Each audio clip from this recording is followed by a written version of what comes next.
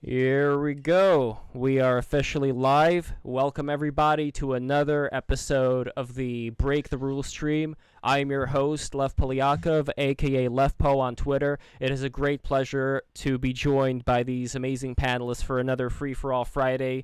And what a free-for-all Friday it's going to be. We have a lot of guests for you today. It's going to be a lot of fun. I'm very excited. So we have some newcomers. We have Jake, a.k.a. Chillerberg.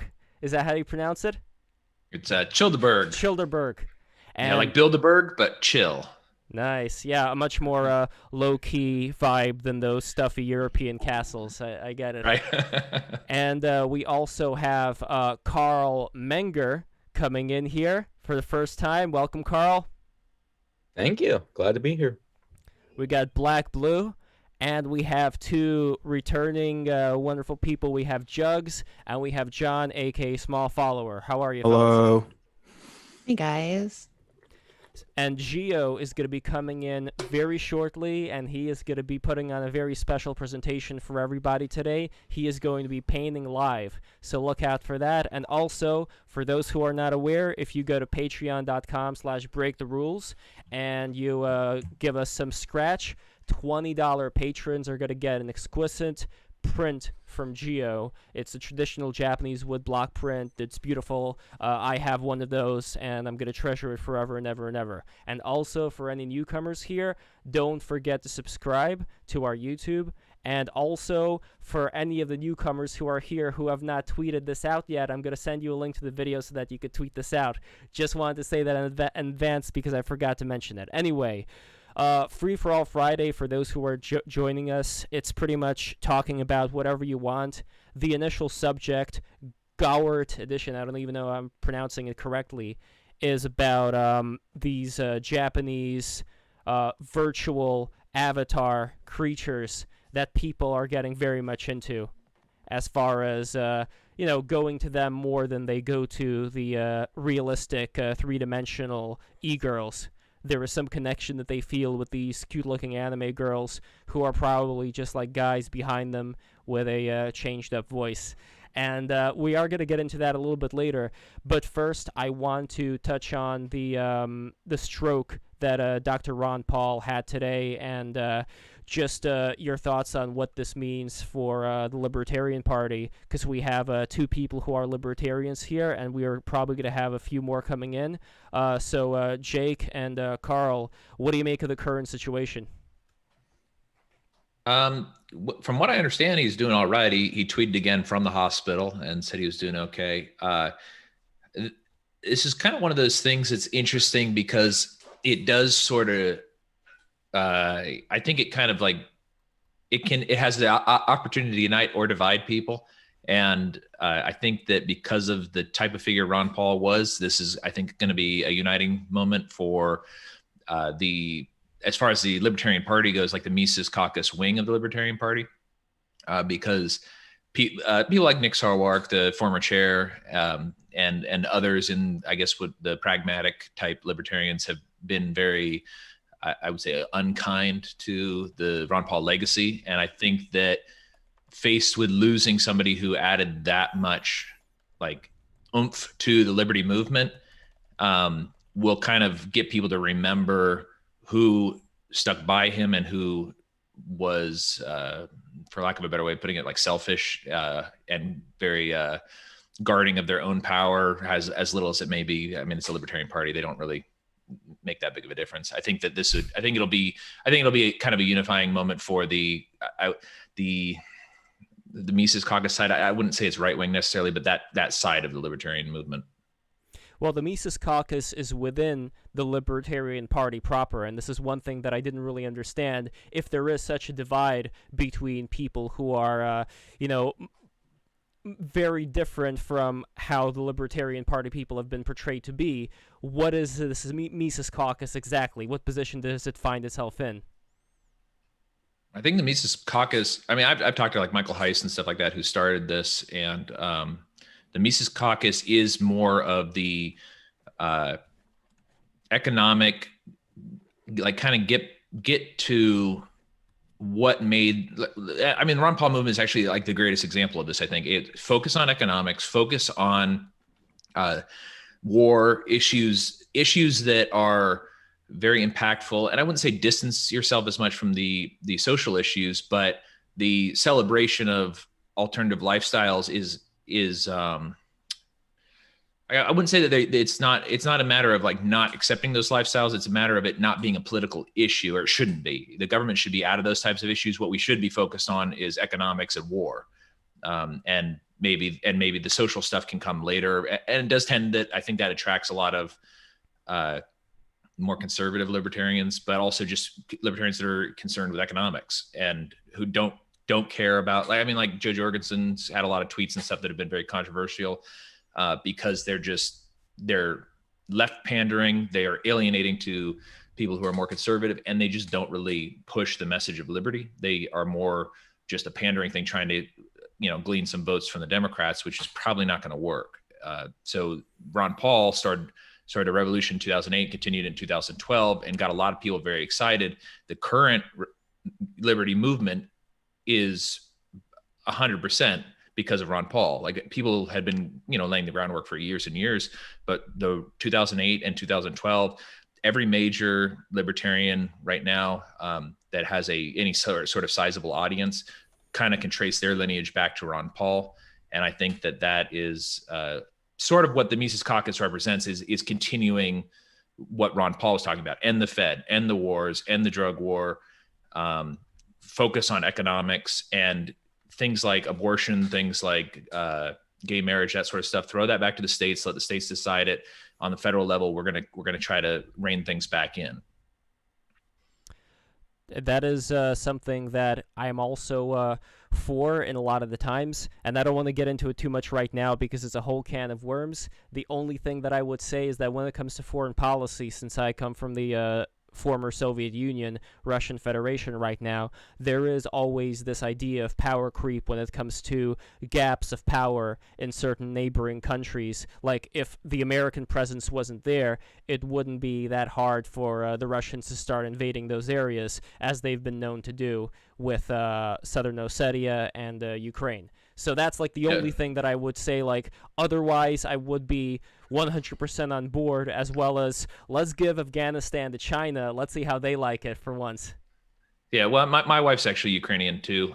She's from Poltava, and so I understand what you're saying, but it's the I guess mission creeper, or the state creep of Russia is the entire country of Russia has a GDP of less than Manhattan. So they just can't really sustain that sort of war. What's going on in Ukraine, I'm not as familiar with what's going on in Belarus, but what's going on in Ukraine is mostly a proxy war between the United States and Russia. It's not really, I think it would probably be in Ukraine's better interest to have a trade alliance with Russia, just because it's right there. But I mean, there's a lot of stuff going on. I would turn people on to Scott Horton, who knows a lot more about it. And he's got several episodes of his show. And there's a lot of really great articles on antiwar.com that talk about this. Is, well, the perception that we have of what's going on in Eastern Europe is very much tainted by what our government tells us, just like what their government tells them is also mostly propaganda and bullshit. But I think it's just something that people need to look into for themselves, and not steal money from other people to promote what you want done. So no, I could definitely see that that part of it. We have a comment from Baji. I'm going to be honest, who the fuck is Ron Paul? And then Super Iron Bob writes, the guy from the "It's Happening" meme. So we got to be very thankful that's the peak. for that. That is the peak of his career, honestly. That's definitely the most significant accomplishment. Yeah, I don't know anybody who knows him for anything else besides that. Yeah. I think, except for like my girlfriend's parents in like 6th grade, they believed in chemtrails and everything. They loved them. I think it is definitely an age thing. I mean, 2008 and 2012 were a long time ago at this point. But when I was in college, when things were, when I was coming up through the liberty movement, I had actually already kind of transitioned to being an anarchist and stuff by that time. But his impact on very major liberty names is, I mean, it's just very well known. And I mean, like, these may also be names that nobody knows, Tom Woods, Dave Smith. Oh, I met Dave. He's a good. Yeah, he's a Dave. good Yeah, guy. Dave came over from the left because of Ron Paul. Pretty much every major name that is old enough to have remembered those elections is over here because of Ron Paul. And we have Gio, by the way, setting up the camera right now. So we are going to see his painting shortly. That's going to be really, really cool. Gio, for those who are just joining us right now, is an incredible painter. Beautiful man, beautiful soul. Well, I wouldn't say incredible. Yes, you are incredible. You are very incredible. You are one of the greatest guests that we have ever had. And you are an... I don't even know how to describe it. Like, there is no BTR. There is no break the rules without Giovanni Panichetti. So for those who don't know who Giovanni is, Giovanni... Can you hear me, by the way? Yes, I can. This is perfect. Okay. You know, Giovanni... I always assumed Lev and Gio were like roommates. And they started this for fun. Oh, maybe one day. Well, we're not that far away. Like, I'm in New York and Gio's in Canada. Wait, not Montreal, Toronto. Sorry, Toronto. I had to think. Oh, Niagara Falls, Niagara, but close to Niagara Falls. Yeah. He lives near Drake. Maybe. Yeah. I don't know. I'm not a big Drake fan. Although I don't think a lot of people are big Drake fans who are part of the BTR stream. At least that's what I've noticed. A lot of people who listen to Drake are part of the Liberty movement. Jake, do you listen to Drake? No. Drake's all Drake's all about the money and like open and free government. Like, And like being gay if you want to. yeah, I know, and that's also part of libertarianism. I know Drake from like internet stuff and from that Hotline Bling song. Yeah. I know Drake from that picture where he was giving a blowjob to a dude on 4chan. I don't know if that's a real picture. That's real? Though. I don't know. I have no idea if that is him. So allegedly, Not that there's anything wrong with that. Gio, could you do like a visual representation of that for us on the canvas? Yeah. that would be his best work. That'll sell off instantly. Well, I don't know. Drake is Drake a libertarian, or does Drake I think all rappers are implicitly libertarians because they don't. Yeah, they do. Yeah, that's fair to say. You know, like he's gonna ask for at least the 14 lying about their age ID. Is that what's going on there? Or? Well, yeah. They don't want to pay taxes to the government. They don't like the government. That sounds like a liberty There you go. movement to me. Well, it was Blake. Wasn't it P. Diddy though who was had that vote or die campaign? Yeah, that was P. Diddy. Yeah. Well, or I don't know what he goes by. Exception, not the rule. Well, if you're talking about like Jay-Z, I was saying the other day to my good friend what's his name? Kasawagi. You know, when they say they have these voting campaigns, it's really just like, let's face it, it's vote Democrat. That's what they're saying to young people. That's the sum total of political activism of the youth. So, by the way, Can I ask you a question about that painting? Yeah, go ahead. What is this black canvas here, or is this? What are you doing? Yeah, I'm curious. Oh, okay. So I'm trying to I toned the canvas, so this is my reference photo. Okay. That's just because I put the darks and the mids first, and then I'll move on to the lights. It's easier than like your straight up impressionist, just white canvas. You can get all the range of values. I usually do it red, but for this one, because there's so much red within her, it's gray. Gray is like a very good. He's using a color. negative canvas, so the colors are gonna invert at the end. Wow. Okay. Maybe. Cool. That'd be interesting. That is cool. Yeah, Yeah. I didn't know that. That's pretty interesting. and who is this That's lady? Painter's Tip 101. Who's the lady that you're drawing here? Yeah, did you take this picture personally, Gio, without her permission? It was on some random post your girlfriend thread on 4chan, so I'm pretty sure I'm good. Oh, So don't don't worry about it. Jake, are you a big 4chaner? I'm not. No, I know it exists. That's about it. What did you Do you grow think- up with? Yeah.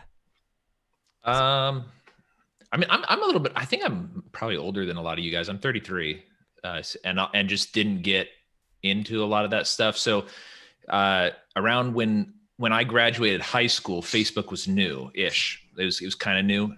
It had just become public for people who were not in college. So that was kind of big. There was also, I was really into this in high school that I don't even know if it still exists, but there was Gaia Online, which had like games and stuff on it too. But it also had a lot of forums. Online, that's old school stuff, blast from the past. Yeah, I used to love that, and that was actually pretty big with a lot of the libertarians in southeastern Virginia at the time. So we did a lot of organizing on there. That's how you get naive enough to be a libertarian. You don't go on 4chan as a child. I know. But I don't know, when did 4chan start? Because I don't even know if it was around. Oh, okay. So it was around. Yeah, but it wasn't like the fucked up thing that we think of it now until like 2007 or 9. That's when the old FGs came online again. Yeah, and a couple years before that, it was MySpace, and that was pretty big with libertarians. And then even before that, I mean, we got internet in '92, so for a long time ago. And but my parents just let us go onto forums and stuff like that. And so that's kind of where some of this stuff started getting planted in my mind. Was there was a lot of liberty people online at the time, and it was more. I think it would be more kind of extreme Republicans, but that type of stuff. And then it just kind of continues because it's fun to be online. By the way, the figure that Black Blue has, it reminds me of this game on Newgrounds.com where there was this model that you can like throw around like it had ragdoll physics. I'm not sure if it's the same thing. Oh yeah, that one. That's literally it. Interactive buddy, yeah. Wow, I got it right the first time. This guy's a sadist. This guy is like a dark triad type of person. That's right, buddy. I've done it all. Well, what exactly brings you, Black Blue, to the liberty movement? Is it a similar story as Jake? Oh, I'm not a libertarian. You're not? Wait. No. Wait a minute. Who are you? Wait, I asked How'd you get in here? How did you get in here? I asked you, man. Wait a minute. I just asked you. You said, yeah, bro. Come on in. Wait, is this from Discord? Yeah. Okay, there we go. Okay. Discord, that was your first mistake right there. Uh-oh, groomer. Yeah, are you 15 years old? I'm old enough, wink, wink. A libertarian asks someone if they're 15 years old? Oh, my God.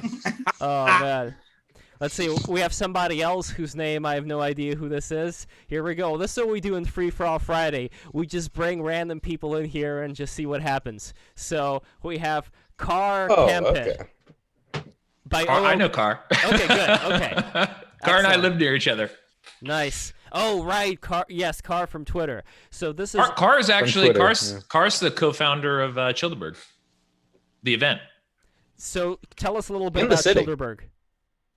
Cherberg is a libertarian camping trip in Central Texas. We've had 2 so far. Despite COVID, we were able to carry out 2, but it took 4 location changes.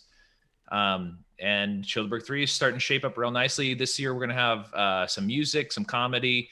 We're going to be meeting for the music and comedy. We're using the stage of a distillery down there. I'm still getting confirmation on that, so I don't want to say what distillery, but it's fun. It's just 3 days out camping near the lake, having a good time, meeting people that you met online, and it works out. It's fun. Excellent. And, do you pay for taxes on that revenue? There was no revenue other than Bitcoin. and I'm gonna implore all of the fellow neoliberals like me to write the IRS. Well, good luck tracking it down. All proceeds go to freeross.org. So right, and I think they're a nonprofit. Ross was a neo-Nazi, right? No, I'm kidding. I'm sorry. I feel bad. We have a comment from Quasi, Libertarian Camping Trip, aka Pederast Festival. Oh, you should... Quasi's a classic shit poster. Maybe would you let him on Free For All Friday? Bring him on. Sure, yeah, why not? He's from what's that board? The one that Fisted by Foucault's started. What's that board? Oh, a Saliforum. He's a Saliforum guy. Oh, nice. Oh, cool. Yeah.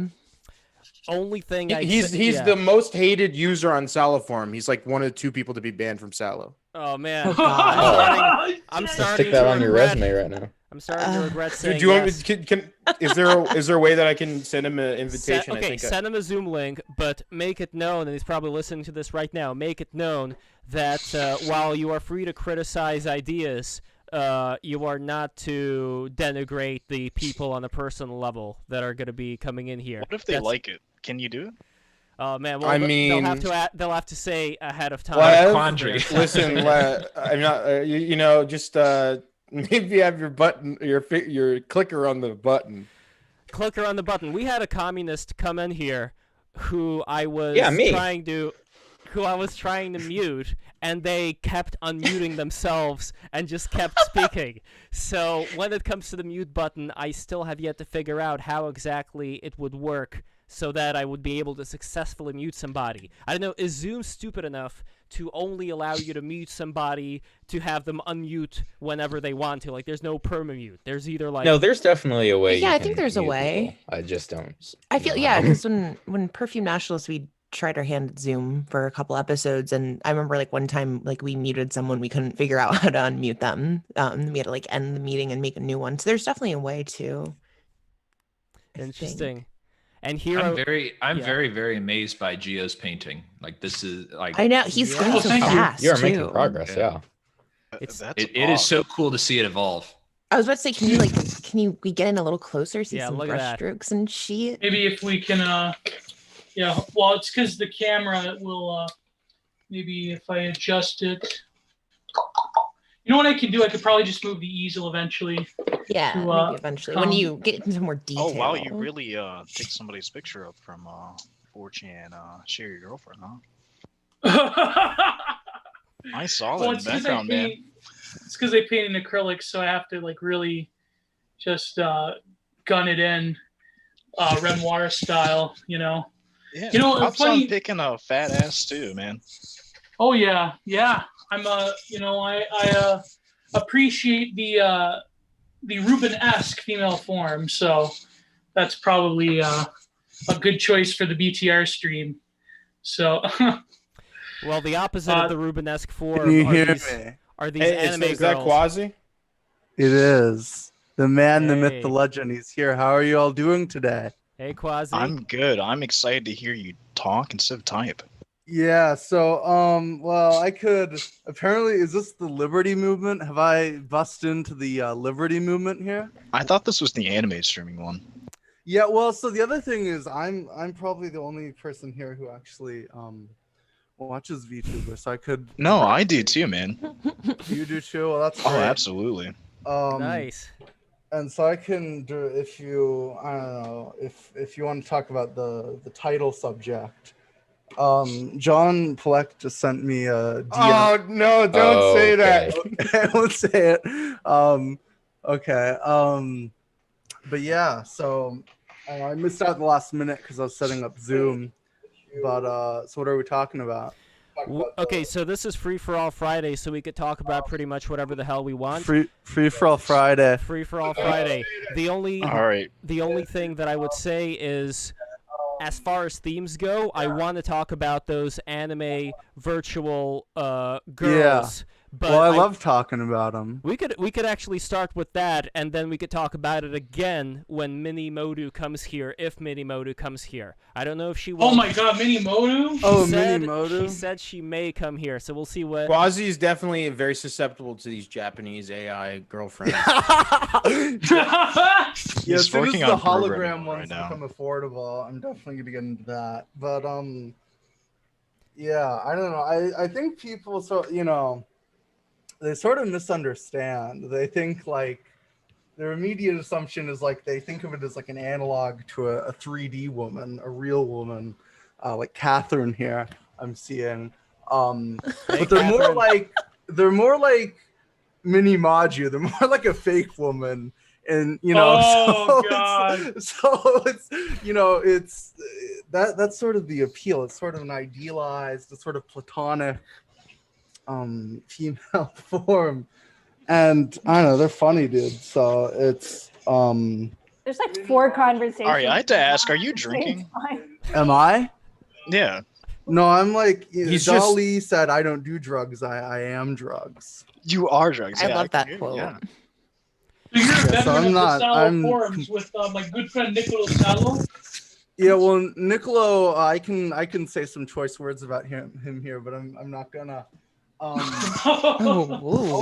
know, Quasi, talk about your time on the Salo forum, and I think posting career. Your posting career on the Salo forum, and well, I'm the only true reactionary here in that people hate me. People intensely hate me because they know I'm correct. So they have to fight. They have to block me out of their heads.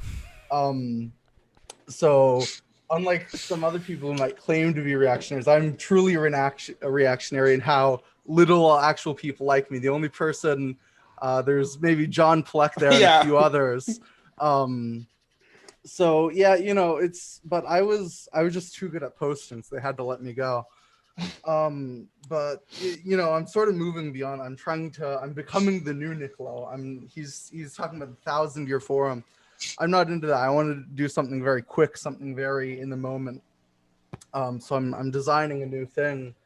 So you were also on my posting career with Pleasure Man. No, I realized when I used that term it might be confusing with people. No, I was not. I was kind of late. I'm a Zoomer, so I was like, I got into it in like 2017 when a lot of the cool stuff already happened. Oh, I see. Yeah. So, but yeah, I do have the lowest like forum score. I have like negative like something. My Niccolo actually deleted my account, like he did with Bronze Age Pervert. Yeah, so it's gone now. But it was a while. There's like this Indian guy who had like -1,000, but I eventually was able to get there. But I'm not here to talk about the past. I'm here to talk about the future. And the future is that you'll have an AI Japanese girlfriend. Yes, it is. And that's posting, I think, is dialogues with anime woman. Is it going to be a small one? Like, is it going to be one of those pocket ones? Is it going to be a lolly? Is it going to yes, be? Exactly. Is it going to be underage? I think the user will be able to. I think it'll be highly. I think we had this thing with technology in like 2007. Everything's cool. You have MySpace, whatever. You have the Nintendo DS. Play a bunch of cool games on it. You can do whatever. And now everything's sort of moving into like this giant mobile app. It's like sort of a responsive design thing. Where like Twitter sucks now because they're basically like making a mobile app and they're fitting it to an entire desktop screen, which just doesn't work.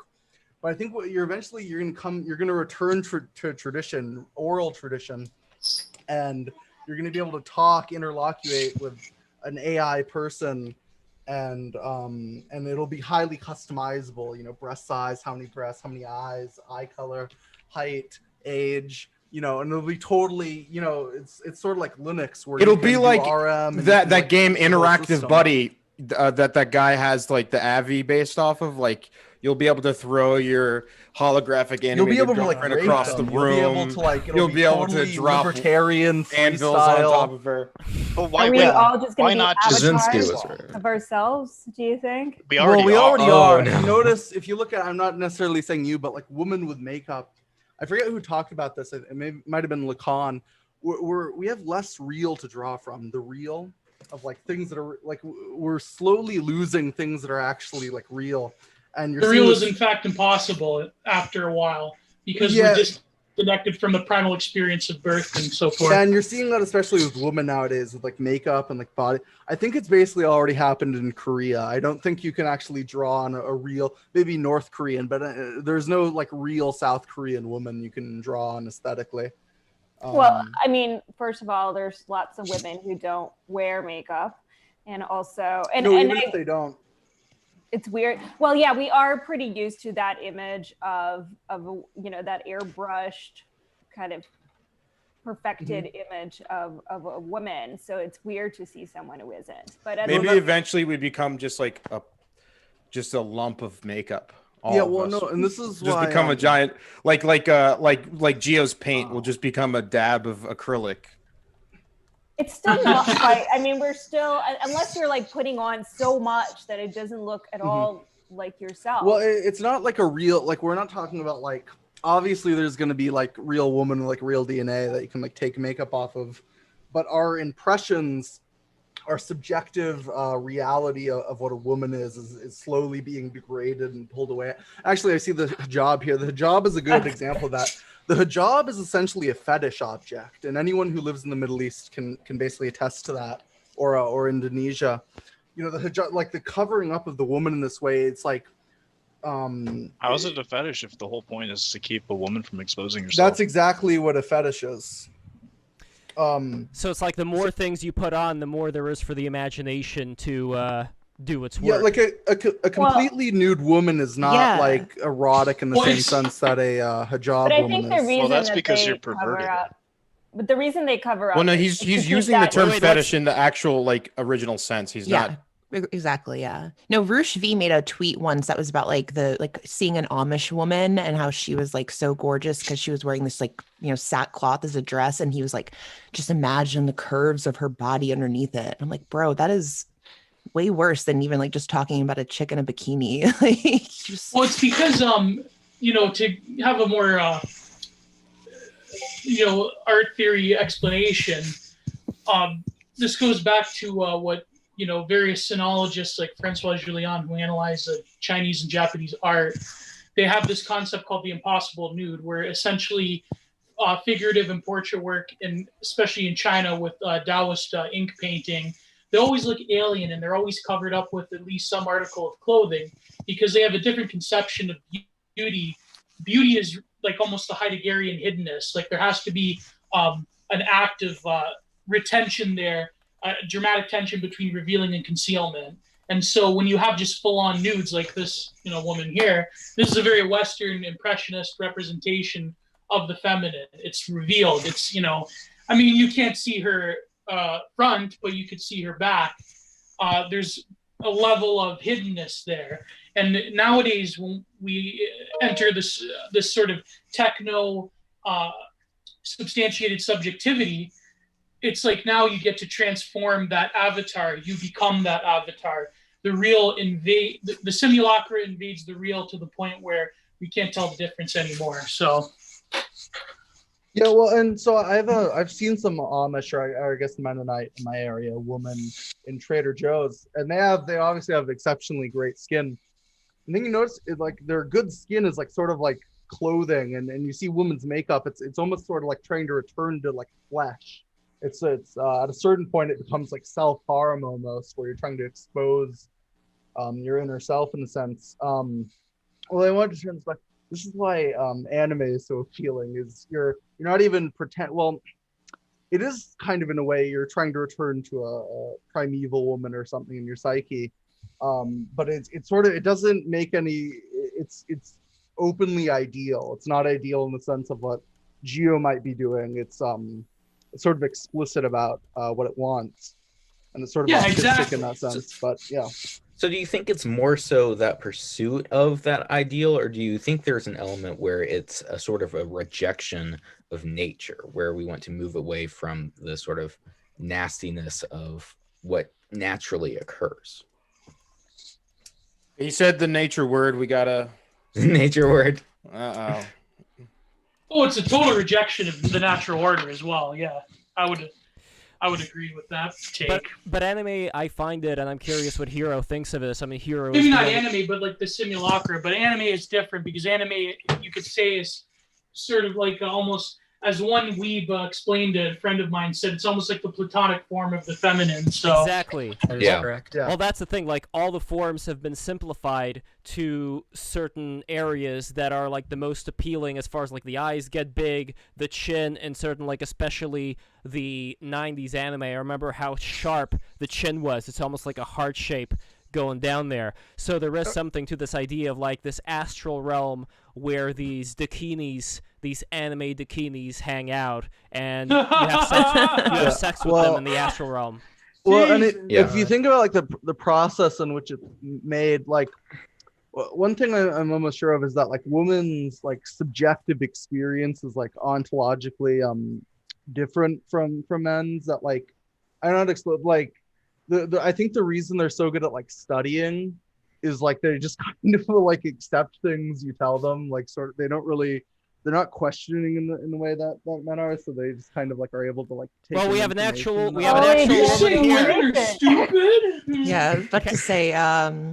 We have two that women sounds- here, so Yeah. You guys are. They're gonna Do agree. we really know that Jugs is a woman? We can't tell with that suit of armor. Before Is that the Hero? wait, You know it up. before the conversation devolves further, the original topic of this, what is this? The original topic is that This is Free for All Friday. yeah, but This I is want the to simulacra. okay. We're in the simulacra, okay? It's Yeah, but what the I'm trying to figure out simulacra is entering what- into the dialogue itself. okay. Lev, so Lev was yes, talking about this thing that somebody the was, anime that the virtual Yeah. anime girls. So, okay, so what this is, for those who don't know, is that there are YouTubers out there that put on the mask of a virtual anime girl avatar, like that shark girl that's on the cover, and people just get really into paying them money. Like, I don't know if they're like in the millions of dollars, Disgusting. but like they get so many super chats and they get so much love. And this isn't a beautiful woman. This may as well just be a guy, Well, but they're just pretending to be this. Well, There's a beautiful woman behind the hollow. All right. What's There's the point? What's the They're point? just Okay, like- Hero, what's the point? no, this I think this is a time preference thing. What do you mean? No. Everything's time preference thing. Yeah. It's So caused why it's aren't caused by inflation Africans like loving it then? Why isn't it because huge their in- currency is more inflationary than ours. It is very much closer to cosplay than anything. You're right on that. It's that they can pay to have this gratification instantly, and but they can't. But I wouldn't even say gratification. finding a mate, whatever the no, it is a Wait, so why they give money to Yeah, Hololive? it's or have a absolutely girlfriend? thingy. Yeah, it is. So you get an instant satisfaction from a currency that's losing value, as opposed to putting time and effort into courting whatever your preference is. And I think that's what causes it. And we see this. Japan has had a much more inflationary economy than the United States has for much longer. And we see this is hyping up in Japan way before it started hyping up here. Yeah, well, so we just got English anime streamers, all right? So well, no. So I've been into this heavily for like over a year now, about a year and a half for now. Yeah, so it's always like since I started, there's always been like American ones. There's like, so this whole trend started with and it's interesting how it started with this girl called Kizuna Ai. Kizuna Ai, whatever. And so the idea, her sort of gimmick is like she's an AI. She's like an artificial intelligence, sort of like anime girl. And sort of she did funny things, and she played games, and she did songs, and she was like, well, the interesting thing is she was not actual AI though. Yeah, Sounds like a total succubus, in my opinion. Well, yeah, well. Wait, but it it wasn't like her thing wasn't streaming, so it wasn't. She wasn't getting. She has like a gaming thing now. She does, but it wasn't originally like sort of, for lack of a better word, like a simping thing. It was sort of, it was like an entertainment sort of thing. It's like a female newscaster, something like that. Yeah, I mean, there's different types of these kind of people utilizing the live 2D avatars. There's yeah, like well, there's different but that's the main one, live 2D. Yeah, well, and yeah, so, like the Pokemon. What's important to note is like this sort of thing has been like a thing in like Japan for like more than like a decade at this point, where like this sort of technology of like face tracking and you get like this avatar. This has been like popular in Japan for a while, and like if you go on like Japanese Twitch, you'll find like people who are like playing Smash Bros and are like a hamburger or whatever, right? And it sort of ties in like in Japanese, in Japan, there's this concept called hane and tatome, I think, tateme, and so the idea is like you have a sort of like inward facing, and then you have this like sort of mask you put on, and like that's your outward facing thing, and that's how your persona. Yeah, well, so you have your true self, and then you have like a mask. Yeah, and this is in every society, but in like Japan, they're very polite, and like their language is like, even like linguistically, like it's very vague compared to other languages. And so like you have your inner self, and then you have like your mask, and this is And so yeah, the recent, like, the English thing just came out, and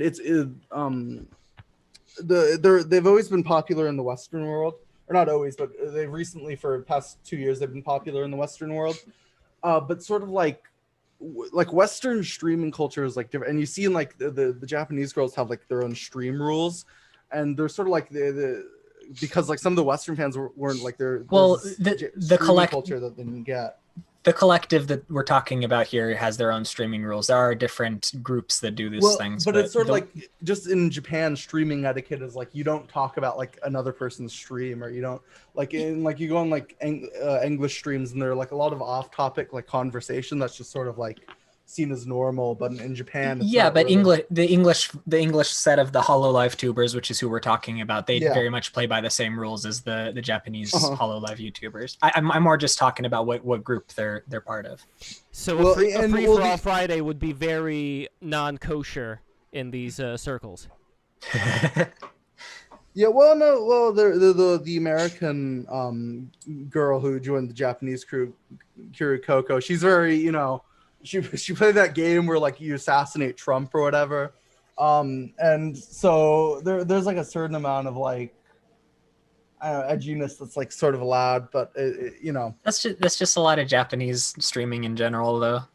Yeah, it's kind of removed from our context. It's like how in Japan deathmatch wrestling is acceptable. Yeah, they still do duels over you there. You go into Shibuya, Tokyo, and you pull out your katana, dude. That's the best. Now I'm gonna move to Japan. Great. Yeah, it's awesome. But so I think like the recent controversy, because this has been like popular in like America and the West like for a while now, but like the sort of like, and I don't even think it's like a disordered like sort of thing people talk about, where it's like, or like simping, where it's like you're giving women money and like, but like the interesting thing, I guess, is like they're doing it to like non-real. It's like, it's not even like you're looking at like Pokemon or whatever, and you're like, oh, she's hot, I should give her money. It's like, I wanted to make a distinction. 2 out of 10 Pokemon, 2 out of 10. Fuck her. Agree. I wanted to make a distinction.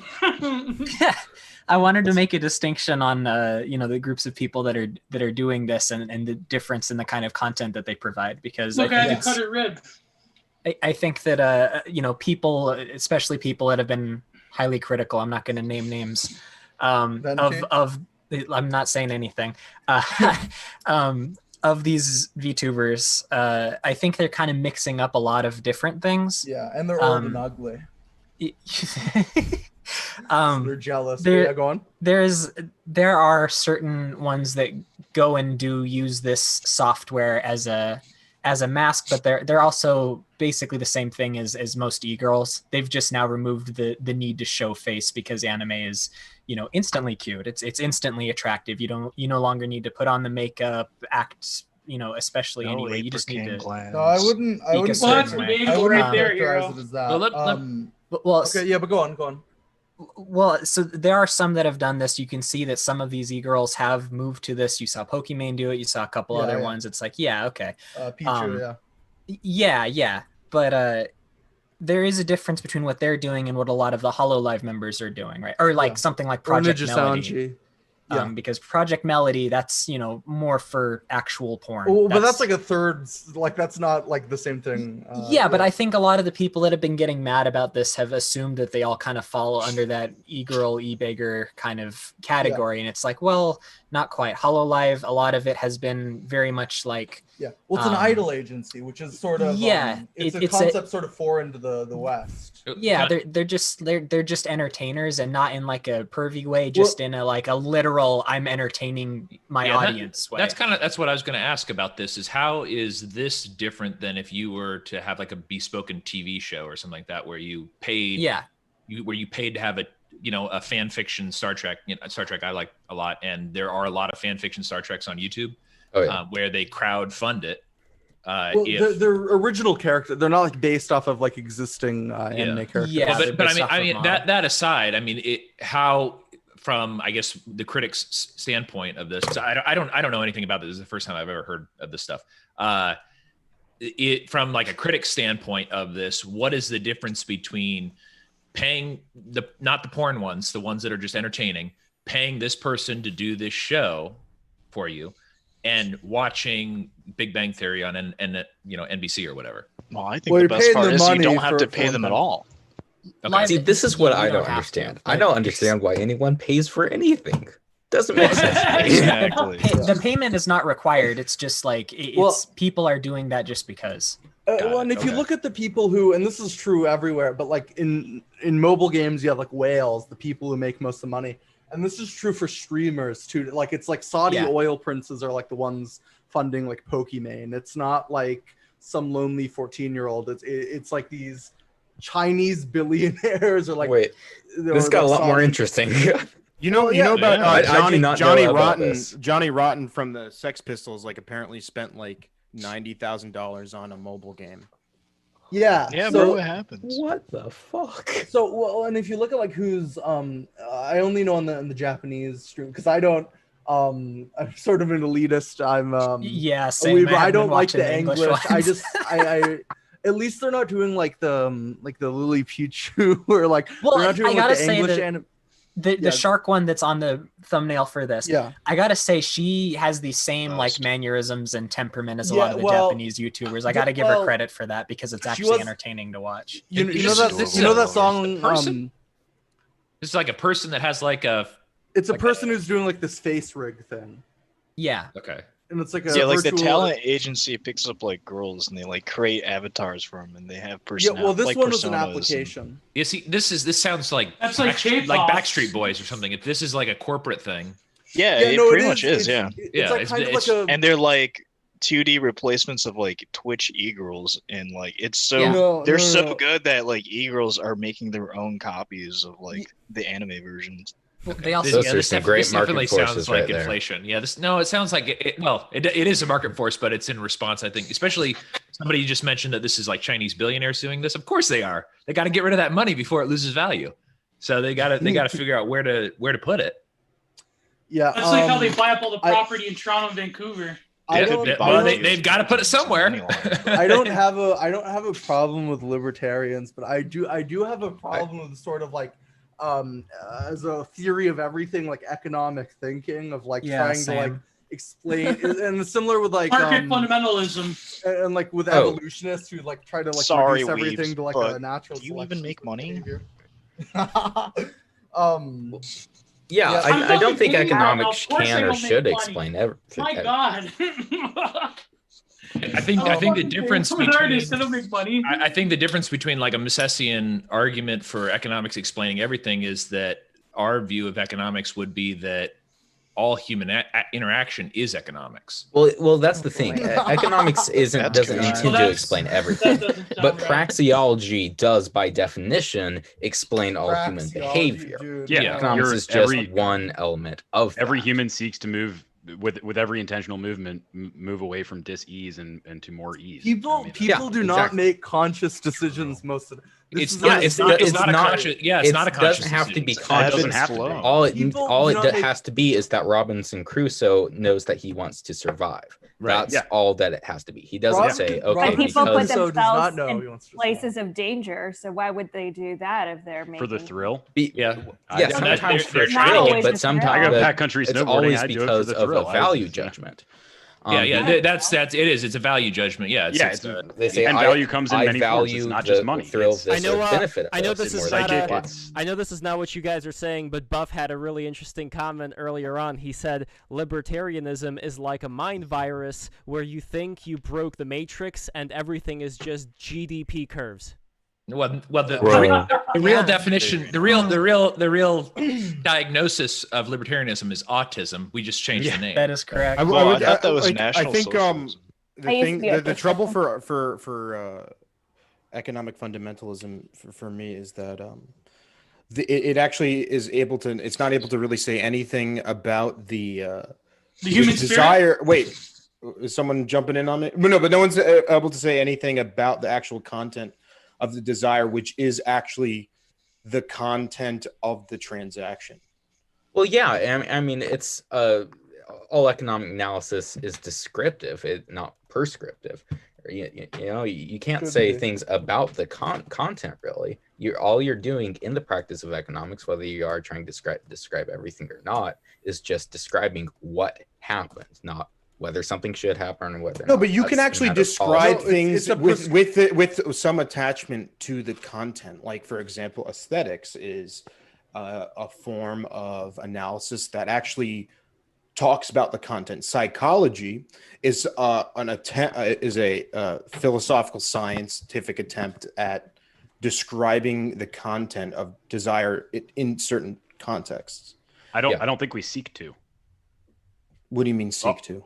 I don't think we seek to break down the aesthetics of any portion of an interaction.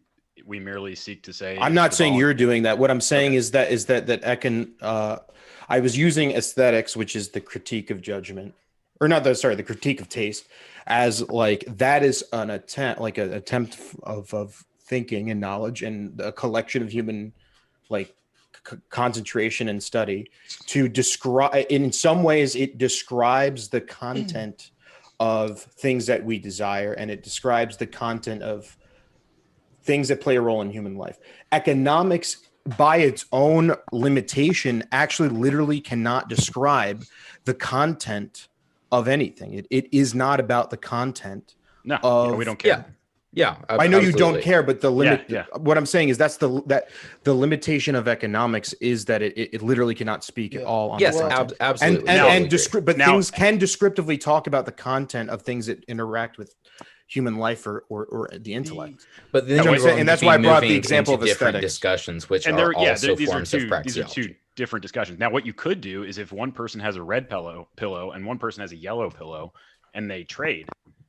You could probably deduce the fact that the other person likes yellow better than and the other person likes red better as an aesthetic preference. I mean that all else equal. What are you, dude? Okay, you look like an unsocialized puppy. You have no life in your eyes. Hey, what happened to no personal attacks? What happened to that? Yeah, bro, you don't even have a cam right now. You look like a bunch of text on a screen. Small soul bug man. A bunch of dots. Fucked up. Turn on cam now, Quasi. Yeah, I have to say. I've seen Quasi before. Seriously, why is there btr-chat on the stream? Yeah, well, so you're just saying whatever people's desires are, if it's not harming anyone else. If my desire is to kill you, I can't kill you, right? That's what you believe. No, but that would harm would that harm somebody else? And your desire is to get a yellow pillow, then that's all great. But there's of course externalities. What you do actually does affect me, and you might know better than I do what's good for me. And if you do, you should be able to do that. And you might accept that, but you say there's no way anyone can for sure know what is good for someone else. And I would reject that wholesale. I know what's good for other people. Other people might know what's good for me. So you're comfortable making the assertion that you know what's better for somebody else? Yes. Oh, well, yeah. Yes. And even if I were wrong, I would still be able to do it. And what should the consequences for you be? What should the consequences for you be asserting your authority over others? And what should the consequences for them be if they decide to violently resist? Well, that's what we call a history. That's what human history is. And laws. Yeah, so that's exactly it. You've now moved on from an economic theory to a legal theory. If you're basing your legal theory or ethics on a sort of positivism or a utilitarianism where you just want a good outcome for both you and the other person, then yeah, you're absolutely right. But that doesn't work if you go off of a natural rights basis. I'm not I am for the triumph of the good, and if the good means the suffering of someone else for whatever, and it might be unfortunate, but if other people have to be worse off for the good, and this is where nationalism comes from, is that sometimes other people have to deal with their own things if you want your people to succeed. And that's totally moral, I think. Okay, here. So you pull the lever in the trolley? I'm just going to hop in and say I assert that for the good of everyone on this earth, we should all adhere to property rights, and that's just my assertion. And so we're just done. Yeah, well, I don't disbelieve in. I'm not like a communist or whatever. No, I'm telling you, I'm making well, the assertion for you because it's for your good. Oh, why should I be a communist? Oh, because we got to free the workers, man. But you know what? Ultimately, we live in a society with many different groups, many different views. That's why we do. That's why we do elect officials. We make laws. We have a procedure as to how new laws are made. And it's always speak for yourself. I don't do any of that. Well, you don't. I disregard all laws I don't agree with. And, you know, and it's like, what sort of limiting principle do you have? Because it's like, okay, if you have a child, you should probably know what's best for them. And if your baby is crawling around pooping all over itself, yeah, I think the agency of the child lies in escrow with the parents until the whatever age was decided. That's arbitrary. It is arbitrary, but that's why society cooperates to decide these things. There's a lot of libertarian cooperate why can't society cooperate to put in certain economic laws or certain restrictions on property rights? They could, but it would have to be it'd have to be a covenant community where people agree. Everyone has to decide that exact thing. Well, they can, everybody's got to agree on a contract, right? If you're saying that it adheres to all property rights, then it does. That doesn't mean that that's what happens. I think that would be the ideal system, but that doesn't mean. I think the trouble that I have with most of libertarian argumentation is that ultimately, I think a lot of it comes from libertarians not actually even knowing what the history of rationality is. And so they're just stuck in like what would be called in the Platonic like tradition of like, I think it's the noetic, like it's only understanding and descriptive. There is no ability to like engage with the any sort of for lack of a better term, like dialectical rationality at all. And I kind of think it's the opposite, actually. Dialectical rationality is not secondary at all. It was the primary direction of the entirety of like basically philosophy. No, I mean not being until Hume. Sure. Can I jump in for a minute? Yes, go for it. And don't forget to subscribe. People who are watching right now, don't forget to subscribe. And also, if you go to the lower right corner, streamlabs.com/lovejules, give us some scratch, wet or beak, help the economy. Anyway, Gio, go for it. If you hear weird noises, that's just me cleaning my brushes. Oh yeah, that's fine. I'm not doing any naughty libertarian things, but you want to tilt that camera down real quick? Well, I have gloves. Oh, maybe that's part of it. Who knows? Gloves on. No, I was going to say. Oh, and by the way, if you want to buy this painting when it's done, DM me, please. My God, I need money. I don't. Being an artist and a writer is not a very good economic model. Put it that way. I was going to say. I think the problem is the perennial, and John was sort of getting to that. The perennial problem with this whole debate between libertarianism and other sort of ideologies that are predicated upon the historic use of force, or rather the monopoly of power in the hands of the few, whether it be various forms of benevolent authoritarianism or monarchism and whatnot. The problem is inevitably the question of human value itself. Now, if you're predicating human value on this sort of, what would you say, post-Enlightenment utilitarian rationality that's rather specific to the English and Scottish Enlightenment, when you say that Homo economicus is the only metric of human value, then you sort of grate libertarianism inevitably grates with other value systems that predicate things on the aesthetic experience, the spiritual experience, and societies that reflect a higher moral order that is transhistorical. Now, some libertarians are, of course, proponents of other systems. For example, Tom Woods is a very staunch tradcap. But the problem is inevitably this question of what does it mean to be in a modern subject when Homo economicus is the only metric of value and your economic activity is the defining feature throughout world history. It almost makes, not to compliment this certain person, but he is right when he says that in some ways libertarian, like hardcore ANCAP libertarianism and Marxism, and in some weird, crazy horseshoe theory, almost meet in the middle, because dialectical history and their views are both predicated upon economic determinism. Now, there are, of course, market differences, and of course, this person on Twitter is being a troll, but it's the question of value that I believe is the most insurmountable question when talking when libertarians are engaging with and discussing with people of other ideologies. So I think that's something to keep in mind. Maybe John, you could step in if you were trying to say. If you don't mind me just saying the name, I think also I'll say the name. Kant, but I think makes he makes a very good argument that complicates the typical talking point of libertarianism about like this idea that there's a natural flow of human economic desire, which I think is already kind of discountable even on its own like theoretical basis. But I think Kantbot's point, which is also the point of like a lot of the Kantbot. Well, it's not. Let me get to the argument. Ignore the fact it came from Kantbot. But the argument basically is that capitalism. Well, first of all, capitalism is just like a paradigm of like a description. It's not really like some sort of positive system.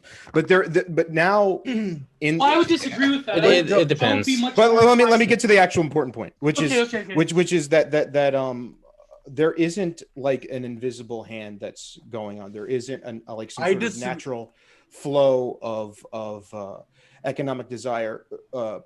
Private institutions and people with capital, they now pre-simulate all of the like economic transactions that they make for their firms. And not only that, it's a tremendous part of our economy to both simulate and manipulate the desires of individual economic actors.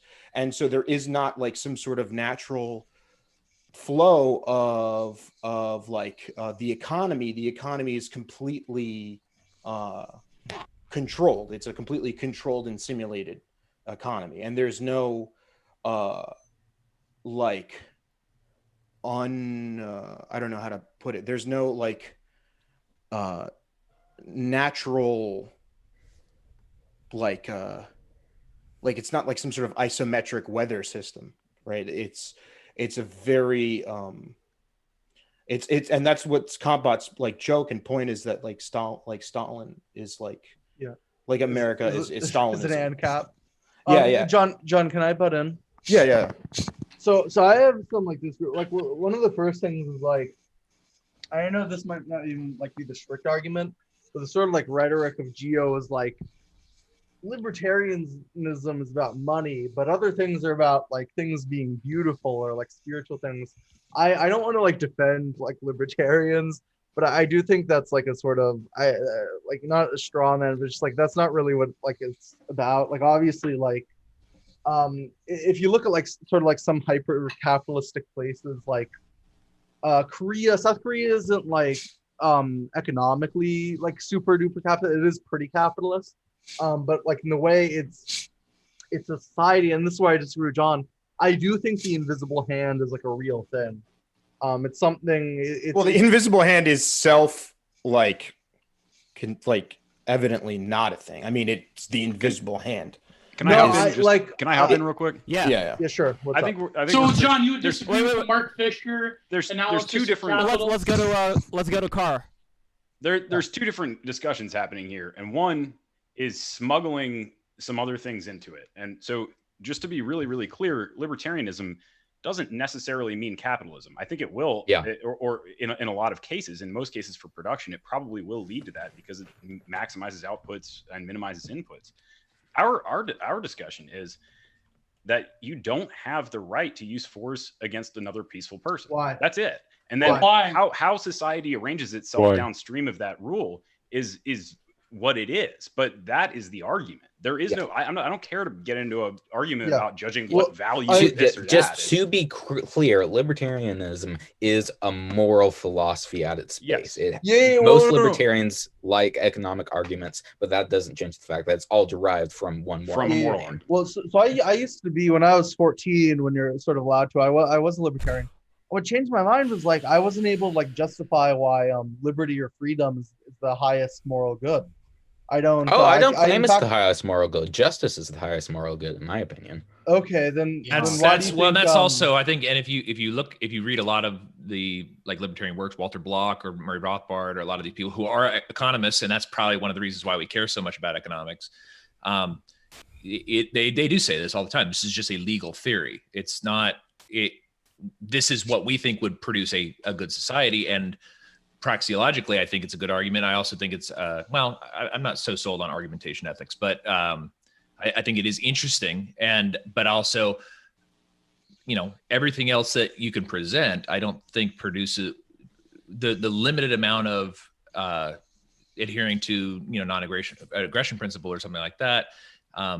We've tried a lot of these other systems; they don't work out. And what's happening here is there's two arguments going on, and you're trying to smuggle in one thing with another. Hold on. Because hold on, I mean, I'm sorry for you gotta let Jake finish. John, all right. Jake finish. I mean, I don't really have much more to say. Is that this is a legal theory, and like what Carr was saying, is that what comes down from that is fine. It's as long as it's nonviolent and agreed to. I mean, if you live in a society, and like Walter Block has this example called Murder Park, where he's like, if you want to go into Murder Park and you go in and you agree to that, this is a place where we all just kill each other. It is retarded, but people are retarded. People do stupid stuff. So you shouldn't allow them to. Why? Because that's not just. Who is we? That was society that we take part in. Also, how do but we again, this is what I'm determine- saying. This is like you've illustrated my point despite going against it, is that we have societies based upon sort of trans-historical truths that are grading up against the economic assumptions of freedom, liberty, whatever sort of bullshit nomenclature that we've been fed, even though it's probably a farce. This is exactly the point I'm trying to make, is that the problem with libertarianism is that, yes, I agree. I've read Rothbard and Block and so forth. The problem is that inevitably these sort of moral differences will give way, and there are libertarians that have this very stereotypical Ayn Rand view of things that, economics should triumph over all. And so this is, I guess, if you're not into that, then we could hash it out. But, that's Ayn Rand wasn't a libertarian. She hated libertarians, but this is, I think, another thing is that. Well, I don't know. That's the stereotype. So. It is a stereotype, but I think this is kind of sort of to what Carr's point is that, and it's actually something I've been thinking about a lot the last couple of years, is the it's a language thing too, is that, Carr and I are in a similar community. And so when he and I talk about stuff, we already know the language that we're using. When a lot of you guys are criticizing capitalism, what you're saying is not what we're saying when we say capitalism. And that's the problem with using the term capitalism. Yeah, it is. Means, I know. It wasn't real communism, guys. Yeah, it's the exact same argument as the communists used. That's why. No, it is, and that's why, like I've said a lot more lately, is markets is just saying markets or free market or something like that. Because the thing is, if you want to have a socialist utopia or whatever, and people agree to it, great. I might even want to live there if it works out. But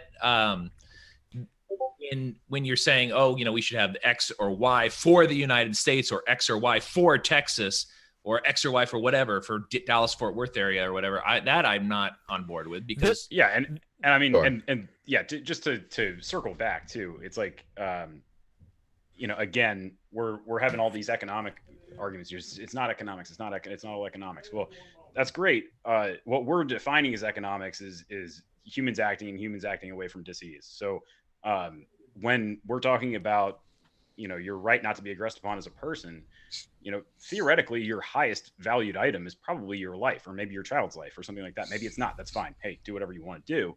But no, that's what we're talking about. Yeah. Is well, that, don't you think it would be better to help you guys with your points and everything to use language that isn't impenetrable for the rest of us? Like, It's just Yes, like, very that's much a so. weird. That's a huge mistake that autists make, unfortunately. Yeah, this is just like a weird thing to say. Here, Like we're talking about a different kind of economics. Like, okay, well, what the fuck? What do you mean then? You know, economics is about. We had Stole my name. Speak English, please. Let me make an argument to what they're saying. English doesn't mean the same thing to everybody anymore. Yeah, and that's the issue. Here's the thing. Wait, hold on a second. Here's your mistake. Okay, you know the term academic, right? And then you know the term skeptic. These were two terms that that came about in the in the Hellenic world, and they are the academic paradigm. It's Aristotle and Plato, right? These people believe that you could know something, and that within language it was possible to communicate truth and understanding, and that human beings are able to come to an understanding of understanding, and that is the basis for rationality, right? So let's please not get stuck in the hermeneutical skeptical argument that literally goes nowhere, because you can't say anything and then everything is bad. What do you mean hermeneutical skeptical? What do you mean, John? In terms of that you can't come to any determinations because there's an indetermination in the possibility of expression. Well, but this is what libertarianism about it is. It's ultimately, maybe not ultimately, but one of the arguments is well, you can't know what's best for someone else. You can't be sure that you do know that. No, that's not an argument. No, that's not an argument. You wouldn't. No. That is literally definitionally an argument. No, I could very easily know what's best for someone else. Then I why can't wouldn't force you them do to it? do that thing. Why not? Because that's their body and they own it. Okay, if your brother is shooting up, let me would you talk over you. not No, stop that- him? Would you say, oh, let's not get caught up in thought plays. But the point that should be made is it is historically anachronistic, and this is not how human human life is not valued. By humanity, human life is not valued. What? Well, we have wars, people are killed, people put in danger. Go walk out in traffic. I wanna people are dressed upon. Yeah, human life in general is not valued, but each human values their own life. Right. I mean, if it's not valued, go jump out the window. Okay, but what I'm saying is, and I see what you're saying, because infanticide and stuff like that used to be a very common thing. If you didn't have enough food, you just killed your youngest because you put the least. Still is kind of. It still is. Yeah, dumpsters full of black babies. That's fine. All right, guys. I want to quickly switch gears right now to move on to Addison Perry Franks, who is joining us here. But before that, I just want to say my own perspective here, that when it comes to might is right being the all-pervading philosophy, I agree that that's always been the case. I would say, though, that when it comes to the non-aggression principle, something like that I could see as an example of piecemeal social engineering. And if it results in a society which is the best out of all the worst outcomes, as far as I'm not going to be concerned about, let's say, my grandmother being mugged in the street or whatever, that is what I would lean on to. If it does result in a better society, then I'm for it. But anyway, I want to introduce Addison Perry Franks. Can you hear us? Can we hear you? I guess not. Hey. Hi, guys. I'm here, though. I just got here. What's up? On mute. Is Baji here? Yeah, I'm here, my friend. Addison, Baji was I know the stream is killing you. Wish I could stick around, guys, but sorry, I've got to head. Killing all of us. Have a good one, my friend. All right, take care. See ya. All right, and we also have Phil. Phil, can you also tell us a little bit about yourself? What is your social? Hey, what's up, guys? Thank you for having me. Lev, is that what I call you? Yes. Lev. Can I call you Love? Oh, Okay. bro. Awesome. Boom. Bromance. Boom. Love it. Hey, what's up, guys? My name's Phil Gibson. My handle is Mr. Sue. You spell that MRPSEU. Play on words. I'm sure y'all are smart. I'm sure you can figure it out. But what's up? I am a libertarian, I guess, anarcho, whatever. Screw the state, basically. From Texas. Yeah, from Texas. Some might say it's a very libertarian state in itself, but It's red, but we're going to talk about it not being red today. Yeah, we're going to get into that. Yeah, we are. And just super Bitcoiner. I mean, ideologically, that's kind of like where I'm, I guess, quote unquote, like defining myself, just because it is the first time that we have this like living, breathing mechanism purely driven by human incentive, going back to human action. And it works. It's kind of just, it's the purest living proof example of true free market activity. And it runs on voluntarism and human action incentives. And fixing the money is really the most important thing I think we can start with. Now, I wrote a song called ETF or End the Fed. If y'all want to go check it out. I dropped the link to Love so he can maybe share that, but it's the first thing pinned on my Twitter bio. But like ending the Fed is not really the best solution. If we ended the Fed today, that would suck. There's a lot more, I guess, deleveraging that needs to occur first, but just a little bit. Just a little, just a little, nothing too major. But and we are kind of seeing that deleveraging, and we're seeing the cracks start to show. I mean, if I try to pay with cash or coins at HEB, shout out the best grocery store ever created. Shout out to the then, yeah, I pretty much like broke it. Like I couldn't get my receipt because there wasn't enough change in the machine. Like just little things like this. Like we're starting to see the cracks appear in the financial system, and really the misalignment of incentives because of the money is really what drives this political social turmoil. So I really believe that starting with Bitcoin, like the soundest of sound money that we have ever seen, starting with that and just opting out of this corrupt system that has just decayed for over a century, and just taking the agarist route, just operating for yourself and your community, thinking local, acting locally, thinking globally, and just not abiding. So is this an ad? Yeah. Jesus fucking Christ. I'm getting speaking of locally, I see we've got we've got 4 Childerburgers on here. So that's think locally, act Yes. globally. That's kind of like a neoliberal phrase right there. Okay, so Yeah, now- I'm pretty stoked. I'm pretty Okay, stoked. I'm no about the, Wilsonian. Speaking, okay, And then- okay, You think I'm a Wilsonian? Chill out. Let me know. Okay, we got to go on to Addison. Addison has been patient like a saint. Addison, tell us about yourself. Well, I am 29 and grew up around the Lubbock area. I live in Snottle, Texas. And I'm a Democrat that's running for House Representatives. And I'm also transgender. By the way, your mic is a little bit weird right now. Like there's a bit of a static going on. He said she was from Lubbock, Texas, right? Well, you got my vote Lubbock. for one. And that you said you're Yeah, also. I've been having trouble with this mic all day, and I don't know what's going on. It's the internet, but that's Are you on y'all- Wi-Fi? Are you on Wi-Fi or mobile right now? I am on mobile. Okay. Is there any I can Wi-Fi? check Is there any Wi-Fi by you? My phone don't work good on Wi-Fi, but I can switch to my pillow real quick.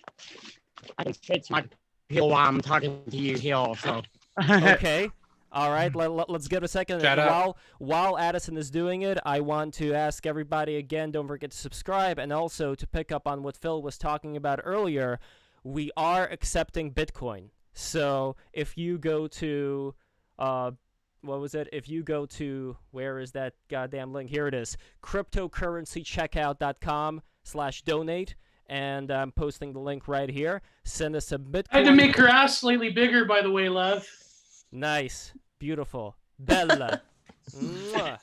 Yes. And also, if you go to patreon.com/breaktherules of the 3, the amazing painter in front of us here, Giovanni Panichetti, is going to send you an absolutely exquisite Japanese woodblock print. So look out for that. And also, if you don't have Bitcoin, but you still want to help us wet our beak, go to streamlabs.com/levjules in the bottom right-hand corner, or in the link that you will see in the description of this video, and send us some from your PayPal, whatever you right, either with Bitcoin or with PayPal donation, we will address because it's going to be displayed directly on the screen, and we're going to devote a lot of time for it as well. So that was, and Martin K asks, Lev, when accept waifu coin?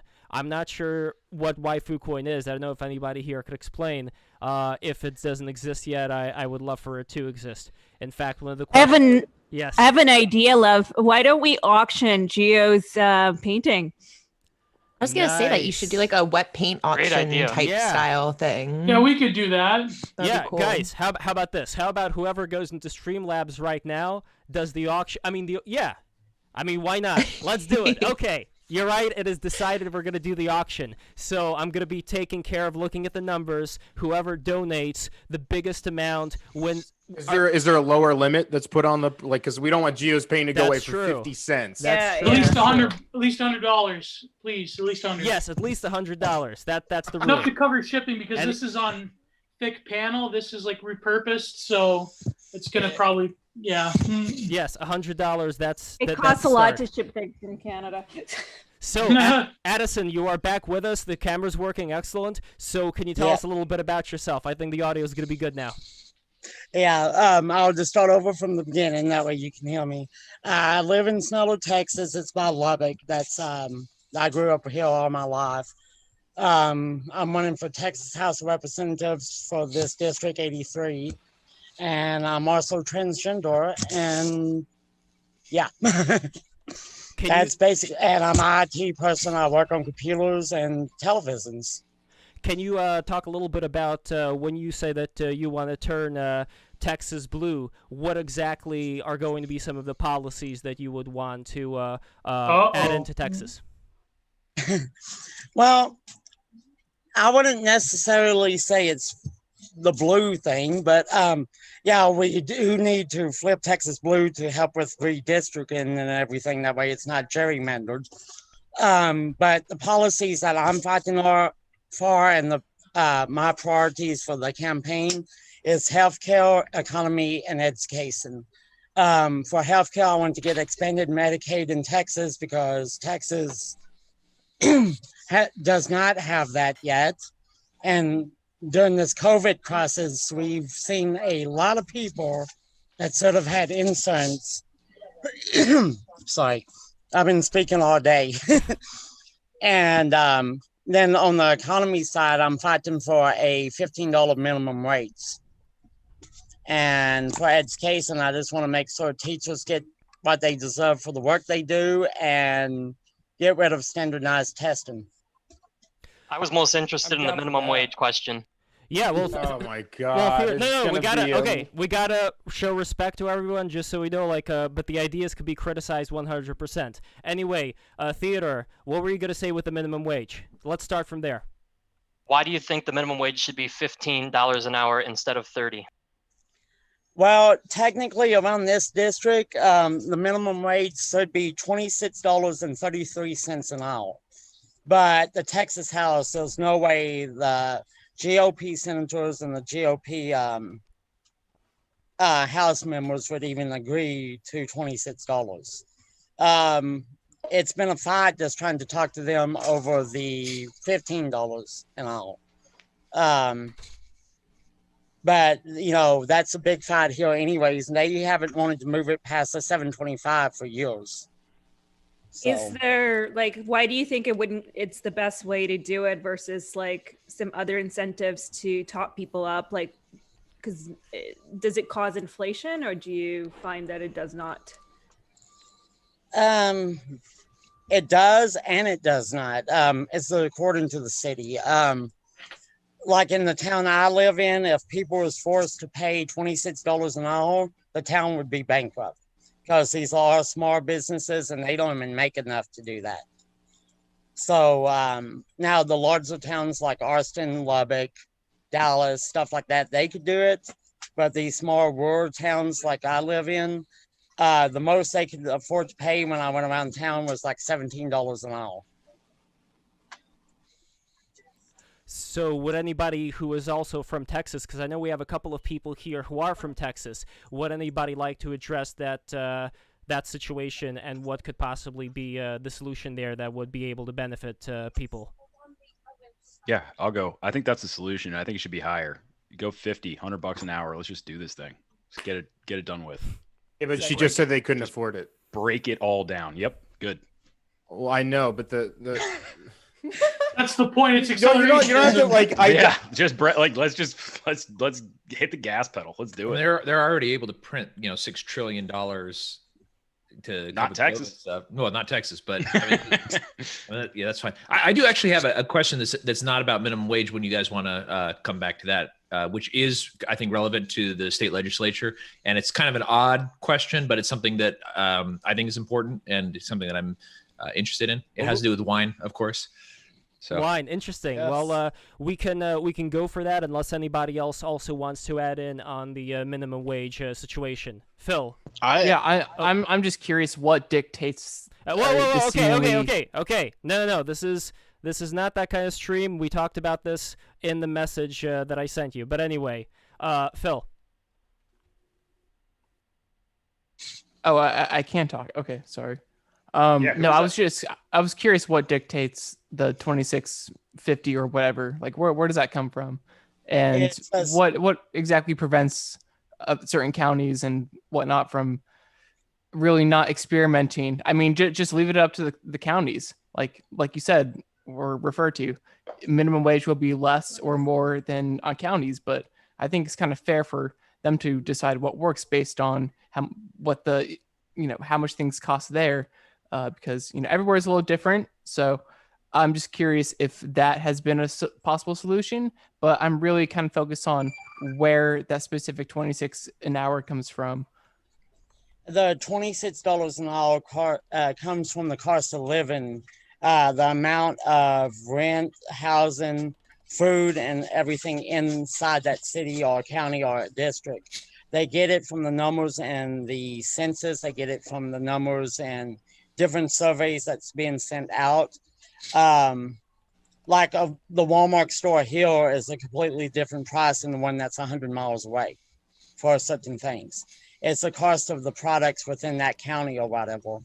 And you are absolutely right. One of the mandates that I wanted to do on the minimum wage was allow the cities and counties to adjust the minimum wage for their county. We can sit there and set a basis of $15 an hour, but then we can sit there and let the cities and counties put it at 18, 20, whatever they need for that county. As you said, each county is going to be different. Dallas County ain't going to need as much as Lubbock County. I mean, they need more than Lubbock County. Lubbock County don't need as much as Dallas. So we can set a minimum, then allow the cities and counties to set it for what they need for their area. It seems to me like minimum. Oh, sorry, go ahead. I don't want to. Oh, just one last bit on this. Do you think it might be a more effective method to just have the counties figure out that minimum on their own rather than this top-down approach at the state level? I looked at it both several ways when I started campaigning. If the state legislation don't set a minimum, then of course they don't sit there and say, okay, minimum wage is $7.25, which is a federal minimum wage. So the state would have to set some kind of guidelines saying, hey, it's $15, $18, whatever they decide to do. And then the county at least has to pay that, but then they can work on paying $25 or whatever. But the state does kind of need to put some guidelines in on the bare minimum it costs to live. Why? It seems like a lot of the conversation around minimum wage, you're trying to solve a problem, and the problem is that people aren't able to afford to live with within the means that they get from whatever they're currently earning. But have you guys explored any other options to supplement wages somehow through, like, I don't know, vouchers for food or living accommodations, things like that? I don't know. I'm kind of on the fence with the whole minimum wage thing because I can see the detriment of it, and also I also understand the problem that people can't afford to live off of whatever they're earning. So and that's something I understand on both sides of it too, because as I was just explaining, some of the towns won't be able to afford $25 an hour, or they'll go bankrupt because they're a small business and they can't afford to pay their employees $25 an hour. They can afford to pay 15, 12, or whatever it is, but they can't afford the 25 or they'll go bankrupt.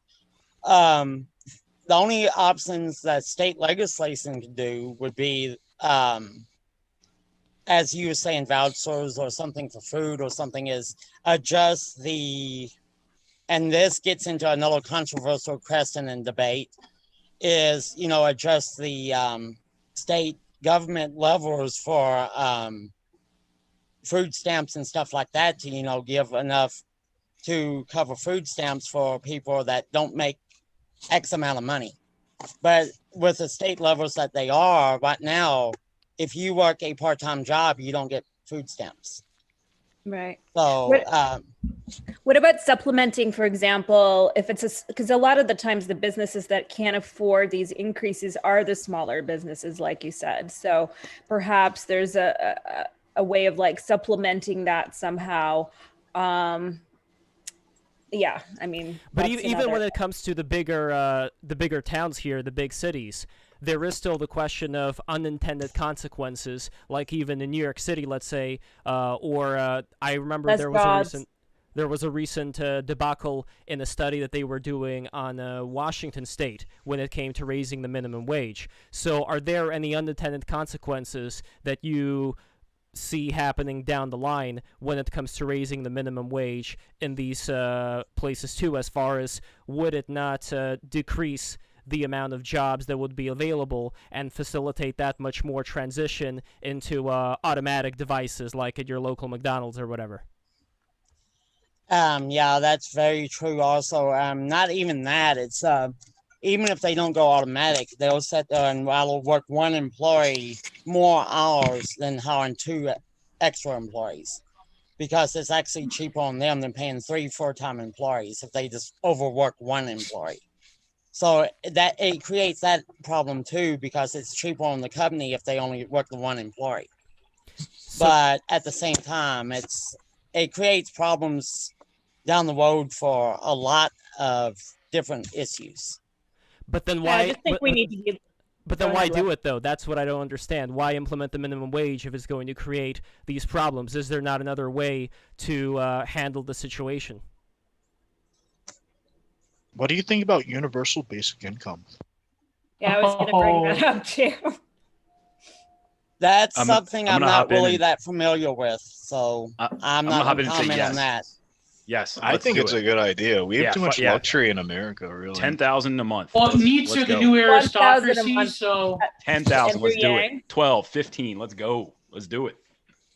No, but hold on. This is something that I do want to address. Addison, if we are talking about increasing the amount of money that, like, why not give everybody $1 million?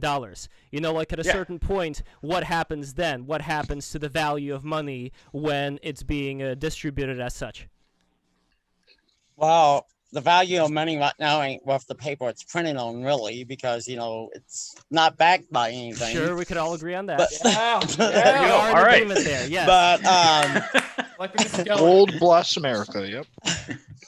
I think you guys are like rolling your eyes at, I think, what Addison wants to do.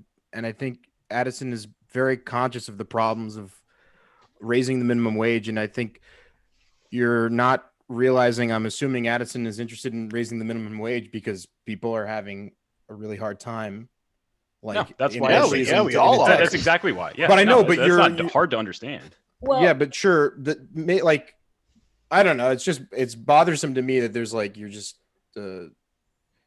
make an argument. Don't like just I'm I don't know, do this absolutely like weird willing. thing. We're like, Looking okay, at $1 million. other- We'll just make an argument against it. I think Well, we it's should just, be looking you for know. alternatives to. It's more fun to do it this There way. might be right, but there might be other ways to explore, and I think the focus has been so much on that as a solution to a problem that's very real. I mean, obviously, people are having a hard time surviving. Honestly, on $15 an hour, that's so low too, and I mean, $20, is low. So I mean, that's an issue. So, but what issue is it solving? I mean, it's solving the problem of not having enough jobs.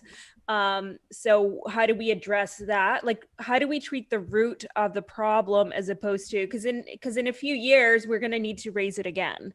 So that's kind of where I'm feeling with the whole minimum wage thing. I'm very sympathetic to people. But let's have a little mini argument, like a discussion. Small follower, why not $1 million? Why not? I literally have no opinion on Can't the afford topic. it. I just find it like creepy that you're like almost like not even making Addison aware that you disagree with her and are like just assuming. No, that I legitimately. I literally have no argument on about this at all. Like I don't have any opinion. I don't have any strong feelings. I don't even like have any interest in speaking about it. What Just, do you mean? What do I mean? I'm sorry for asking about the minimum wage. I think it's a fascinating topic, and I apologize. It's the best topic. Yeah, really. I'm sorry. Yeah, but I think Edison. What I like about your approach is that you're not just like, let's do that 15. You're aware of the issues, you're aware of the problems, but I think you're just trying to solve a more immediate problem at the moment. Is that, if I understand? Yeah, well, to implement higher minimum wage, it's going to take a lot of work to figure out the problems and try to create a program or a system that will raise the minimum wage and still help out businesses. Yeah. Like I was talking about small businesses, giving small businesses grants throughout the year or something to help them operate, or, but then it comes down to taxpayer money. So then you have the taxpayers saying, no, we don't need to pay more taxes to help this business down in Dallas. It creates another set of problems with taxes. So it's something that's always going to have ongoing problems. Can I ask a question regarding that, actually? Yeah. I'm from California, so this is a lot of the things you were talking about are very familiar to me. What were some of the other programs that you had in mind that you wanted to implement along with the $15 minimum wage? Well, a couple ideas I had, and I went by a few people, plus current House representatives in the House now, was, like I said, the grant program for small businesses and all. Changing the requirements for the food stamp program to allow more people to get on it. That's, making lower income. Like I said, right now, you have a part-time job, you don't get food stamps. But if you have a part-time job at $7.25, but you're still getting some kind of assistance, then maybe you can survive on $7.25 an hour. It's just most of the people around here are having to work 2 or 3 jobs just to pay the rent. That's the problem. Would there be any way, like, in terms of finding solutions to these problems? Like, the reason why I did mention... Hold on, like, Lev. I wanted to... Go for it. Sorry, I'm curious because I'm interested in this because California has implemented a similar policy. There's been less breaks and exemptions for smaller businesses, and I've seen some things happen. Yeah. But my question regarding this specifically is because aside from minimum wage and like how much workers are getting paid, I'm curious as to what other because you were talking about the money what do you call it, tax money, basically how much tax money you're going to receive, what you can afford. My question is, what other policies do you have in mind? Because over here, what I can tell you what happened when everything went up to $15 minimum wage. We didn't have a lot of policy. We didn't have a lot of programs to help small businesses, adjust to this, to any of this. Most of them, because we spend so much money on everything else, we have programs for almost anything you can name. We saw small businesses almost immediately go under and get replaced by, corporate chains. And I mean, it was fine for the average, young person or just person that came into town. They got $15 an hour. Yeah, that helps them out. I think around here now it's like $16 an hour or something like that. Rent's gone up. cost of living has gone up, everything's gone up, and $15 an hour doesn't do much, and then all of the small businesses have been out of business for years. So my That's question exactly is, what happened in Ontario when we went to $15. yeah. So I mean, to me, that the problem is not the $15 an hour. My question is, are you in favor of adding in, all these other policies that cost so much tax money, because this does affect what happens when you raise the minimum wage? Yeah, that's another thing I was about to get to. The area I live in and fellow west is oil field. So the prices for rent, houses, and everything is based on the oil field.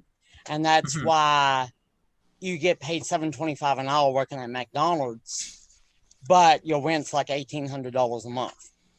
Right. And that's one of the policies that could be enacted. Several cities have done this in Texas, and several states has actually done this. It's rent control, limiting the amount of rent that a landlord can get for a said property.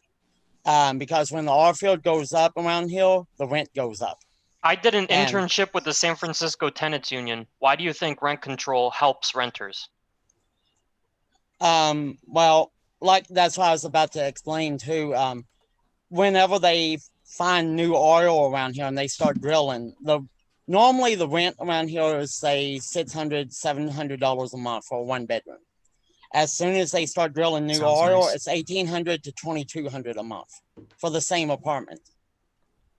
And it's like triples or quadruples the price of rent just when they strike oil. And they do that because they get away with it. And you have people moving out of town, moving out of state. And then, of course, the landlords will lose money then, and then they go back down. And there needs to be, I think, a limit on how much they can raise it at a time. When you go from 600 to 2,200, that's quite a dramatic increase.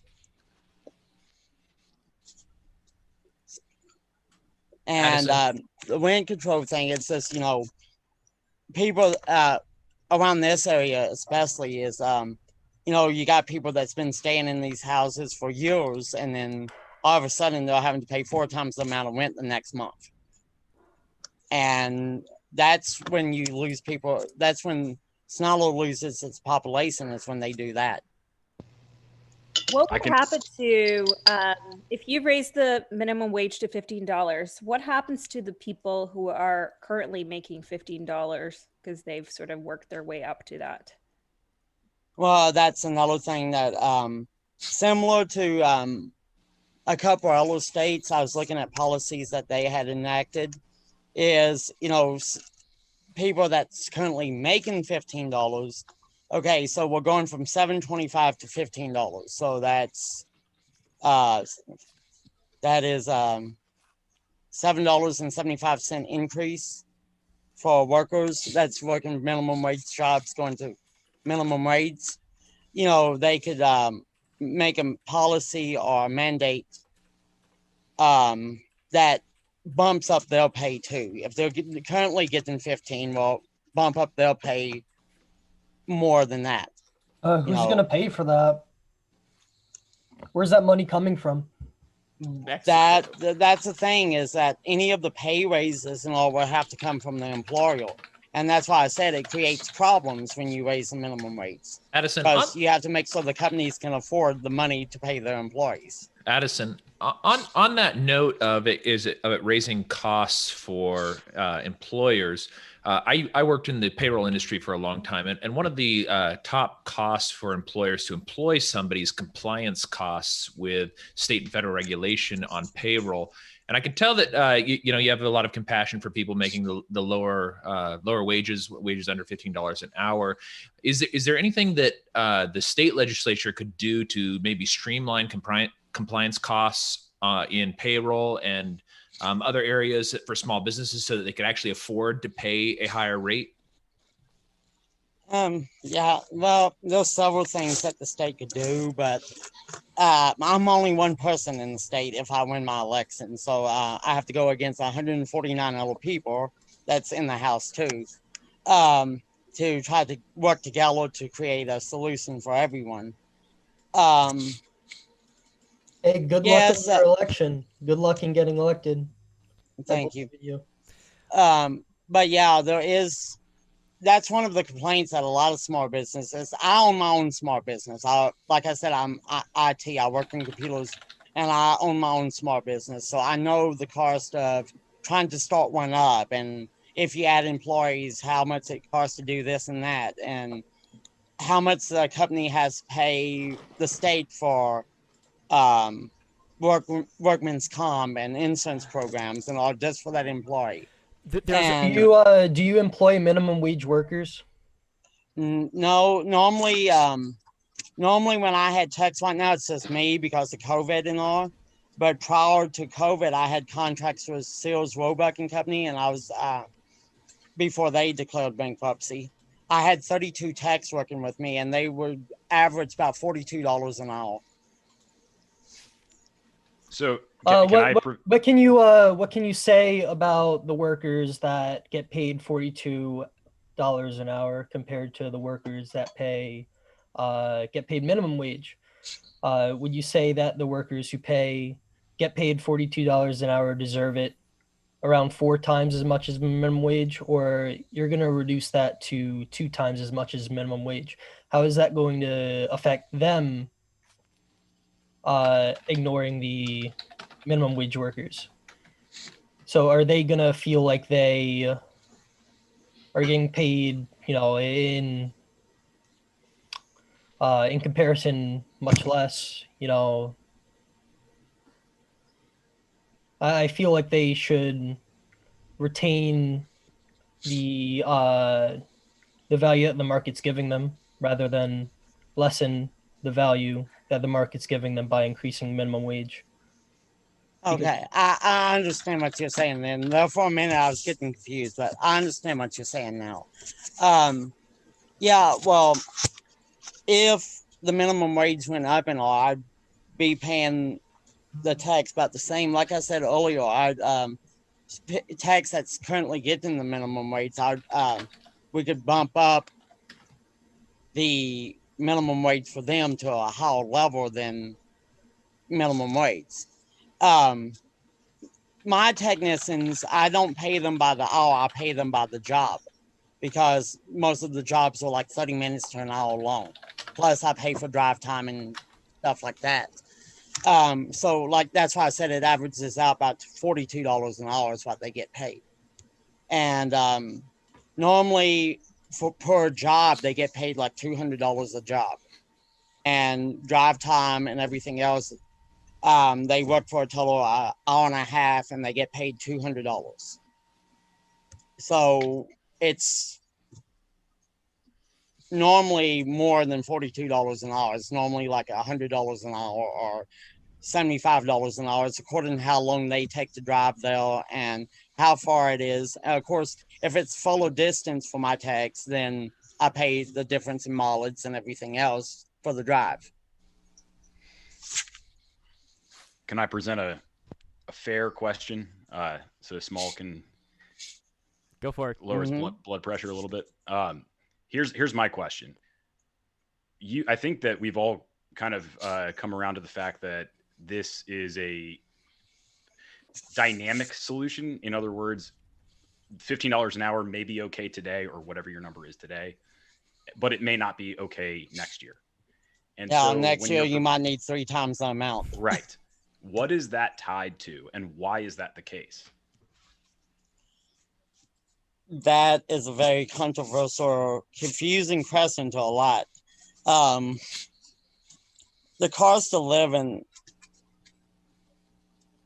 is a hard thing to figure out what makes it go up or down. And like around this area, like I said, the cost of living increases go from the oil field. Whenever they strike oil, they have people coming in from out of state, Colorado, New Mexico, Oklahoma, moving into Texas just to work in the oil field.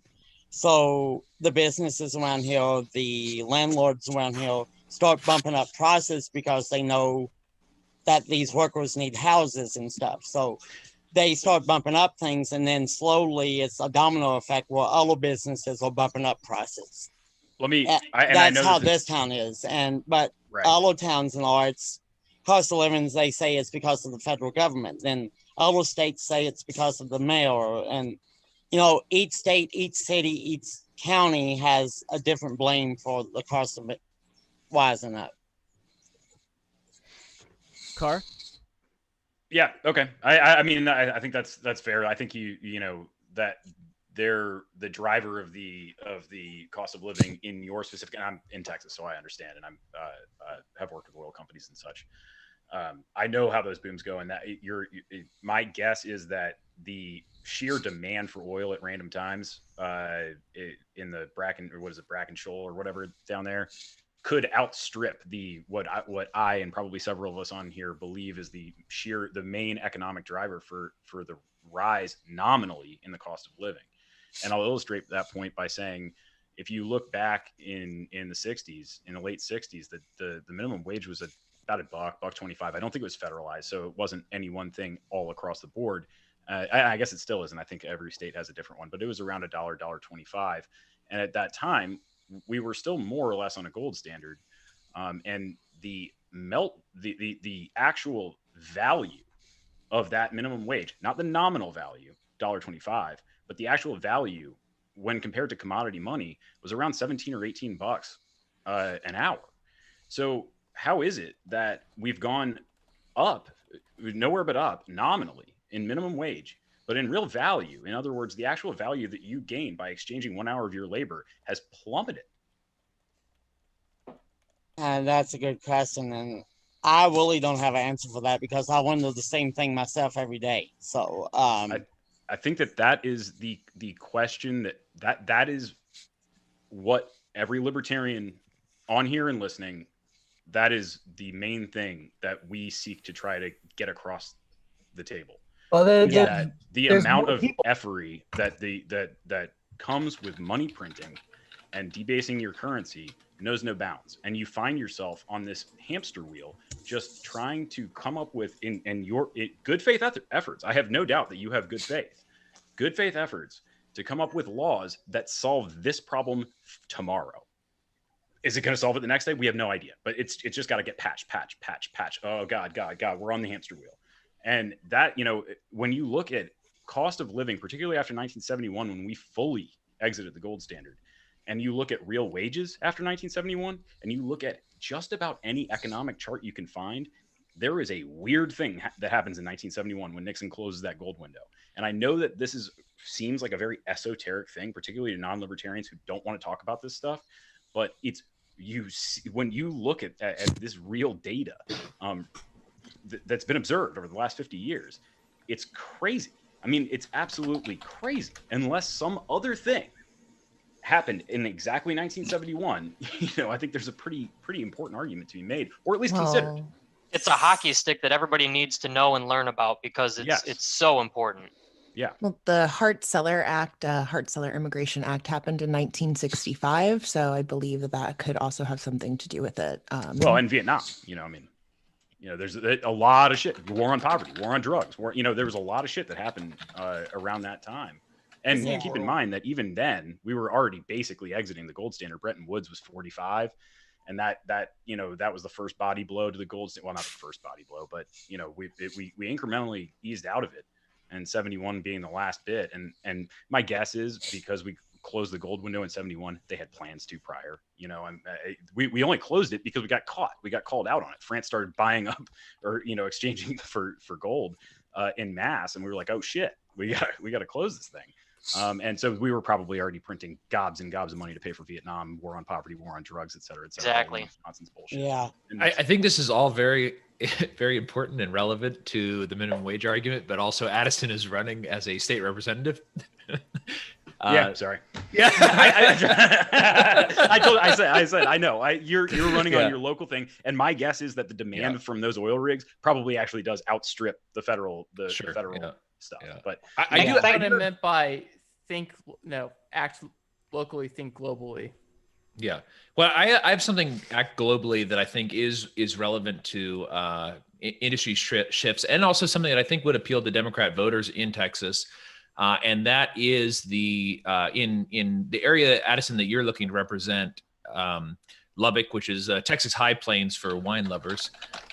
is it's a big time cotton area, and a big problem that a lot of the grape growers in the area are suffering from is contamination from pesticides flowing from other cotton fields onto their grapevines.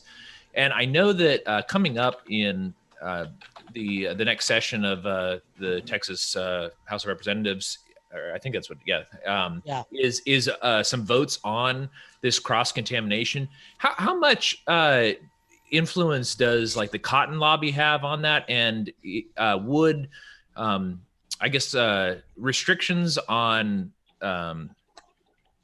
airborne pesticides be included, since it does damage so many other crops besides cotton? I know cotton is a big important industry for the area, but they don't only dump it on their crops. It flows through when the wind is blowing, it flows to other crops nearby.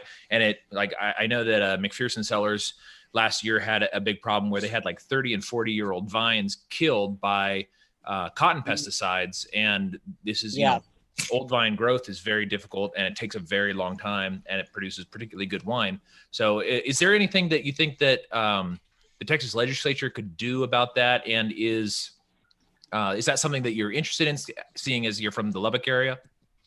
It is. See, now, since Texas just legalized hemp, you got hemp and cotton. And around Lubbock, outside of Slayton and outside of Brownfield, they're putting in a big hemp farm. And it's right next to the winery and stuff. So we'll also don't have that issue with the hemp farm. And that is something that I've looked at, and that I know is going to be a problem if not taken care of sooner.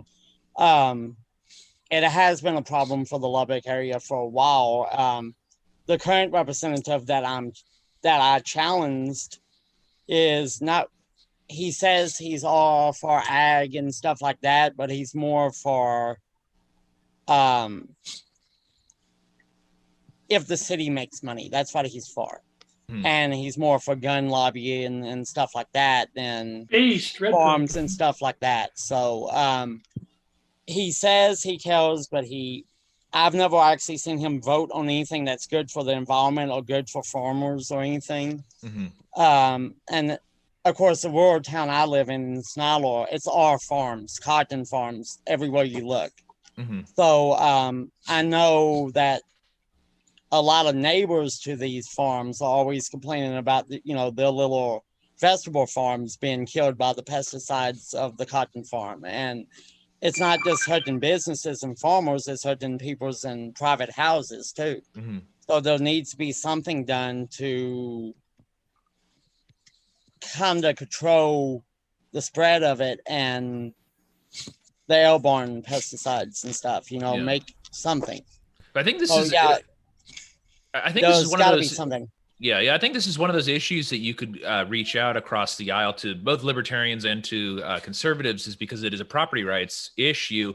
I know that a lot of times Democrats, when you bring up property rights as a topic, it doesn't resonate as much as like the environmental impact of this. But for conservatives and libertarians, what somebody else is putting onto my property that kills my products or my crops or my vegetable garden or whatever it is, I think that's something that you can.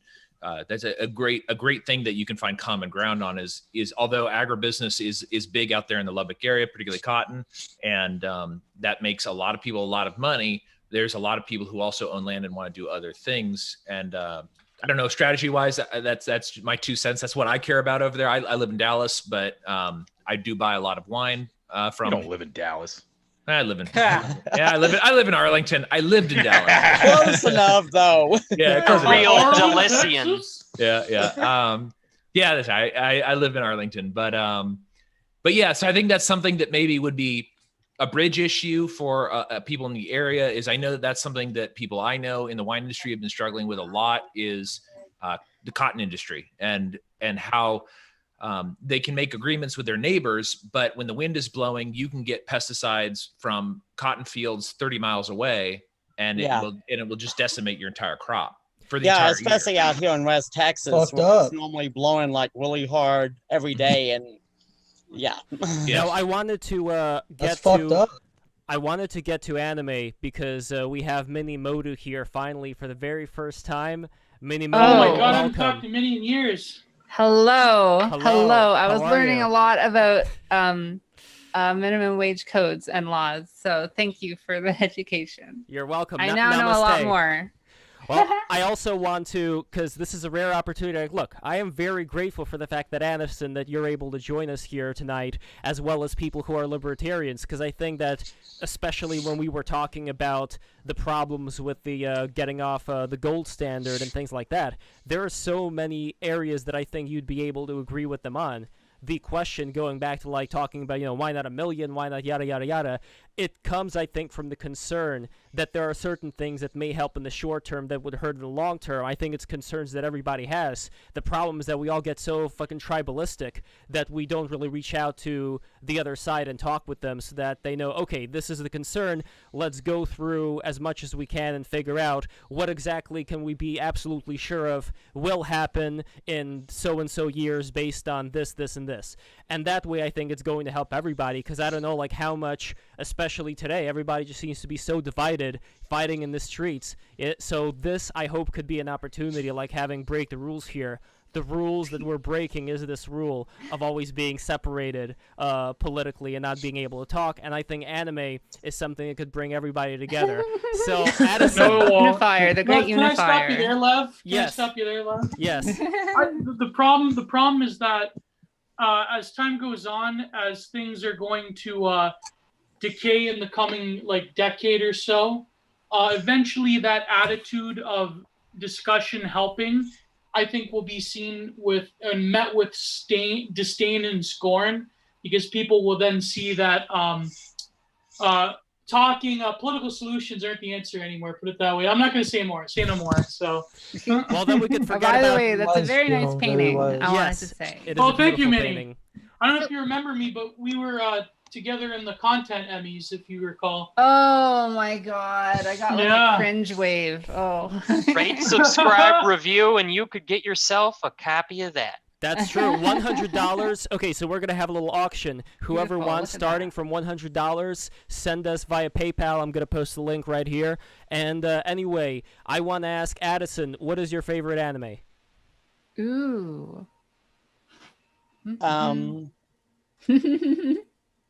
It's a hard question on the spot.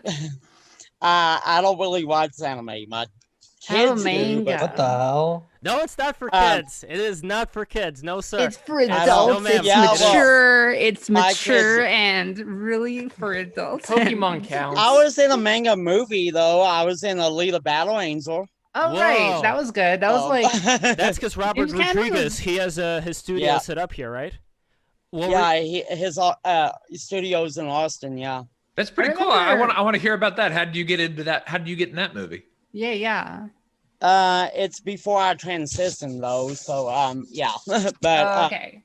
I know I'd like James. actually- Oh. I got a request for a TV show in Dallas, Texas Flip and Move, that they wanted an extra for the show, so I went up there and did that for them. And next thing I know, I got a request from Robert Rodriguez to be extra in the movie, and then a second co-star guest star thing. And I stayed there for the entire filming of the movie. Cool. That is really cool. I know like James Wow. Cameron was like he's wanted to make this for like 20 years or something. He's always been like an actual legitimate fan of the series. Like he read the manga, he watched all, like the OVAs and everything. So I knew like even back then it's like, oh, he's an actual genuine fan. I think him and like Keanu Reeves are some of the few people in Hollywood who actually like know anime and stuff. So I was kind of expecting the movie to like, end up being good. And I'm glad it did. I still haven't watched it, but I hear good Keanu things. Reeves, Beast, Oh, what? Wholesome 100. Can I just say, Minnie, I never thought you were a girl. Oh my God. Well, hello. I just wish Disney would let them didn't make the either. sequel though. Fellas, let me remind you, this is a no Hopefully. simp stream. No Yeah, simp I'm not simping. simping. That's just rich respect coming No from you, simping Gio. That's allowed. rich. Gio, Shut up, The women simp you're Gio. literally painting a female right now.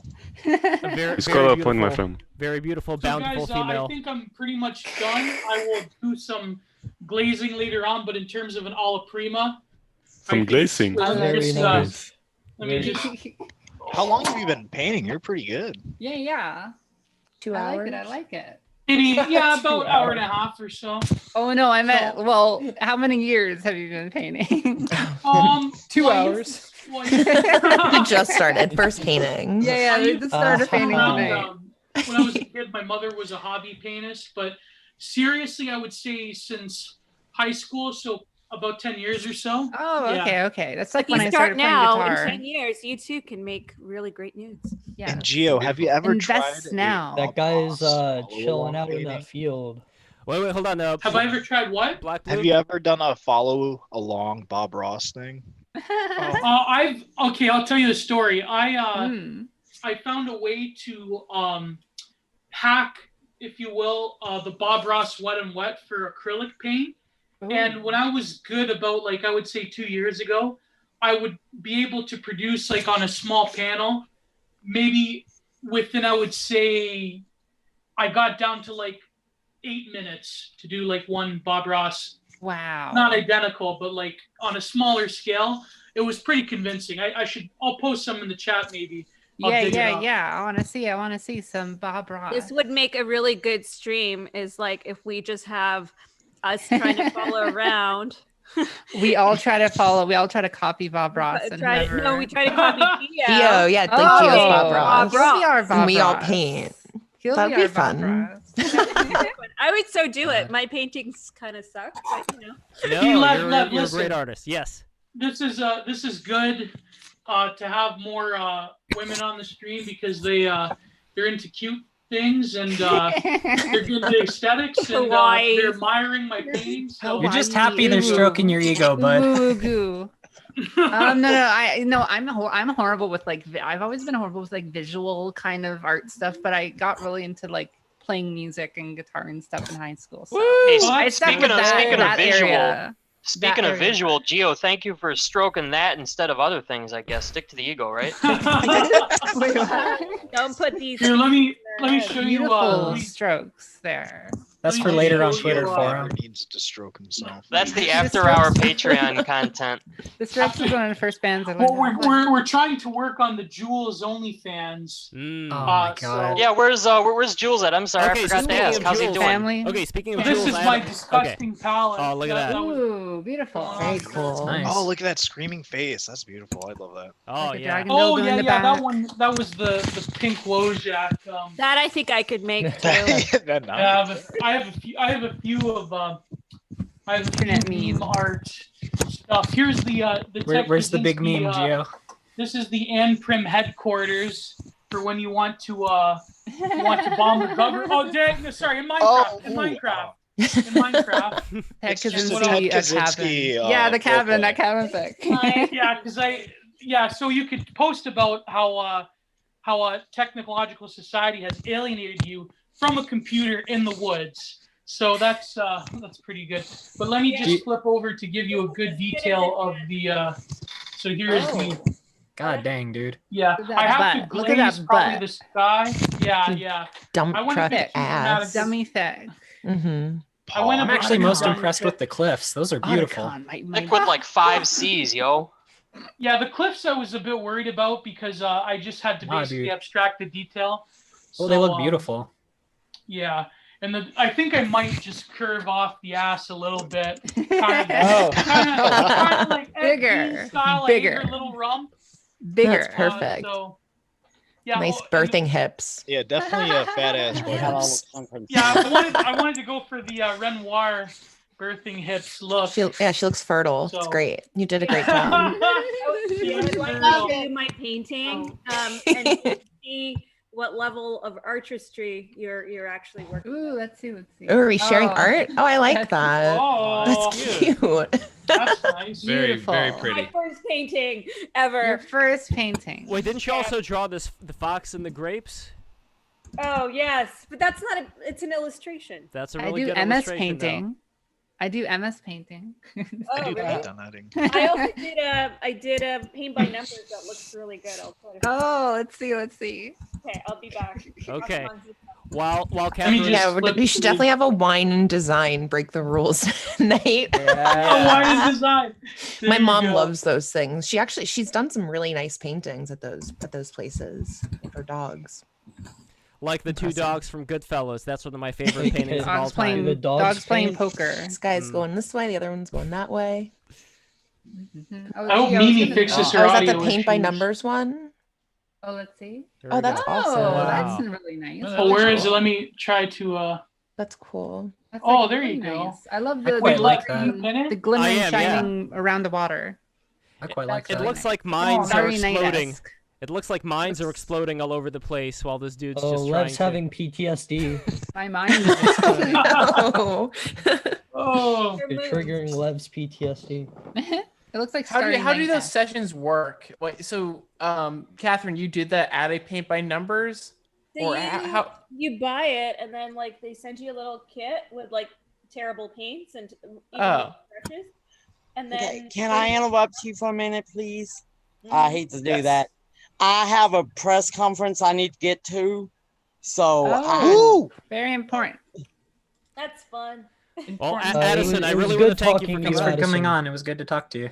I'll yeah, give you, and I'm sorry I can't stay longer. It's been fun talking to y'all. One final it's question. been fun, thank you, that was Addison. fun. Wait, I one will last send question. you a Roman salute. Would this be something that would encourage in the future more communication with people who are more conservative or libertarian, reaching across the aisle talking about these things? I really want to try to mend some connections here, you know? Yeah, well, that's what I'm trying to do with my campaign. I'm trying to work with all parties involved in my campaign, and we need to work together because we work for the people, not for ourselves. Indeed. And It's a especially very noble goal. so that's one of the things I want to do anyway. So yeah, talking like this, some of my supporters in Lubbock County is Green Party and Libertarian. So, it's something that I've normally reached across the party boundaries and tried to get everybody involved in my campaign and everything to win my campaign, plus to represent everybody in the district and in the state. I would also be amiss if I didn't read this from Randy Lenz. He posted earlier. Community survives. A community survives is that produces something of value. Why would we want a community that creates people that are all taking pills all the time and watching daytime TV? Communities that survive are ones that produce people that are capable of creating the conditions for their own survival. So I guess the idea here is that we got to encourage self-sufficient communities that would be able to withstand anything that comes their way so that they don't become dependent on some father figure government that's always going to want to keep them in that state of dependence. I think that's the state that people are not going to be as fulfilled in, honestly. So that's just my 2 cents on it. Well, A very valuable 2 cents, if you ask me. well, Addison, thank you so much for coming. I really appreciate this. Addison, thank you. Should Thank the you. solutions Come come? again. Should the solutions come from the top down or bottom up? There's no more political solutions. Thank you, Addison. Thank you for No more political solutions. Thank you for attempting to represent Texas. Thank you, and thank you for having me on this. And if you want to talk again, I'm normally available, so just let me know. Excellent. You're invited to Cherberg. It's next May. We're going to tell you about it. It's in Texas. Yeah. We hope you can make it. That's right. It's not too Well, far away. Just give me the details. Yeah. We will, for sure. I'll find you. I'll find you online. All right. Nice to talk to y'all, and I'll talk to y'all later. Bye, Addison. Take care. Thank you. And everybody, don't forget to subscribe. Those new people who are watching right now, I don't know how many people came in from Mini Modu, but like I said before, it's not Mini Modu. I thought it was Mini Modu this whole time. Modulation. It's mini. mini module. It's min madu. Well, I said the Moodoo same thing is twice. There's like 5 different pronunciations. So your anime avatar. I have not seen this show yet. Is this from the that one where the girls become idols and Am I thinking about the right one or no? No. This is like a high school band anime, basically. No, it's made by the same studio. It's made by the same studio that made K-On! The famous K-On! So yeah, is that the tuba player? It's like some kind of tuba, yeah, euphonium. I was never in school bands, you know. I played euphonium and marching band. I played the euphonium and I held it forward bell, and then I also did valve trombone. Yeah, I did all the way through college. Yeah, euphonium is the best instrument. I love Sousa marches for sure. This right, where my jazz band feels goes like at. the only libertarian I like. I like that guy. By the way, now that Minnie is here, on Twitter, some groiper accused me because I'm friendly to everyone. Accused me of having Lucas vibes. Do you fucking believe Lucas vibes? You don't have the nipples. Don't worry. I'm so older women, okay? Older women. That's you got that Lucas drip. Okay, who Lucas drip? Lucas I could never have Lucas vibes because I have a dirtier room than he did. Oh my god! I actually drew the Lucas's room, by the way. I have to do another one because I was kind of when I wasn't that good. But yeah, so I don't know, Lucas vibes maybe. Who knows? I was gonna say you can probably get a bit popular, but it's like painting meme pictures and stuff, and like that kind of It's like have you know. Seen Shrek Fedora? Yeah, where's your Shrek big meme, Fedora? Gio? I want to see it. I did Shrek. Yes, Lev, if you could find it, my phone is indisposed. But if you could find the modernist Shrek Fedora, it's been everywhere. It's been on Know Your Meme. It's been on 4chan, the Chans, 8chan, that other Chan that pedophiles go to. It's been there. So, oh my god, that guy's incredible. I see it. Oh my god. I guarantee you, Chris Chan has probably saw it. So I'm seeing it. That's amazing. Thank you. I honestly like incredible. I've been owning fedoras online since 2017 with that one. God, I remember when fedoras. Gio, that painting's gonna be on your gravestone, I swear. By the way, let me get something special first. So you guys keep talking. Speaking of Shrek Fedora, let me go get something real special for you guys. Oh my god! Oh my god! I love it. While you're getting something special, I want to ask Jake and Theodore and Hotep Sophia and Phil, what are your favorite anime? Ooh. Dragon Ball Z. All right, hold on. Why not Quasi? Okay, we got Dragon Ball Z for sure. I can't believe you're not asking me. Who wants to go I'll first? Ask everybody. Berserk! There we go. Berserk, the 1997 one, I think, is very. Well, the 3D one. I don't like the visually. newer ones. Yeah, the wow. 3D Let's one's just recreate the same one over and over again with shittier animation each time. Yeah, they're just gonna remake Golden Age Arc again in like 10 years or something. Like, come on. No, it's not. It's not right. Actually, speaking of that particular anime, I have a real longing for that mid-90s animation style where the chins were sharper. There was less. There was less like Kaiba. Hey, Lev, you read my mind because my favorite anime is Yu Yu Hakusho. There we go. I started watching it. I need to continue. It's very cute. Does the Boondocks count as an anime? Wait, what? Does Boondocks count as anime? It does. Does King of the Hill count I actually as like anime? I like Boondocks a little bit better than Dragon Ball Z. It does. I think they're like half there. It's an anime. So, fellas, I got something special, and this is a break the rules announcement. This will be for sale, but hopefully I'll have my website on soon. Me and Lev are in the works, but you could DM me if you want this. But speaking of Shrek Fedora, because I do block printing, this is on lino cut, not woodcut. So look at this, right? You can't see it, right? No. Look at this. Oh, my God. There you Woodcut go. thing. I will print out however many of these babies you want. So if you That's want to cute. print, DM me. That's This is a Break the Rules exclusive. This is So some like German expressionist. there you go. Kawaii. That is very kawaii. Because I sold the original one to shout out to Rick from Rome is Burning. I sold the original one to him. So I figured I needed to do a print version for the masses. So I might have to buy one. This is mass printing. This is an invention of mass printing right here. There you It's gonna go. change the I mean, world. I know the trad opinion is that printing the movable type is demonic and terrible, and no one should be literate. But, I do every printing. I do all the printing by hand, and I will have a video that we're going to do on Break the Rules where I film myself doing a basic woodcut print in the traditional Japanese ukiyo style. So, yeah, but printing is demonic. Literacy is demonic. Only the very elite aristocratic few should be able to read and write. That is my opinion. Hey man, money printing is dynamic. That's the only printing that that sucks. for like, but like, for anime. Imagine Twitter if only the elite can, tweet. Exactly. Yeah, it's called the library. By the way, we have two naturally memes here. Which one is the real one? So all this time we were trying to figure out what the audio problems were. So naturally Mimi, can you hear us? Can you speak? Either one of the memes.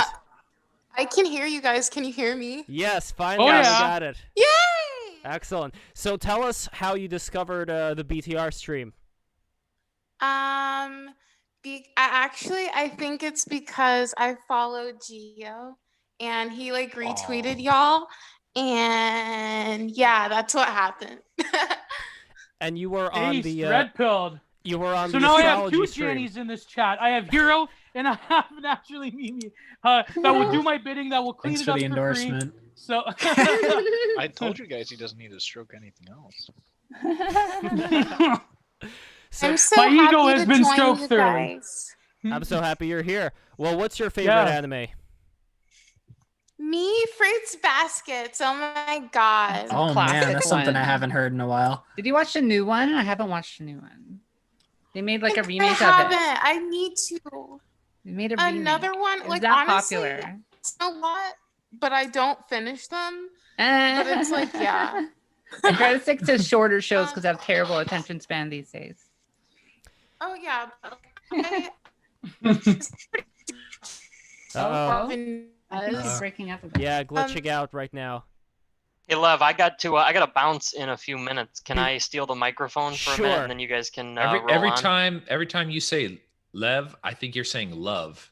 Hey love. Hey love. Hey Like love. British. It's actually funny. I used Hello, to do love. a radio. Oi, love. I used to do a radio show, and I was Chicago's Dr. Love. Talk about politics, religion, science, and relationships. Those were my topics. I did overnights from like 2013 to 2016 or so till I got into podcasting. Yeah. Well, also with your final thought, I also wanted to ask one quick thing, which is, what was the impression from the conversation that we had earlier? Because I think that Addison was great. Like, I thought it was really good that we were able to meet in certain things. Like, it's a very different impression than, let's say, like we're getting out there with the Antifa people who are coming out and rioting and just all these things that irk a lot of the population. Even a lot of people here in New York City, they just don't want to talk about it. But this is very different. Like, this is someone who I think she cares about the working class people who are within her district. But like, is there hope here to be able to reach out so that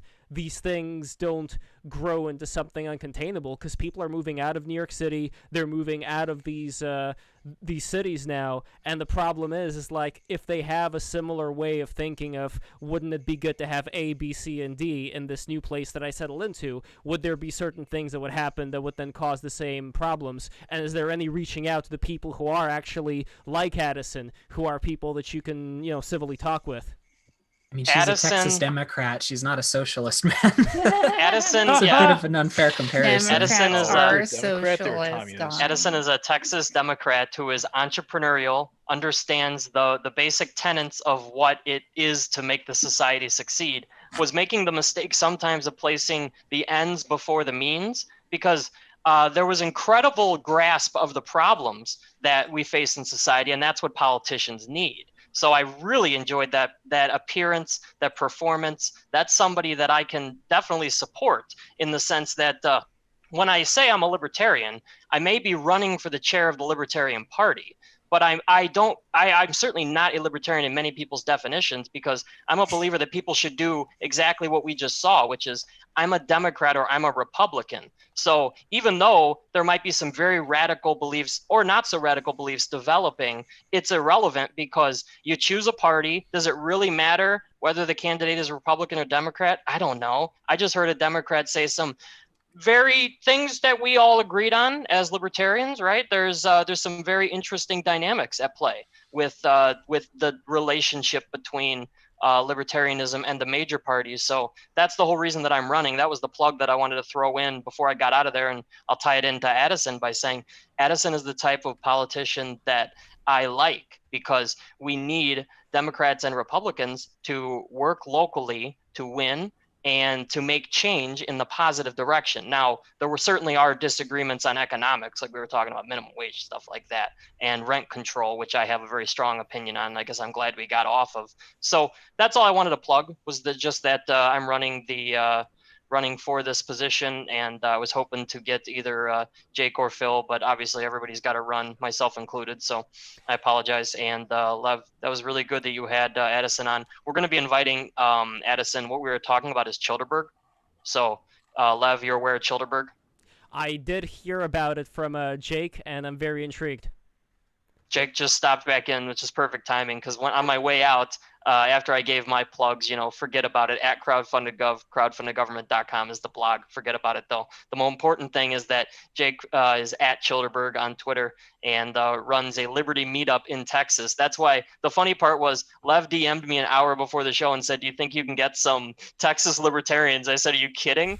And, immediately, because I met dozens of them a couple years ago. And obviously this year, I guess last year, and then this year was obviously on a short roster. I didn't make it from Chicago to Texas, but yeah, I got 100,000 Texas libertarian friends. It seems like as soon as we get to kick that thing off. So Cherberg is a festival that happens in May, and Jake will obviously talk more about it. Lev, I'm gonna bounce. Thanks for having me. Thanks for getting Edison. Hotep Sophia. Hotep Sophia has been showing me some love on Twitter. Thank you. Thank you so much. I really appreciate that. Anytime people are reaching out with positive vibes is much better than sometimes the negative vibes that I actually ask people to give me. So, it's I enjoy a good argument. So anyway, guys, thanks a lot. I got to run to dinner. I made plans before. Take care. Ooh, Take care. Enjoy. Better man. Good night. He did make it Guys, down to I have Ron a bit Paul of Day. news. I have a bit of disturbing news for you. Oh no. Back to Geo. So apparently we're doing this libertarian orientated stream. I go onto Twitter to check my messages. Ron Paul hospitalized after suffering apparent medical incident during live stream. Yeah. So, I was just about to say Jesus that before. Christ. Yeah. He's okay Get though. in. He is. They showed Yeah. the picture. Is he okay? He's okay. He's Yeah, he's okay. I was we a big talked about it a supporter of little him back in the day as well. So hopefully he's good. So. Yeah, You Ron said, Paul was everywhere back in the day, I've seen all the memes. I'm pretty sure Ron Paul made a tweet from the hospital bed. I'm not. He did. Yeah. Didn't he run for president one time? He ran Right. in 88, 2008, and 2012 Okay, I thought so. Okay. I remember Now all that over 4chan Theodore's and gone, we can stuff. talk behind his back. Oh my god. hold on, guys. Hold on. Let me say good stuff about Theodore before you make fun of him. No, I'm not actually going to make fun of him. Theodore. No, I wouldn't make fun of Theodore in front of a libertarian thought, please. Don't worry. Theodore lives up in Chicago. Jules, what's up, Hey, Jules. Hey Theodore guys. lives up in Chicago. Hey yo. And he has multiple times driven down to Texas to hang out with us. And he's a great guy. He came If to you guys are doing something suspicious, why would he drive? What would be the economic incentive for him to drive that far? Value is subjective. Value is subjective. I'm sorry. I got to stop with the libertarian. So he's multiple times he made the drive down here for Cherberg 1. He came down here just for one of our DFW meetups at a brewery. Just showed up and then had to leave that same day. He came down. He stayed at my house for a couple of days. You know how they have like the deadheads? He's like a libertarian head. Yeah, kind of. Yeah. Oh, nice. He came down for Ron Paul Day. He also went down to the Peaceful Trees camp out in Arkansas, and he's going to come down to the Peaceful Trees and camp out in Arkansas in October this year too. So Cool. great guy. He's not a libertarian. We don't agree on everything, but I think he's a great guy, and he's really. Oh, he's not a libertarian. I don't That's even know sacrilege. what a libertarian is. But look, I value friendship above political agreement. So he's an excellent friend, and I encourage you all to be good friends with him as well. That's good. I wish I had a live stream right buddy there. like you, Jake. I'm a community guy. I believe in building community. I think that the libertarian community is a great community, but I welcome everybody. I just messaged. Jake, how do I join your libertarian community? Yeah, you can follow me on Twitter at Childerberg, and or if you want, and if you just want to come down to Childerberg, it's going to be. I'm chill. It's chill. Canada, so. Where are you? Canada. Canada? Come on down. I'm so Same sorry. here. I'm Canadian. my goodness. I'm here. Actually, speaking, Minnie, that's right. You are Canada. Where are you from in Canada, Minnie? Ontario, like 90% same. of people. Yeah. Are you looking for a boyfriend? Oh my God. Gio's interested. Gio's single. No simping. No, none simping allowed. Gio's single. He's a painter. Oh my God. I'm not simping. Cute. What an angel. Oh, give him a pet. Give him a pet. I like cats more. Show the cat. Cats are cute. Oh, is that Love's cat? Everyone in the chat, press P to pet. No, dog. I love dog cats. back on. They're so cute. They're so cute. I'm really allergic. It really sucks. So, But... here's the thing. I will join any party that has a cute dog like that. Hey, have you guys got to see my sheebs? We've got cute dogs. We have two Shibas. Can you bring them on the camera? Let me go grab one. I can probably get one. The other one probably won't cooperate. Animal stream now. Pet stream. Pet this is stream. perfect. Yes. I love the episode when of did this Cremon. become an animal stream? btr-chat is wild, by the way. Some of the shit that I'm seeing there, like the anime girls eating knives, like oh my god. Yes. Oh, What? They're kissing with knives. Thank you very much. they're What? playing the That makes Pocky less sense. That makes less sense. They're playing the Pocky game. Let's see where it is. Oh, the Pocky. Okay. With a What is that? Here it is. It's like What like, think of Lady and the Tramp with like spaghetti, but it's like a little piece of like bread candy instead. Oh, look at this. Aw, That's beautiful. Beautiful dog. I love Oh, that's a small I love dog. those. Great. It's quite a face. Precious dog. Hey, I'm joining the libertarians now. Drop the dogs, bro. I've got a black and tan too, but he's less cooperative. Oh my God, got 2 of them? Yeah. That's it. It's a done deal. 2 of them. 2 of them. A They're black the best. and tan like the British Army. Black and tan, like a black and tan Shiba. I'll put a picture in the chat. Shiba. We gotta see.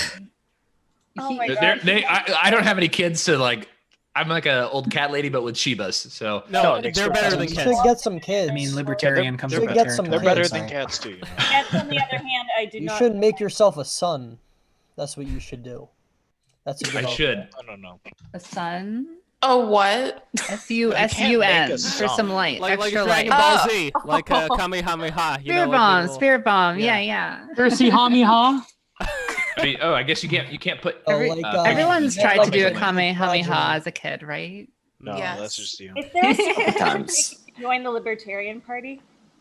What's that? Is there like a secret handshake if you join the Libertarian? No, you're given a tattoo. Well, first of all, You have to get a Ron Paul tattoo. if all you're a facial libertarian, recognition. if you're a libertarian, you have to automatically hate all other libertarians. That's the way it works. And yes, That's Yeah. easy. No problem. It's like the what was that group of punks, the Germs, where they would all put a cigarette out on your wrist? The long process of selling your morality to corporations. You'll get used to it. price you pay for entering. Actually, I'm just being mean. I'm being mean. I'm sorry. If we had sold our soul to the corporations, we would win. We You never know did. how Oh my many God. boxes I've been getting like of merchandise? I've already sold my soul and all my disposable income to corporations. So What's You're a all little on your- more? What's a little more, right? yeah, no problem. Oh and my plus, God. that's assuming I have a soul to begin with. And really, that's Jesus. In order to gain membership to the Libertarian Party, you have to prove that you have intimate knowledge of the age of consent in each state. This is really interesting to me that this is your guys' impression of libertarians, because it's not a topic that we talk much about. No, It's the see, meme, my, it's the my impression is meme. because I ran a YAL chapter for 3 years.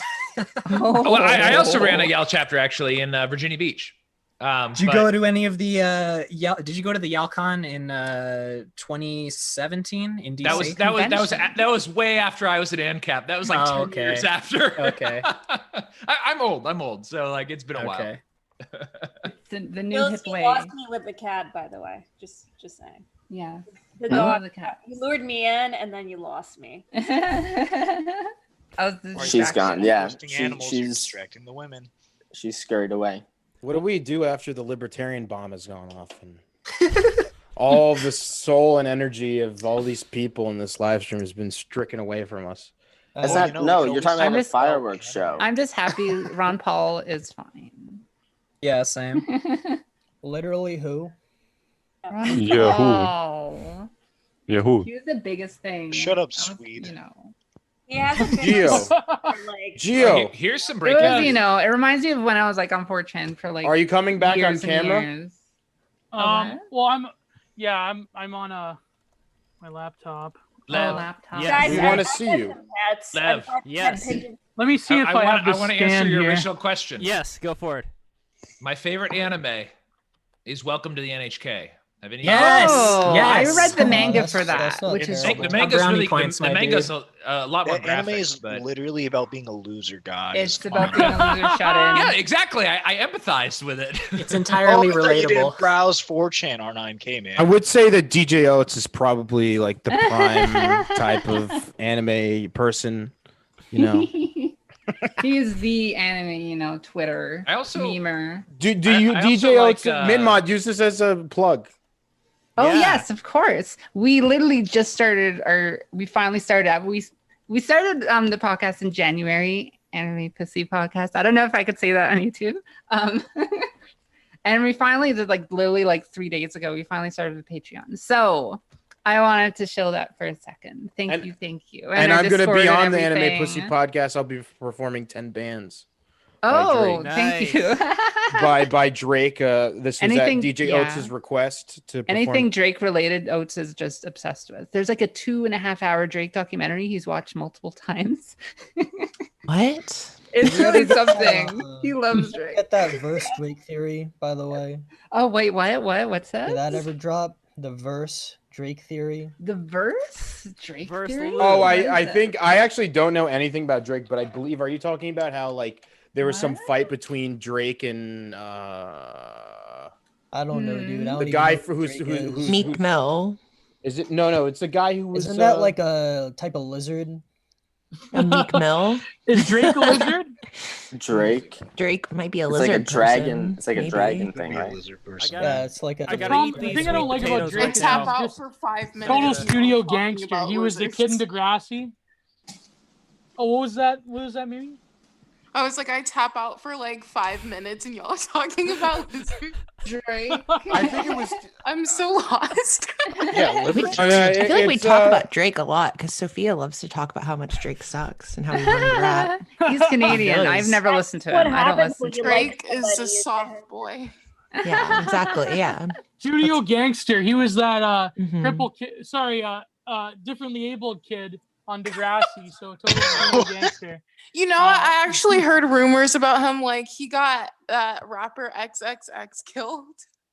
That was yeah, actually me. people always- I actually people got him always, killed. I'm admitting Suge it Knight. now. groundbreaking information. I was the one who killed XX Temptation. I used a katana, Is this and he true? was crying for his mom, which Oh my god. Oh, it doesn't match up because he was shot. Thank you very much. The hell is this This stream fun. doing? no, that's what the Shut government tells you. If you should know, Yeah, if you're a what is this libertarian, that the stream government will anymore? never tell you the truth. You're right. You're right. Was he shot with a sword or stabbed by a bullet? Yeah, I put. Put a sword in like a. It was yeah, a grenade 9mm launcher. sword that I unloaded a clip of 9mm swords. It's a By tiny the way, little I should miniature make it, sword. I should make it totally awkward. I should do that thing now that Minnie's in the chat, that Paul Scholas does, where he's like, "Hello, my cute new follower." Oh no, not the What? Lindy dude. The Lindy dude. The Lindy man, Paul Scholas. He's He's the #1 scholar of our time. Yes. Oh, I follow Oh, him. yes. Has How to Scholas be ever Lindy. been on BTR? He You won't, should invite him. Would we Yeah, even he be won't- ready for that? He's very picky. He's very. Yeah, he once told me that I had bad tweets and then he blocked me. Yeah, he blocks everyone. We need to get. Got one time he liked every single one of my tweets for a month straight. Then he blocked me. Then Is he unblocked me? me. Yeah, he does. Yeah, he blocks and unblocks. He never That's unblocked how me you. though. That's how you groom, though. That's them Right interested there. by hey, why did he block me? Then they want to talk to you, right? Yeah, exactly. You unblock them, you don't have to interact with them ever again. Oh my word. I didn't know. Is it true that Forbidden Lindy's all those tweets are fake? The account that Probably. No, they're real. I They're remember real. at the time. A lot of them are 100% authentic. Yeah, before his time. Yeah. You know, Gio, you introduced me to the concept of e-girls.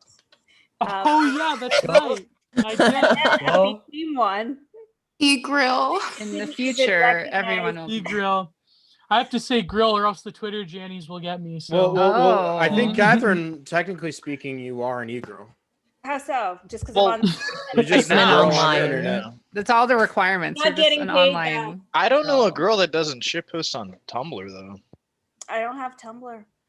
Well, I don't know what you do, but you do something. I work. He's a for journalist. living. I'm a legit, employed person who pays overly high taxes, but that's a whole thing. This is how you become a libertarian. This is how you become a journalist. Exactly. If you make money, you start becoming a libertarian. You want nothing. What are these taxes? What are these bills? We pay, even though I'm in Texas, we pay ridiculous taxes. But any taxes are ridiculous. We do have free healthcare, which I think, I don't know, Jake, how well we would jive together in the Libertarian Party that I've joined today. I do in the petting zoo. Healthcare.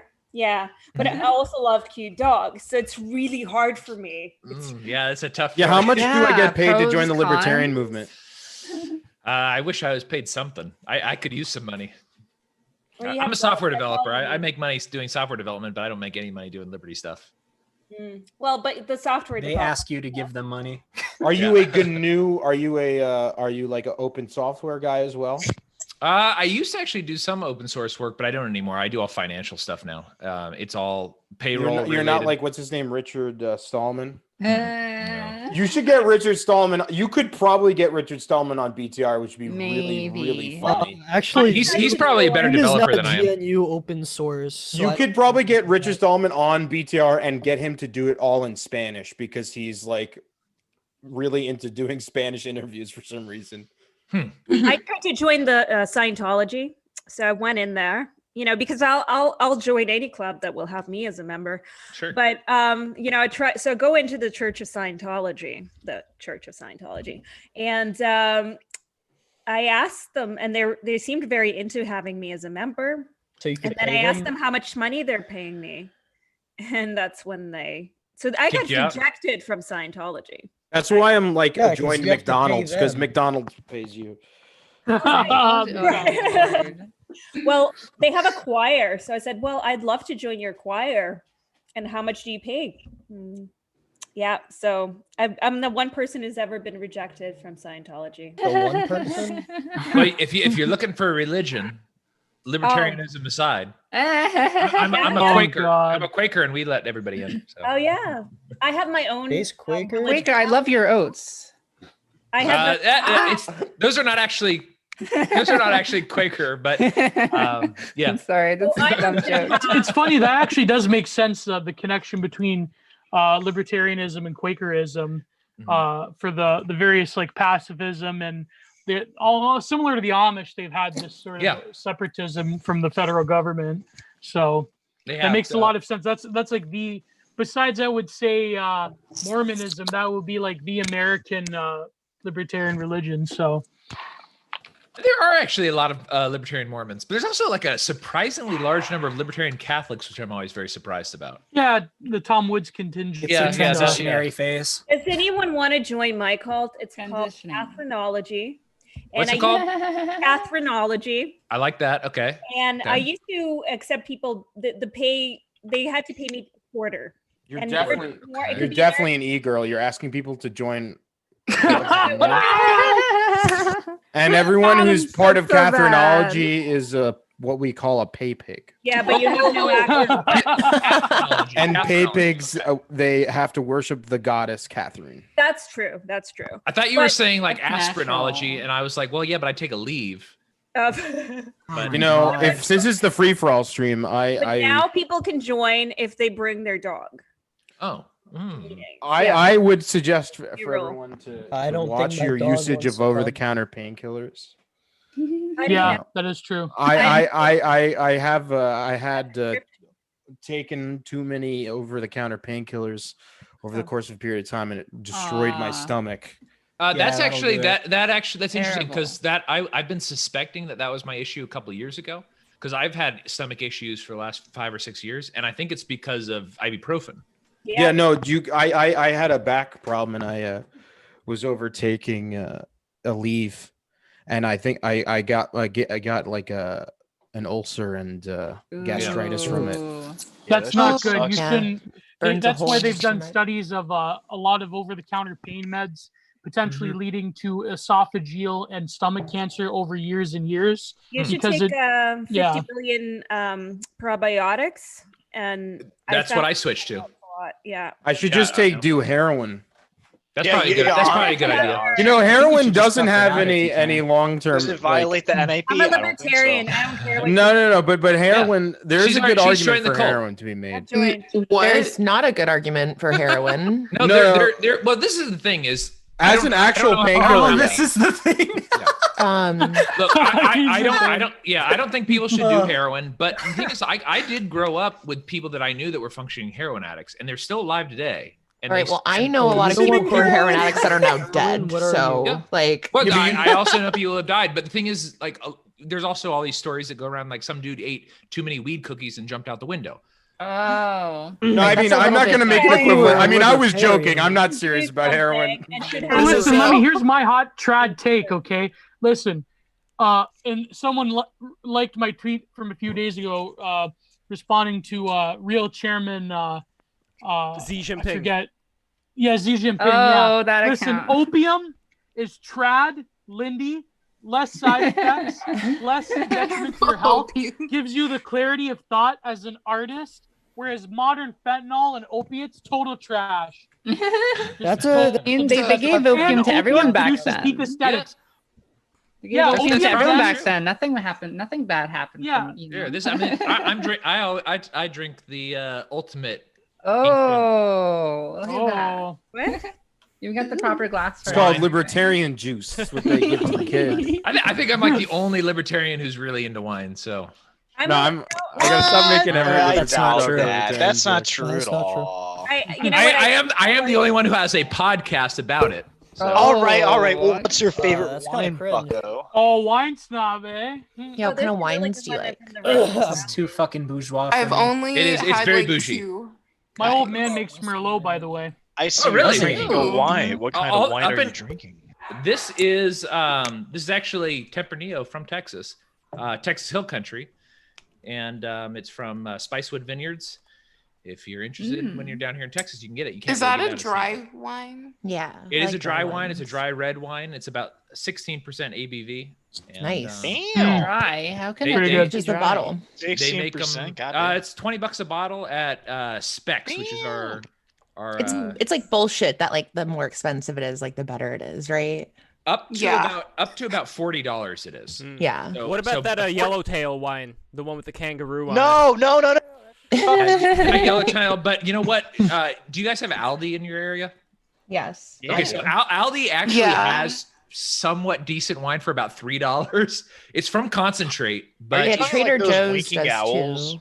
yeah, the winking owl wine. Yeah, it's Bro, no, that's just sucks. the Malbec that they have is not bad. I had a Trader Well, Joe's. that's because it's hard to make a bad Malbec. That's not true. sure. It is. I remember when I was in college, I used to go to parties a few times with a like bagged wine, and like I'd get Bagged ones, like a light babies. colored beer, and then I'd mix them together and call it Oh, champagne. God. Some And rip-off? I got God. so sick from that so many times. It was like the worst thing I've ever done in my life. Terrible. Yeah, don't do that. Yeah, Why, and it's over now. To clarify on the Aldi thing, it's $3. It is $3, but you know it's suspiciously $3. Yeah, their Malbec's pretty good. They have a Malbec and a Merlot, I think, or maybe Malbec and Shiraz, I think, are the two that are pretty good. The other ones are but they're all from concentrate, which is one of the things that you do if you have extra grapes is you'll powderize them, and then you send the powder out, and people will turn that into wine, and that's what they do with. That's how they make their wine. It's Oh, their That's what we excess. do with. See, I only government I officials. based my taste of wine based on the foreign women that I date, so I only have Croatian. bragging. You get that sweet Colombian. Well, I'll tell you. You know, I'm married to a Ukrainian, and Ukrainian wine is delicious. it is, and I probably would have not been exposed to Ukrainian, Georgian, Armenian, any of the wine, Moldova, all those places. I probably wouldn't have been exposed to any of that wine if I wasn't married to a Ukrainian. That's seriously like the heart of like winemaking, though. Like it is, but it's hard to get here. It's insanely hard, bro. Sometimes away, it's like right? 50 So- bucks for one bottle, or it's like 20. It's crazy. At the only Russian thing you store. get from vodka is from Russia is vodka, so it's like Yeah, it's weird. Yeah, I mean they do drink a lot of that. Although my wife doesn't drink at all, but I rarely drink. No. Yeah. Rarely. I drink all the time. I also feel like I can't be a libertarian because I've never smoked a weed before.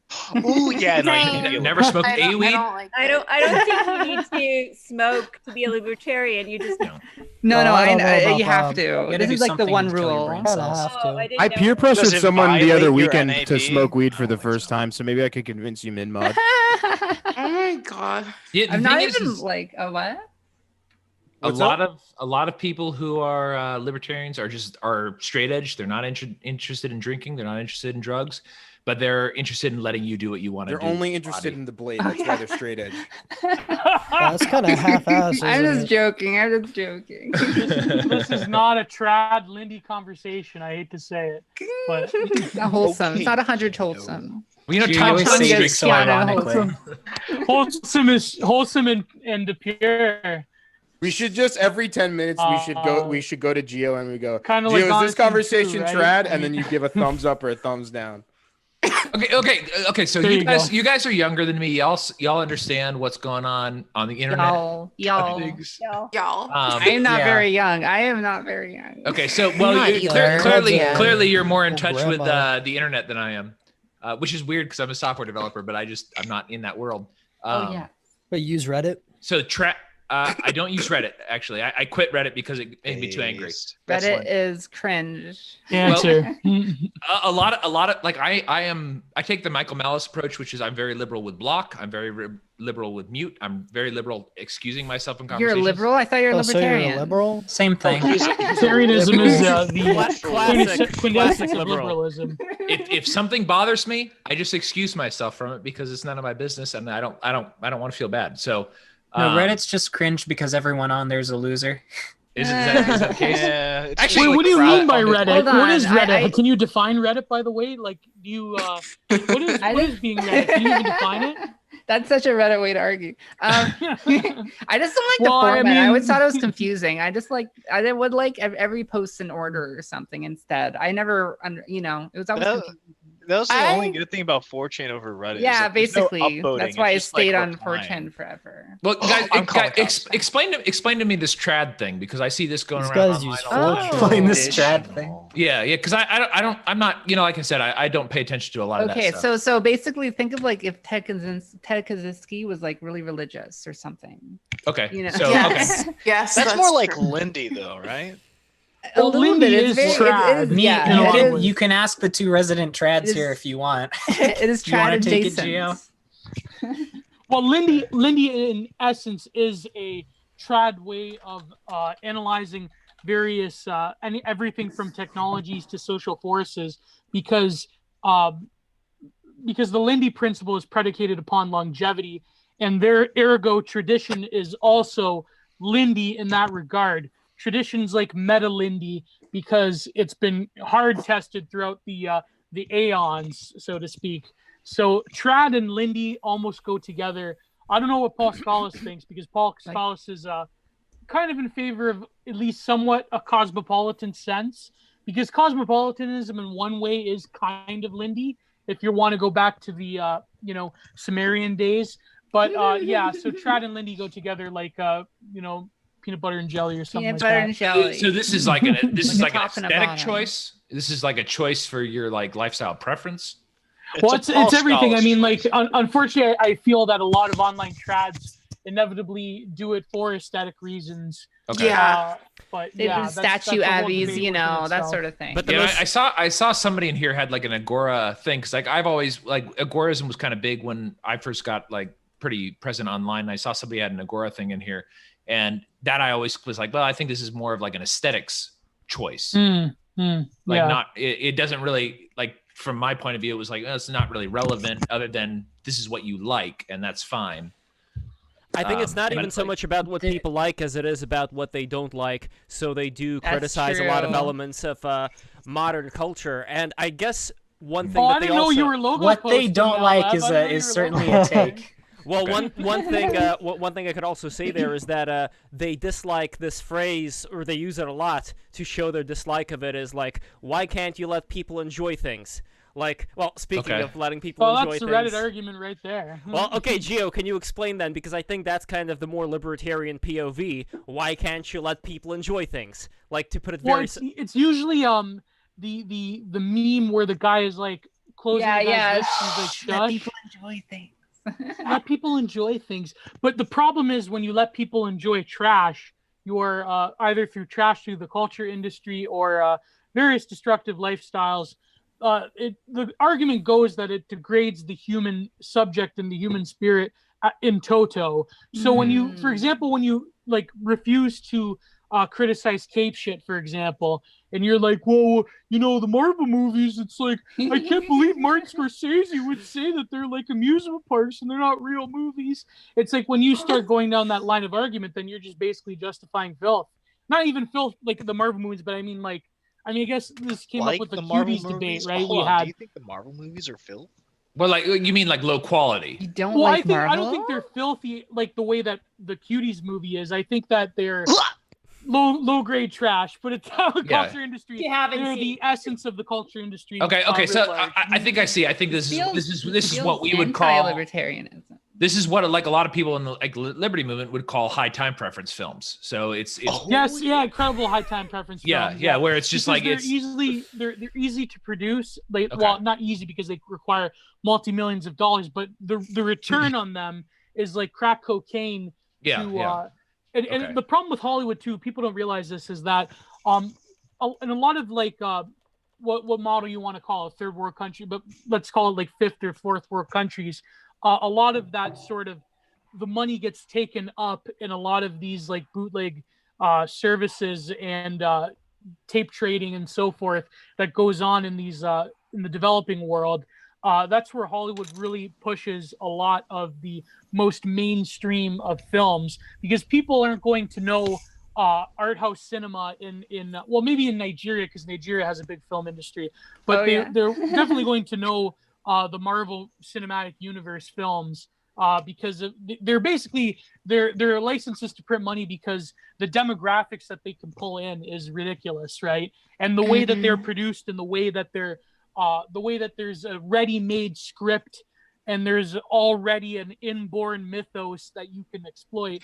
I think that was Martin Scorsese's argument, is that they're so easy, they're so cheap, they're like liquid candy. And people are also like so retarded that they also have nothing to do besides consume mass entertainment. So it becomes it becomes a thing that you kind of like have to decide to people find it necessary to spend their time, watching some like. But this can happen with anything. I mean, I bet there's like,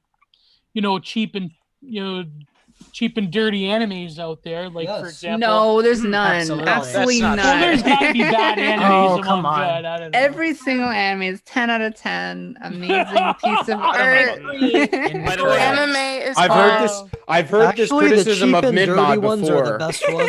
I've heard this criticism of Midmod. Apparently, Midmod she rates all of her animes like really high scores on some websites. No, well.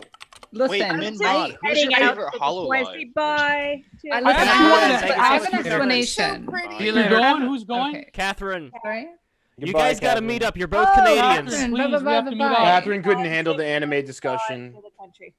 All right. I love when Catherine responded in the thread. She said Googling anime right now. Oh, wait, Catherine. She's so cute.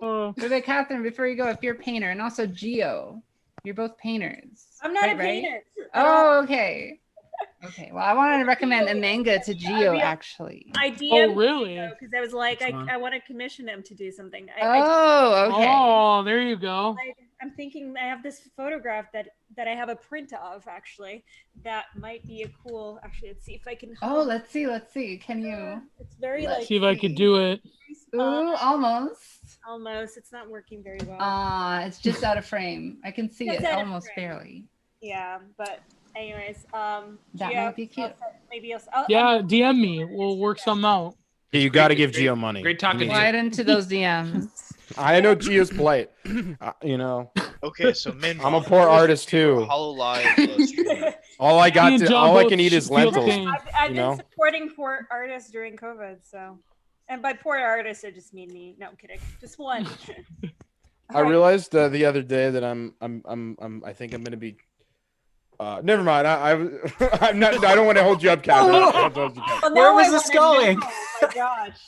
No. It was about how poor. I was gonna brag about how poor I am, and I don't want to That's do a that. bragging Oh, point. okay.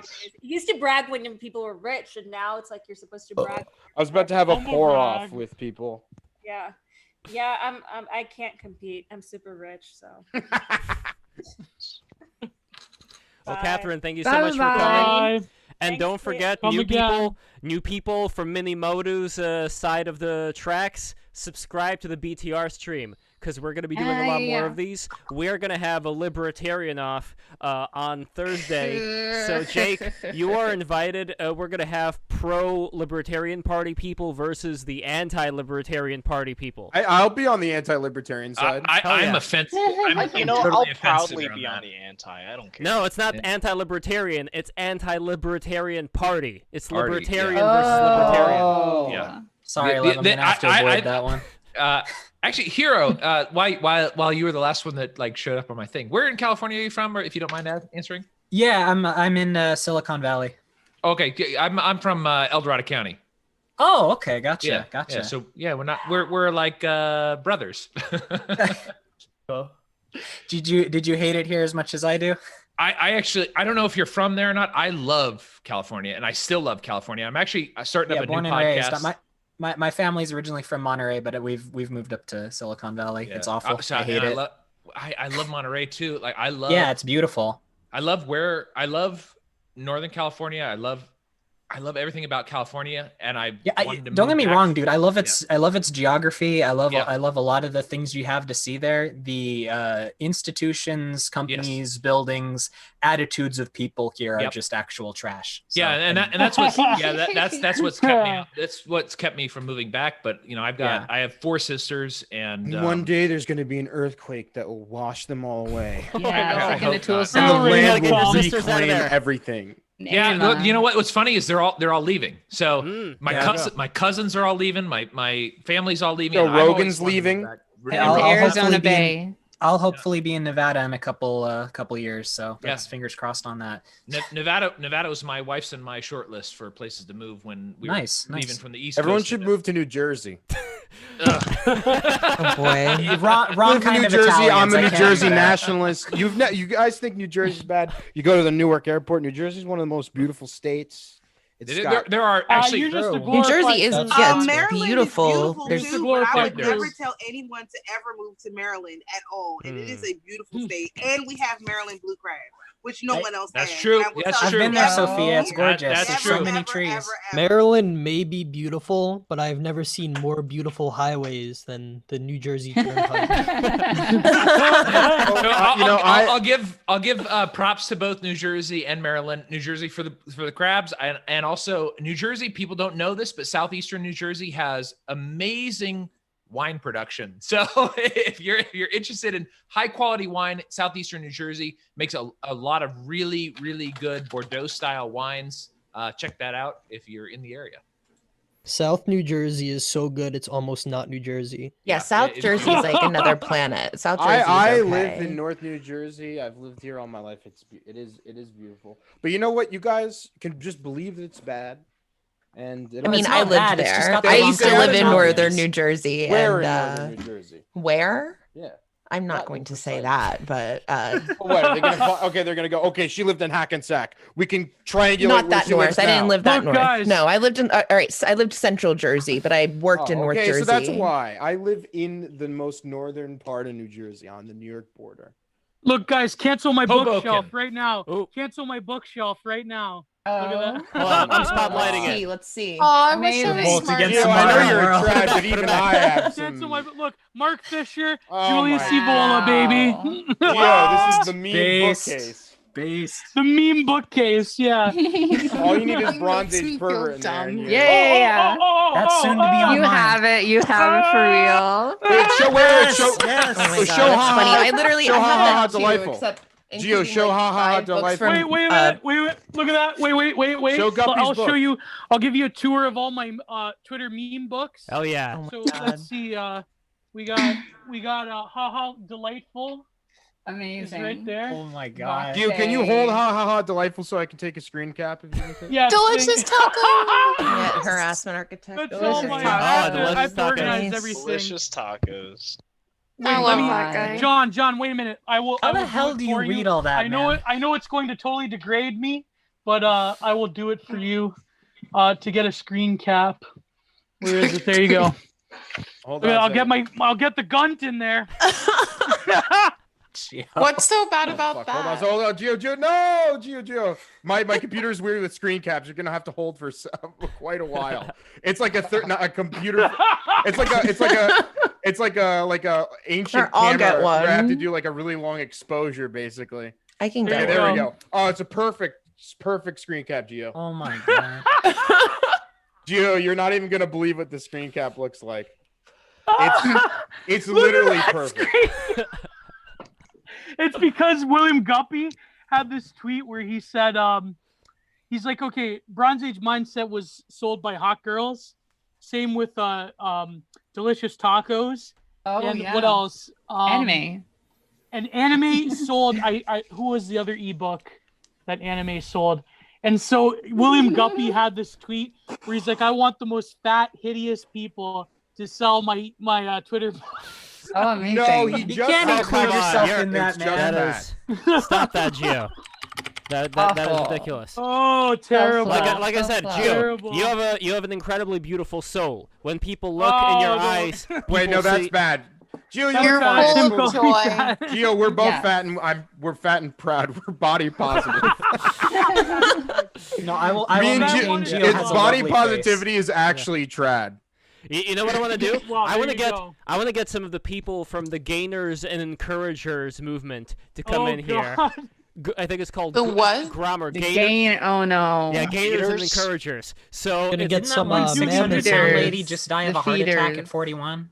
I don't know if it's I think ladies. I think that so. it's gay men. I think that it's gay men where Yeah, they well, want a lot of them are. Yeah, they want to feed each other. I mean, Geo, you'd be a bear. You'd be like, very respected. Disavowed. Well, when we do There's the no Euro Geo stream, there. Subculture.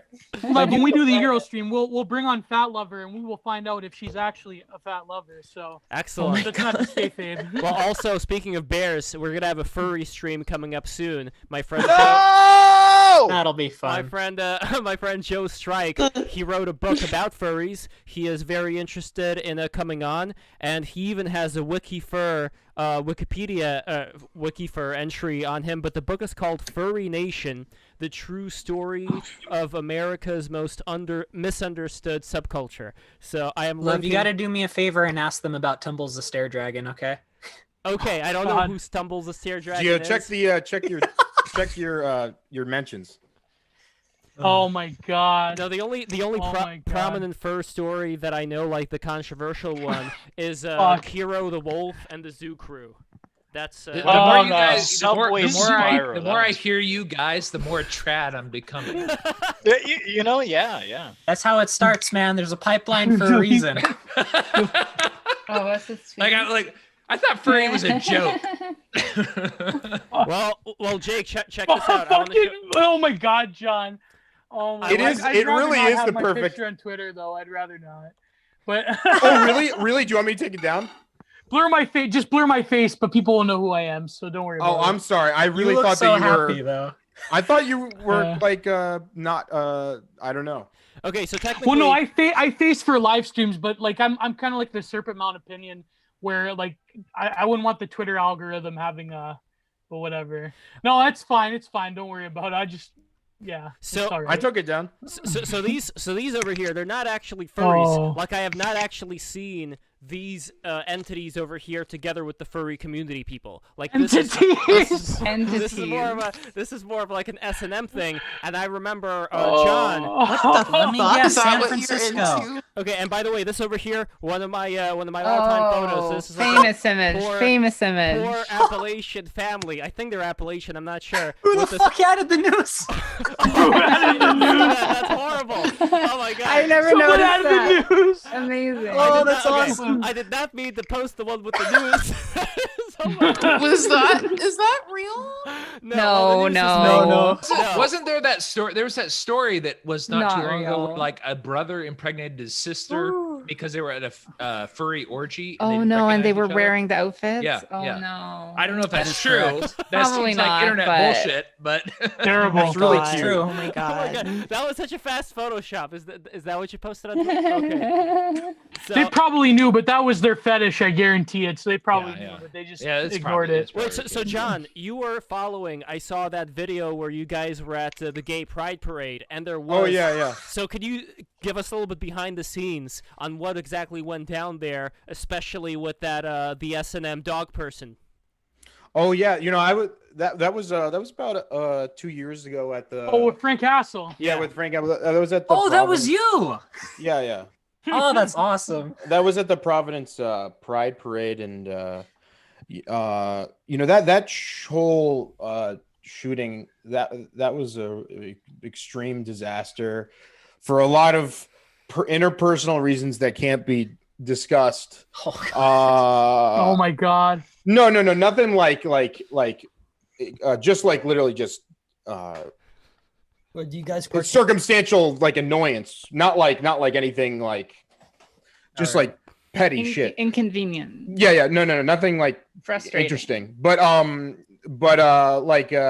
so I forgot how they attempted to provocate people, because we kind of broke up into multiple groups, because it was Sam and Cameron and someone who goes by the name Commander were going around and bothering people, and nothing really went anywhere. I mean, yeah, I did film like a very up close someone who was being walked around like a dog, and we got them very irritated.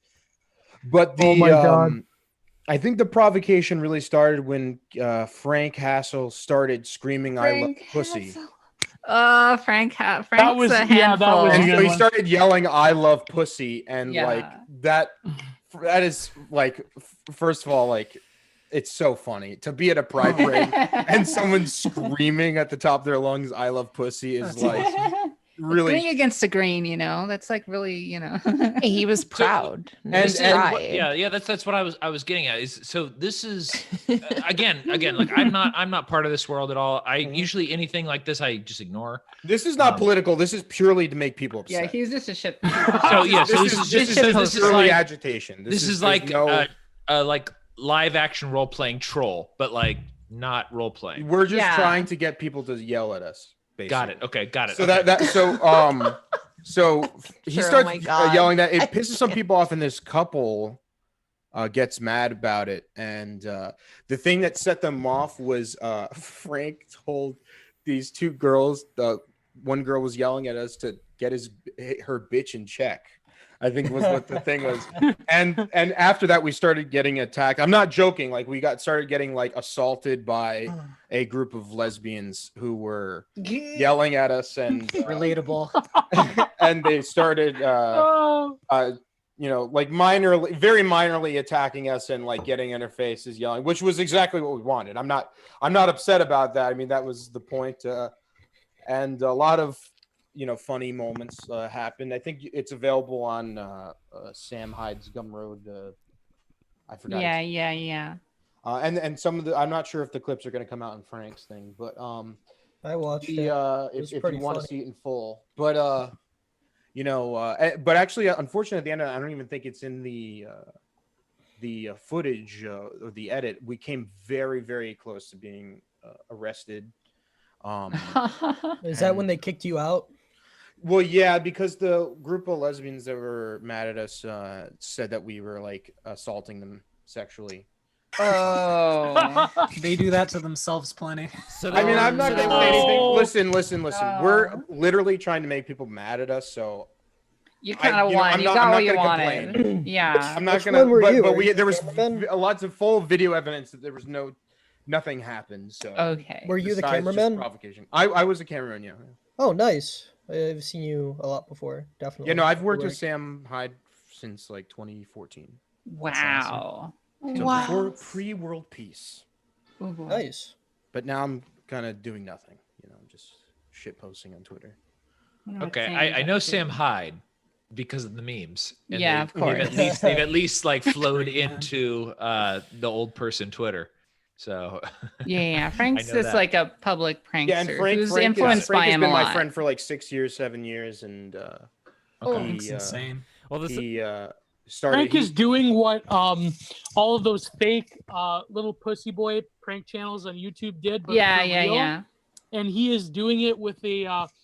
This is why I want Frank on the show for Sowing Discourse. I truly believe there's a level of intelligence behind what he's doing. I think it's an avant-garde Dadaist abstraction that he's attempting on a public scale. Listen. If you get him on, you will not be able to get anything out of him. He will just prank the channel. Okay. That's what happened. Boogie versus Frank Castle is quite possibly one of the best things. Oh my God, that was. I've never seen that. Barring my extreme hatred for Ethan Ralph and his Jenny's aside, that was a pretty good episode. The supercut is on YouTube. Just type in Boogie versus Frank Castle. I was writing some. I was like in a chat with Frank while I was on, and me and Paul Town were like coming up with quips and stuff like that. And I remember when like Boogie talked about getting molested by his father, and like me and Paul both immediately said, "Say he's a beast," but Frank without like even like looking at the chat was like, "Dude, your dad's a fucking alpha, bro." Like after like it was like that. The best thing that like we were all like, okay, you got to say he's an alpha. That's like the worst thing that you can say. It was like the universe saying like you got to tell Boogie's. The best thing that flew past Ethan Ralph and Andy Worski's head was when Frank said, he's like, when That's Boogie started talking about, it's impossible to get hookers with COVID, man. Boogie's like, Frank is like, yeah, those hookers should get Purple Hearts after they're done with it. That's in terms of Frank's motives, I would say it's he's always done stuff like to some extent like what he's done with the hassling, though the hassling is much more serious. But he'll hassle you. But I would say, I mean, I don't as much as it's I think probably easy to like dismiss what he does, and he might even dismiss it slightly himself. I mean, personally, he is very into art. He's very into music. He spends lots of money on art, and he has an aesthetic sense. And he's not like just. Has he seen my art? He's not his character. Well, you might be able to get him to buy something of yours. I'm not kidding. So he's definitely not like. He's completely is aware of has a taste for art. It's not like he's just some sort of like I don't want to speak. I don't want to speak on his behalf because we haven't even personally like fully had a conversation about the.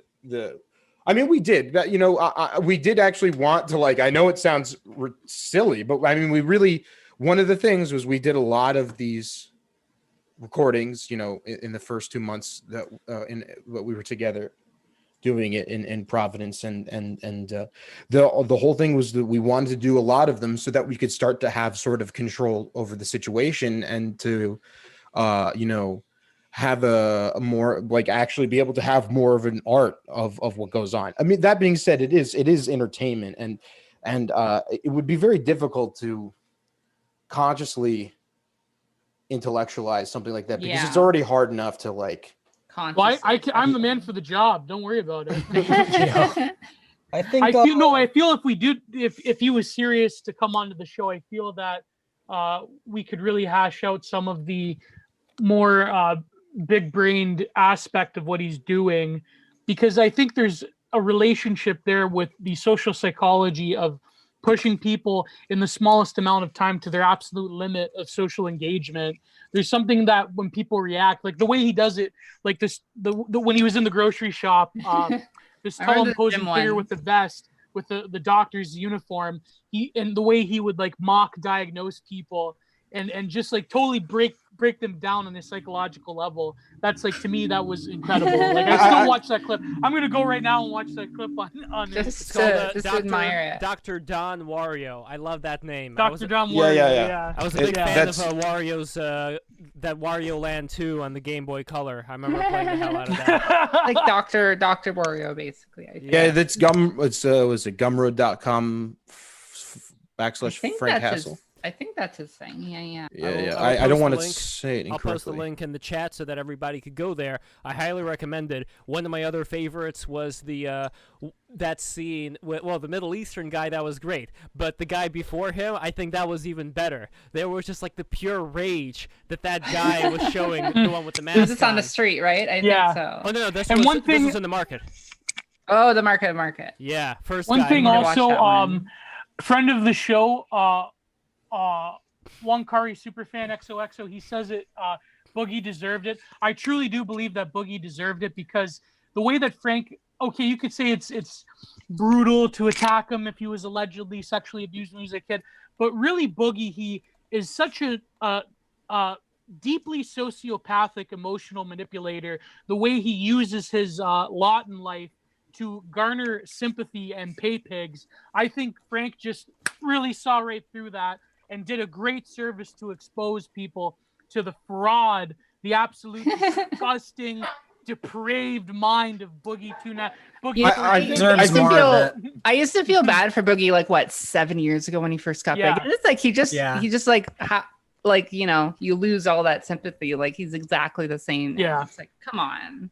But also, I think with one thing I would like to mention with Frank in terms of because I've honestly, in my personal life, because of doing stuff with Sam and Frank, I've people who are friends with me don't like that I've worked with him or done stuff with Sam, but especially Frank. Like I've had people kind of get mad with me about what I've done with him, and my feeling and my response to that is, and Frank is very much on board, and I think it's why I like working with him so much, is I don't think comedy is really supposed to be like a thing that the vast majority of like society likes, and it's not supposed to be something that is really easily enjoyable or consumable, and it's supposed to be completely grating. And I mean, and I think that's what's and that's the starting point that you have to have for comedy. It's not that you like, people say don't go over the line with comedy. Like that's a thing that people say all the time. But I think actually comedy is the starting point is over the line. Like you already is entirely about punching up and not punching down. No, well, I would say me and Cameron are definitely like punching up. I would say I agree. We don't can't go to college for become a stand-up comic or something. It's not how one becomes a comedian or something, or a writer, that kind of stuff. Yeah. So I would say I guess maybe it would be important to say that. I mean, I don't get the sense that me and him do it, or especially him. I don't think that it's done. It's not done out of resent or anything. It's done out of because it is just like. It's just really funny and crazy to do it. It's like,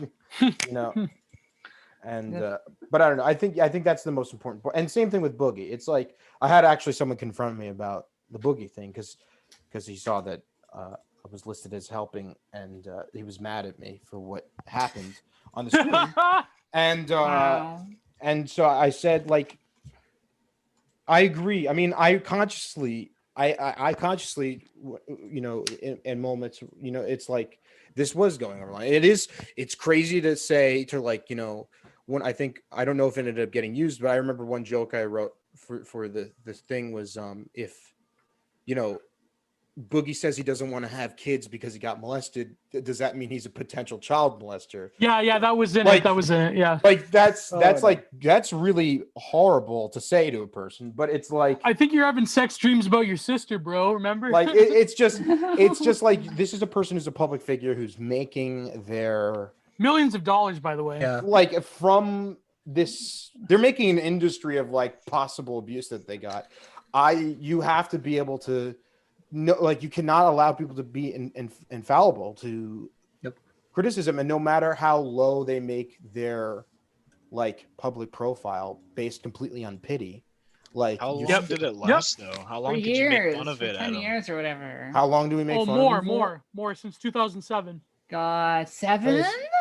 God, I'm old. That's how long he's been around. I'm so old. Wait, he's been using that as an excuse for 10 years? Yes. More than 10 years now. Pretty But much. then it didn't happen. But if it makes dollars, it makes sense. Wow. This is where libertarianism could come in. Well, no, my I'm not kidding. I'm not kidding you. Yeah, do you guys see this? This is interesting because I'm like, again, I'm not part of this world at all. Do you see this as an effective, not just an effective mechanism for this person to make a living, but an effective mechanism that for this person to make change in the wider world? Well, I mean, I don't think he's going to make. He's not stopping. He's making his character is not about change. His character is about the stasis that he put himself in. Well, even if that's not his case, is that, you know, like,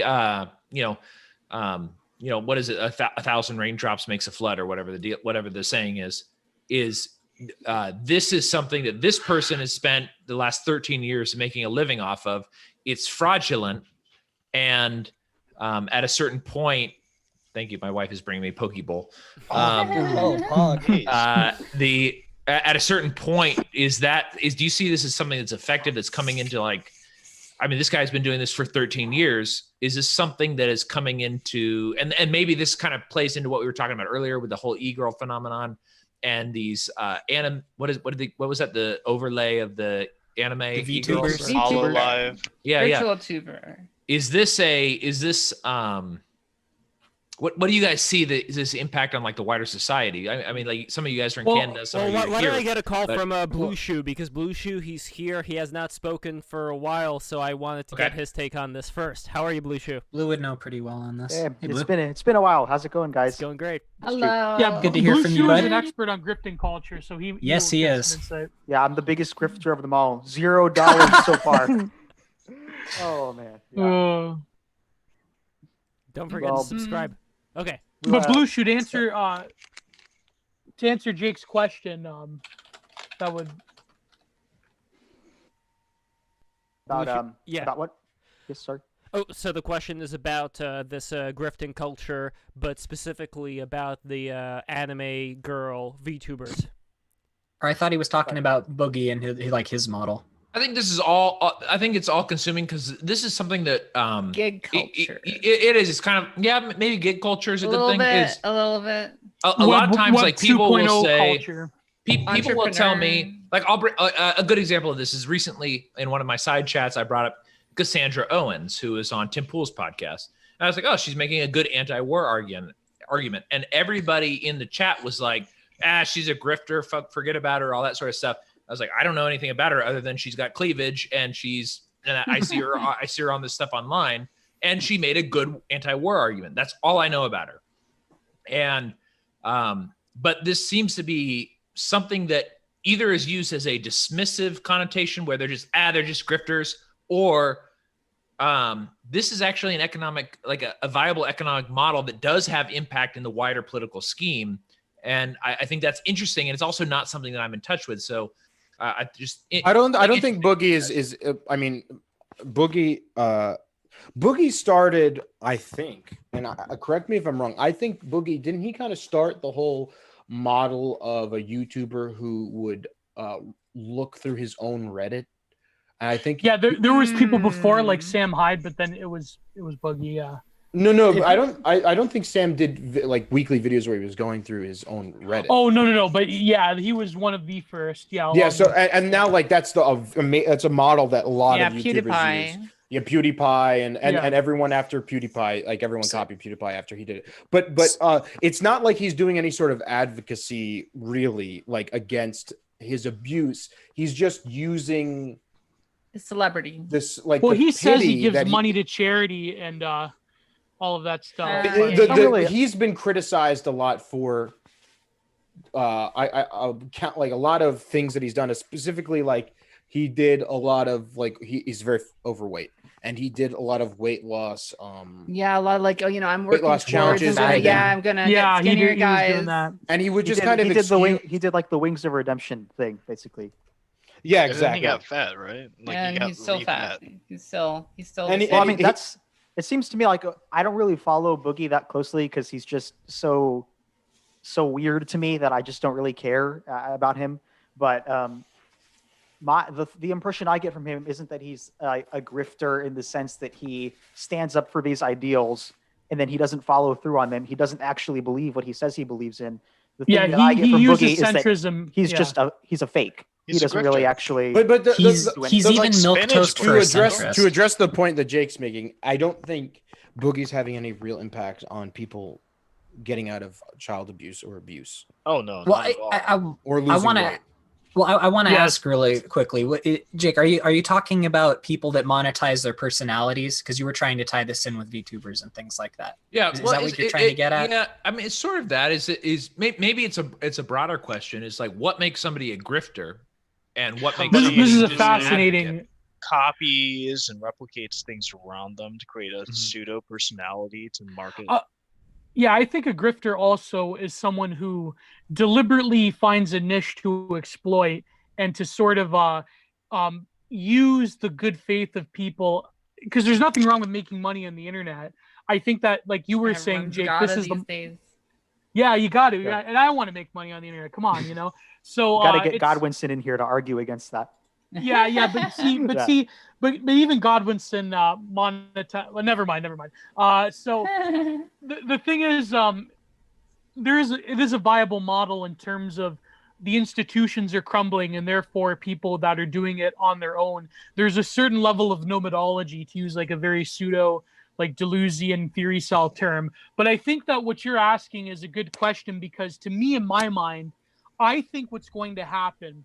And I've talked to some friends on the internet, friends of ours, who have said the same. I believe I have the sense that there is a period we're entering into of maturity away from adolescence of the internet itself, but also in the Twitter spheres that we hang out with. What I mean is that a lot of these grifters are going to go, and it's already happening. The grifters are going to fall. They're going to go by the wayside. And therefore, serious posters, serious content people are going to take their place, and people will pay attention to us as the institutions crumble. But this is only predicated on if we can destroy the various networks that grifters operate in. And because here's the problem with grifters. The problem with grifters is that, like the normie conservative on the right, they are the ultimate gatekeepers. They are only concerned with either an immediate sort of movement that is not going to go anywhere, or they're concerned with their immediate cult of personality. And the problem with grifters is that they inevitably will always change to suit a new audience when they see that Charlie Kirk's a prime example. We've seen this time and time again with these cults of personalities. And here, exactly, in Jugs, here's the thing, and this is good advice for people in our spheres. When things are going to get crazy within this decade, we're going to see political realignments, but hopefully we're going to see more maturity and sincerity away from just the Gen X nihilism that has infected the Web 1.1, where things aren't serious, with no friends on the internet. What does Daddy Jim, Mr. Medicare say? No friends on the internet, right? That's bullshit. There must be friends. My friend, you know who's my friend? My friends are on the internet. Quasi. Geo is my friend. Aren't we? We're all friends. Geo's all of our friends. Medicare says he has. Medicare says he has no friends on the internet, but we know Medicare's that's a not boomer. We know that's bullshit with Medicare. We Medicare know also that. had sex on live stream. Added me Well, he fingered his girlfriend. Thank you, Brian. Thank you, Brian. His Dunn. King of underage Full. Asian girlfriend on. Does he have cancer? I thought I saw somewhere that he had cancer. Mr. Medicare? Yeah, he does. that was Yeah, a he rumor. says he has Yeah, he has. That's what he says. Some He actually? form of lymphoma. He has a form of Gamergate. No, but see, but here's the thing. Internet blood sports too long. You got the curse. All of the Gamergate grifters, all of them have destroyed themselves or in the process of destroying themselves. Yeah. For example, people talk about no e-girls. Nick Fuentes says no girls, whatever, no e-girls. But here's the thing. You need girls. You need girls for any political movement, but here's the thing. There are girls, there's women, some of them are on the stream that are of quality and have sincerity and have force not of me, conviction. not me. Like Chris Chan like to say, an honest and true girlfriend. Yes. We have honest and true That's the e-girls. classic. But the problem with the e-girls is that you have the types that came up through Gamergate, like the Lauren Southern types, who are now changing their tune because things have gotten a bit adversarial. And so the e-girls have gotten a terrible image because of the tactics that e-girls have used before to grift and the OnlyFans thing. And so Go ahead. This is kind of it's a weird thing though. Is like if that's their way of making a living. I mean. Well, then it's harmful to the movement in general if that's the case. It doesn't matter if it's because how they make extra dollars. Really. Got it. Okay. Because like people join like lifting spheres and like copy and paste and make books and shit, and they get like $20 a book, and it's just like shit. You know? They're centered. Yeah, I mean, I think the most like gratuitous in our circles. Grift people are definitely in the Bronze Age pervert sphere. There's so many. I feel like okay, wait, hold on. Spinach bra? I want to murder. Explain this to me. Oh, I like spinach bra. I think he's a cute little kid. No, that guy has fetal alcohol syndrome. Fuck that guy. Oh, guys, come on. He's a nice kid. I don't have a problem. Yeah, he's nice, but he's oblivious to how hard he's grifting. Guys, speaking of spinach bra, I bought the book. Too. Oh my God, Gio, I did too. Yeah, support I bought it too. fellow Twitter content creators. He literally ripped that off of another guy's account. He stole that book idea off of another guy. Are you kidding me? That's so bad. Yes! There's an entire account dedicated to that. Yeah, you just gaslight girls on Tinder to make girls. Wait a minute. No, it's not the same guy. He stole that idea from another guy. That's why nobody likes him. Hold on, wait, guys. I wanted to say. Hold on. He's not the gorilla harasser guy. Let Lev talk. I let Lev talk so that Modu talks, and then Okay, Jake, sorry. how's your Pokeball? I just wanted to say. I can't believe this. I just wanted to say my stomach's grumbling, so I'm gonna go off and make some dinner for myself. So thank you for having me. I'm clearly very Maybe trapped. we're going to do an aesthetic stream soon, so maybe you might want to join This Tuesday. I'm bad aesthetic. My friend from the United Nations is coming Tuesday for the aesthetic stream, and she's from Iran. She's an Iranian, beautiful, fashionable Iranian That's woman. good aesthetics. Yeah. Is she gonna say Her name's right Hila there, Klein. just like you? Her name's Hila Klein, and she has Betty Fresh. Are you guys gonna share green screen? I don't believe we are, but I haven't seen her for a long time. I've seen her. I originally met her at the National Arts Club, where she goes to a lot of different events. And for those who don't know, I am the chairman of the Art and Technology Committee at the National Arts Club in Gramercy Park in New York City. So, holy shit! Yeah, pretty. Can I have Can I do a musical performance at your thing? Oh yeah. Well, you still owe us the Can I Gigi do Allen "Buy It, You Scum." Slam poetry. What? Can I do spoken word slam poetry at the art thing? Of course you can. National Arts Club. I believe they do. They do have a poetry day, so they do have members come on and bring. Fozzie, turn off your mechanical keyboard. I was wondering who that was. I love mechanical keyboards. Yes, no, keep I'm trying to mute when I type.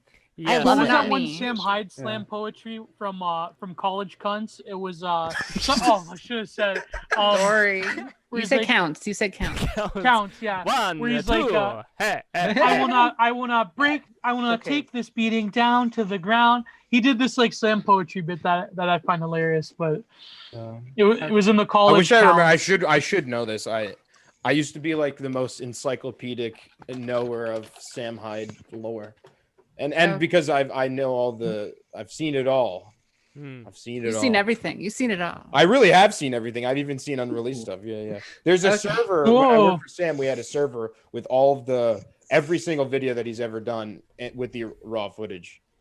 So, was there like unedited? Some of them have like blurred out penis. Did you see? No, unblurred. Quasi. Okay. Well, I think you can just kind of Google I have that. real life relationships with people. Give us I the can't dick be- deeds. It was the dick. Tell us the dimensions. We need to know. Well, I've seen it, and it sort of like reminds me of like my father's. What? Quasi. No, I haven't not seen Sam's it in, penis. like, Okay. a horrible context, but when I was like a kid. Quasi, stop. Oh my god. Quasi, your dad was an alpha if he molested you, right? No. He just like I just saw him in like the All bathroom. right, so Quasi, we agree. Your dad's an alpha. He took Alpha Brain, Joe Rogan. Jesus Christ. Alpha Brain nootropics. He wore Teddy Fresh to get in the mood for molesting me. No, that didn't happen. Oh. But if he did do that, he would wear Teddy Fresh. I've been watching the new H3H3 content. That's been Really? It's unwatchable. I don't need I've liked for a long time. I like Trisha Paytas. Trisha Paytas. Wait, what? Is Wait, like he has what? content with Trisha Paytas. What? Yeah, he has a podcast with Trisha Paytas now. That's Oh, And there's a wow. whole crazy lore with Trisha Paytas is like she started as a prostitute. I'm not kidding. Yeah. She was escorting a prostitute in like the early 2000s and was a early on YouTuber and like MySpace musician who has just figured out how to make she's basically like the horror version of Keemstar, if you know like DJ Keemstar, where she's managed to make a living on the internet like for the past 15 to maybe even 20 years, like by hook or by crook. And I think she's so easy to hate. She's like literally she's like the easiest person to hate in the world. But I think she's a very interesting figure, at least to think about. Yeah. And He's also a tradcap now, apparently. Is she? Well, she's Jewish now. She's Jewish now? Yeah, because she's dating. I'm not kidding. She's dating Gila Klein's brother. Oh my god! Nice. And they want to get married, and she wants to convert to Judaism. And she's like been. What a mitzvah! And she literally like it does all of her videos now are like about Judaism. She wears like Stars of David. I'm not kidding. Oh my god! Tequila started like throwing up Roman. She apparently went to. Apparently, Tila Tequila was an alt-right figure. Yeah. She went to. So we should get them together as an old MySpace. You know that picture. I know personally the people in the photograph of Tila Tequila, which is and I remember he's a very close friend of mine who took that picture or was in the picture with the Roman saluting, and it was not like serious, but it was so weird. I at that time I read the New York Times every day, and I like see my friend in the New York Times with Tila Tequila, like being accused of being a neo-Nazi, even though they were doing it in complete jest. But that's a oh my god. But in fact, what if Hitler was just like this? Should have just like a social experiment. That would have been awesome. Notice how Lev dipped H3, out when we started talking about this? It's not that bad anymore. And I believe in. I think it's because, as annoying as Ethan Klein is, as much as he basically. He's a rat and a snake. He partially stole his personality from Sam Hyde. So true. You can't say rat. He's Jewish. He has a very. Guys, let's not do this right now. He's an example of. I think he is doing something on the internet that will be thanked, which is people who build up slowly over time, like shows and entertainment, where they're thinking in long-term ways, like Gio's talking about, where Ethan Klein, after he stopped making YouTube videos, he decided he was going to make a podcast, and he had this long-term form of thinking about, like, you know, he wanted to model himself. He said he wanted to model himself after like Howard Stern, and spent time listening to Howard Stern. And like, I think this I mean, there's problems involved with that, because now Ethan Klein's like taking super chats and donations. You can somehow donate to him because like, he said like the N-word, so he can't get any sponsors. Oh, is this really? Well, yeah, but that was many years ago. But I think No, I think the problem with Ethan Klein is that he built up. Him and iDubbbz and all of these pieces of shit. They are studio edgelords who built up a specific audience, and as soon as it was convenient, they just slouted off and betrayed. That's why their Leafy is good. Yeah, I would say I love Leafy. I love Leafy. I would completely Leafy agree is with you, but I think Ethan Klein is for whatever reason and you can tell his wife tries to like stop him from doing this. He constantly does get into shit with people, and like he was calling that one guy he was calling some porn star like a used up like whore or something recently. So that's a based in Chad. He basically like fails at like doing the move that he wants to do, and that you can tell his wife wants him to do. But he's rich though. You know, honestly, if I were like this Jewish sort of fat guy, and I could get away with like doing a podcast and having like a mansion, dude, I'd do it. I'm not, you know. Fuck yeah. No, I mean, you're Jewish, you know. Like, what harm does it do to you? What is what? No, never mind. Okay. I've been like, so I've been watching these Chinese social experiments lately. I talked about it a little bit to John. Sounds dark. I love Chinese rat experiments. You'll know they're social experiments, and the idea is like, and then he's like, yo, I'm gonna do a social experiment. I don't know, that's what their language sounds like to me. It's kind of wacky. Like, oh my god. Oh man, I get so many Chinese ads on Instagram. I know exactly what you're talking about. I thought we were talking about the one where they're the only country. I could just drive down the street and get that if I wanted to. I like those Chinese Rex threads. One of the good thing, I don't know, like in second world, like in developing countries, the advertisements they use, they're still allowed to basically just put like a woman with like big tits up and then expect you to buy their like shit. And so I like that about Chinese ads.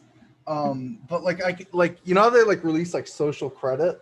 I'm like almost sure that these social experiments, like the people in them think like it'll boost my social credit if I like intervene this like bullier, or I see someone getting kidnapped to do a motorcycle. Like this is the social experiments they do in China. And it's kind of can you wacky. imagine the social experiments with the social credit system? How intense they would be, the reaction they would get. What if there was just what if social experiments was like a department, the morality department in the United States, and basically department. Me and Frank Castle are going to start the social experiment department of the United States. That would not work because the government has no morals here. Yeah, that would not work. You know, I believe that was going to realistically happen. Dude, but Frank Castles are in the Frank Castle. We're basically going to be like the new FBI. If it was to exist, that would be the form that I'd want it to take. You two doing that, that'd be awesome. Yeah. Can I redirect this conversation one more time to another question? Okay. Yeah. What's up? Okay. What is this Bronze Age that you guys keep referring to? Bronze Age pervert. Our boy. Just explain it. Explain it to me so I understand a He's little bit more. basically a guy who like is a grifter, and if you say anything he's not a grifter. if you say anything bad about him, he goes behind your back and tells everyone you're an FBI Literally agent. not a because he's grifter. Suck my dick. You're just mad he doesn't follow you because you're. No, I'm mad because I'm mad. He Somebody call blocks me. Cantbot. Somebody call Cantbot. He blocks me. Somebody No. call Cantbot. Oh my god. What Bronze Age pervert is such a fucking I'm bitch, man. Besides him, I'm the only other person to have my like content scrubbed from Salo. So that's pretty awesome. Okay, Bronze Age pervert is a Nudist enthusiast. A nude Beach bodybuilder, Nietzsche. Homosexual. classicist Nietzschean mysticism. Mid-wit philosopher. Mid-wit come on. philosopher. Okay, He doesn't have to have a big brain. You get a big brain, you're gonna be Kentbach. You want a small brain and a big body. That's what you want. Yeah. Yeah, I prefer No, the thing the is, okay, mid-wit so- BAP stuff as opposed to like the galaxy brain word salad I shit would- that some like online philosophers are that do. Same joke, same. I can't understand what fucking word logo is saying. Listen, I think we I'm need to retarded. give- I didn't go to college. We need to give Jake a serious answer, though. The serious answer being is that Bronze Age Pervert is a, what would you say, a thinker, podcaster, author. He wrote a book.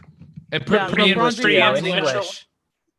And he is also a classicist, and he is into a bodybuilding Nietzschean Greek mythos worldview, and he wants to bring consciousness to the lessons of the Bronze Age, where the steppe people throughout the world propagated and created great civilizations.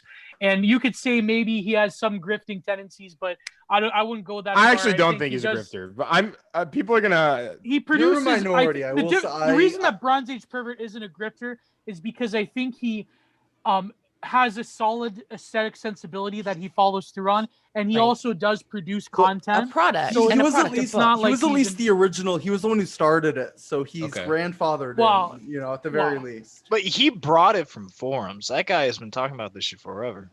So I think this is another interesting thing, and I'm curious to get your guys' take on this because you're more into I guess what is considered like the dark part of the internet right now. Esoteric. So this is something that's interesting, and my generation this was not as big of a deal, but like Gio, you referenced that this Bronze Age guy, he's into like the steppes people, and there's a lot of this stuff where there's like these various people, different places and stuff. And whereas like from my perspective, and I think I definitely think it's a generation thing, because I do see this in like younger libertarians too, where there's a lot of these people, like these divisions of different groups of people historically or presently. Is this something that you see is coming into sort of the consciousness of the modern world, where they're I mean, and I guess this is something that's historically the case as well, but like I guess reconsciencing of like a division of people historically and presently, of where they came from culturally and genetically. And this seems like an interesting thing to me, because for people in my generation, it's just like, ideological. It's not necessarily racial or people. Not racial is not really a great way of describing it, because the steppes people is a lot of different people, but. Well, they came from one people, supposedly. Okay, so. is that so? That's the argument. For more on this topic, you should follow Callie at Twitter, because that's if you can handle the I am Callie at Twitter. Mia sucked my the dick. Nonsense and shit posting. And no, but I think that's a very great question, because I think, for example, his recent episode with his good friend Thomas77, they talk of when things in the future are going to get more chaotic, there will be more opportunities for what BAP believes in the great men of history, and basically a spiritual higher caste of peoples will emerge from the ruins. Whether or not that will come from BAP, it's sort of like the Nietzschean thing of like, I'm talking about the future philosophers. It's not necessarily me, although probably he was talking about him. Well, who knows? To more directly answer your question, Jake, one of the things I'd point out is like, could you imagine 10, or even 5 years ago, anyone talking about like Uyghurs in China? Am I supposed to pretend to care about like the Uyghurs or the Uyghurs or whatever? Well, I remember that coming up and me going like, what? Yeah, there's like I don't know who these are even. I was, by the time it was like popular, I already knew. But I remember the first time I heard about Chinese Muslims, I'm like, what? And when I heard about the Kaifeng Jews, the Jews in China, dude, that like messed me up for a minute. Like, I don't know, but like, I think the reason is because like people are becoming, for lack of a better term, they're becoming more like kind of diluted, and there's going to be like a Brazilianization or Singaporeization of the world where, honestly, I think in the future, everyone will just kind of be this caramel sort of mass. And I think there will be like IQ shredding will happen. Predominantly like Asian peoples. And then there's going to be like European people with like maybe a lot of Syrian in them or whatever. Well, even without the racial let's be component, realistic. it's still just like culturally people are becoming much more diluted. If you look at the architecture, for example, right? Well, like you have all these what big you're also cities look seeing like at the each same other. time is like, and this is good for me because I like women. Is you're seeing like a lot of people who are like halves, which are sort of interested. You know, I forget. There's Tim that like, Pool. Twitter Tim account Pool- like Tim Pool's mixed a good one. baddies or whatever, and it's like, oh, Yeah. this half Caribbean, half like Cambodian girl or whatever, and you're Right. seeing a Loving lot the more of baddies. that. Loving the baddies. Well, I mean, this is pretty common. Even libertarianism is a lot of prominent people are mixed. And Yeah. I mean, Well, like specifically Hoppas. yeah, There's a lot of, Hoppas like, are very common, Ooh, but also I'm you know, dating a hoppa. God bless. yeah. Well, But I mean, and- that never like I don't know if this is and it may be a California thing. I'm not really sure, but like this never occurred to me as like a thing really, like until recently. On both the left and the right, and on the right, it's I wouldn't say that, but on the left there is like a growing racial consciousness, and specifically like ethnic consciousness. I don't think it's so important actually, the ethnic part in America. I think it's important in other parts of the world. It would be more important in America though, because you can almost balkanize the entire area. Well, Yeah. well, America's But balkanized one by thing I race. There's would a couple distinguish- angles you can look at it from. But the one thing I would distinguish is that BAP is more so about the concept of own space and open space, and peoples that have managed to have higher types of people manage to own space. So BAP, in my opinion, is not a traditional like racialist in the American conception of white nationalist. He definitely has white nationalistic tendencies, but I wouldn't consider him along the same lines as a Jared Taylor, for instance. He's Latin American. To quote BAP, Yeah. monkey does not masturbate until enslaved in a cage. Yeah. No, this is actually, I think, the most important point because not even the masturbation. This is and the masturbation and the is the gooning, most important part. and the gooning and the goon caves and all that. We'll get to those. But another thing too. Again, the goon cave. Yes, the goons. But John, gotta listen, go. John. I didn't want to come down. Dude, I you're didn't want giving to me come down hard on flashbacks. I anybody. used to have one of those things, man. Come on. Wait, what? Dude, how else are you supposed Listen. Let me be clear. My problem with BAP is literally completely personal. Oh yeah. No, I know. Dude, I didn't want to come down. My problem with BAP You've is had your literally having to do with disagreements. him going after my actual real life friends and going behind my back. And trying to Whoa, manipulate hold people on. And in my that's real life. understandable because that behavior is just stupid. But I don't even know what you're talking about. I'd love to hear about that. But as far as that being like an author, I think the book is great. I think everyone should read it. If you don't buy it, steal it online. Because I think you can download that one. I know Mike Ma's book you can't. It's on like LibGen, yeah. Can you give me the background story of him harassing you? That sounds Oh, fun. here we go. Oh God. I can. It's really not that like. Kayfabe. I try to be as light as possible, and I did like throwing pot shots before, but I mean, it has to do with there was a person on Twitter named Ulysses, and he's no longer on Twitter, and Ulysses made fun of a book by this guy named Dunevor Cannon. Dunevor Cannon. And obviously that's how he got BAP was promoting the book for Dunevor Cannon and got very upset with Ulysses and told everyone that Ulysses was a FBI agent and a CIA agent because he was mad that we made fun of the book that he was promoting for this other guy. I believe it. Anytime anybody tells me somebody's CIA, I believe it. And then there was a persistent animus between these parties of my group of real life friends and him.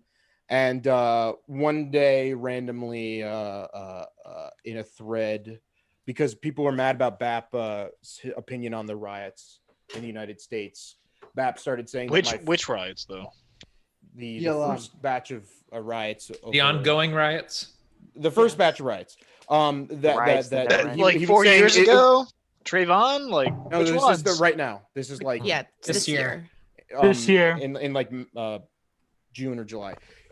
Because of that, BAP in a thread started saying that my personal friend Shane that I grew up with, he said that, oh, is your friend Shane? Is Shane sending you after it? And said where my friend Shane worked at, and said that, oh, like he's like a agent or whatever. And so my friend Shane soft doxed BAP. It wasn't like he didn't give his full name, but he said like he posted a picture of BAP and then posted BAP's name with like stars in all the letters except for the first and last name. Posted the like but come on, you got to realize, man, doxing is an unpardonable sin. Come on, I understand. No, I understand, but this I know is just... I've been doxed. I 1000%. But this isn't. But he wasn't ever. actually doxed in terms of his name was not actually put out there, and then someone later in the week doxed him. But that's because people have been. BAP was actually already doxed at that point, but because there was blood in the water. I knew he People was. love that shit. But I mean that's the story of the conflict. But furthermore, I have a very close personal friend who is very involved with BAP's camp, and BAP and other people in BAP's camp convinced him that I was subtweeting him, even though I wasn't, to try to drive a wedge between me and my personal friend. So that's why I don't like BAP, which I think it's very understandable. But I mean, I think so too. But what's your opinion? What's your relationship with Dunvor? Me? I mean, we just made fun of his... Well, actually, I should go further. I wrote a short story from the perspective of Dunvor Cannon that was extremely insulting. Okay. So I don't know what Dunvor is. It sounds like a sandworm. He's such a great guy. I love him. Is it like a sandworm? It's a person. That's exactly what I was thinking. Is sandworm from Dune.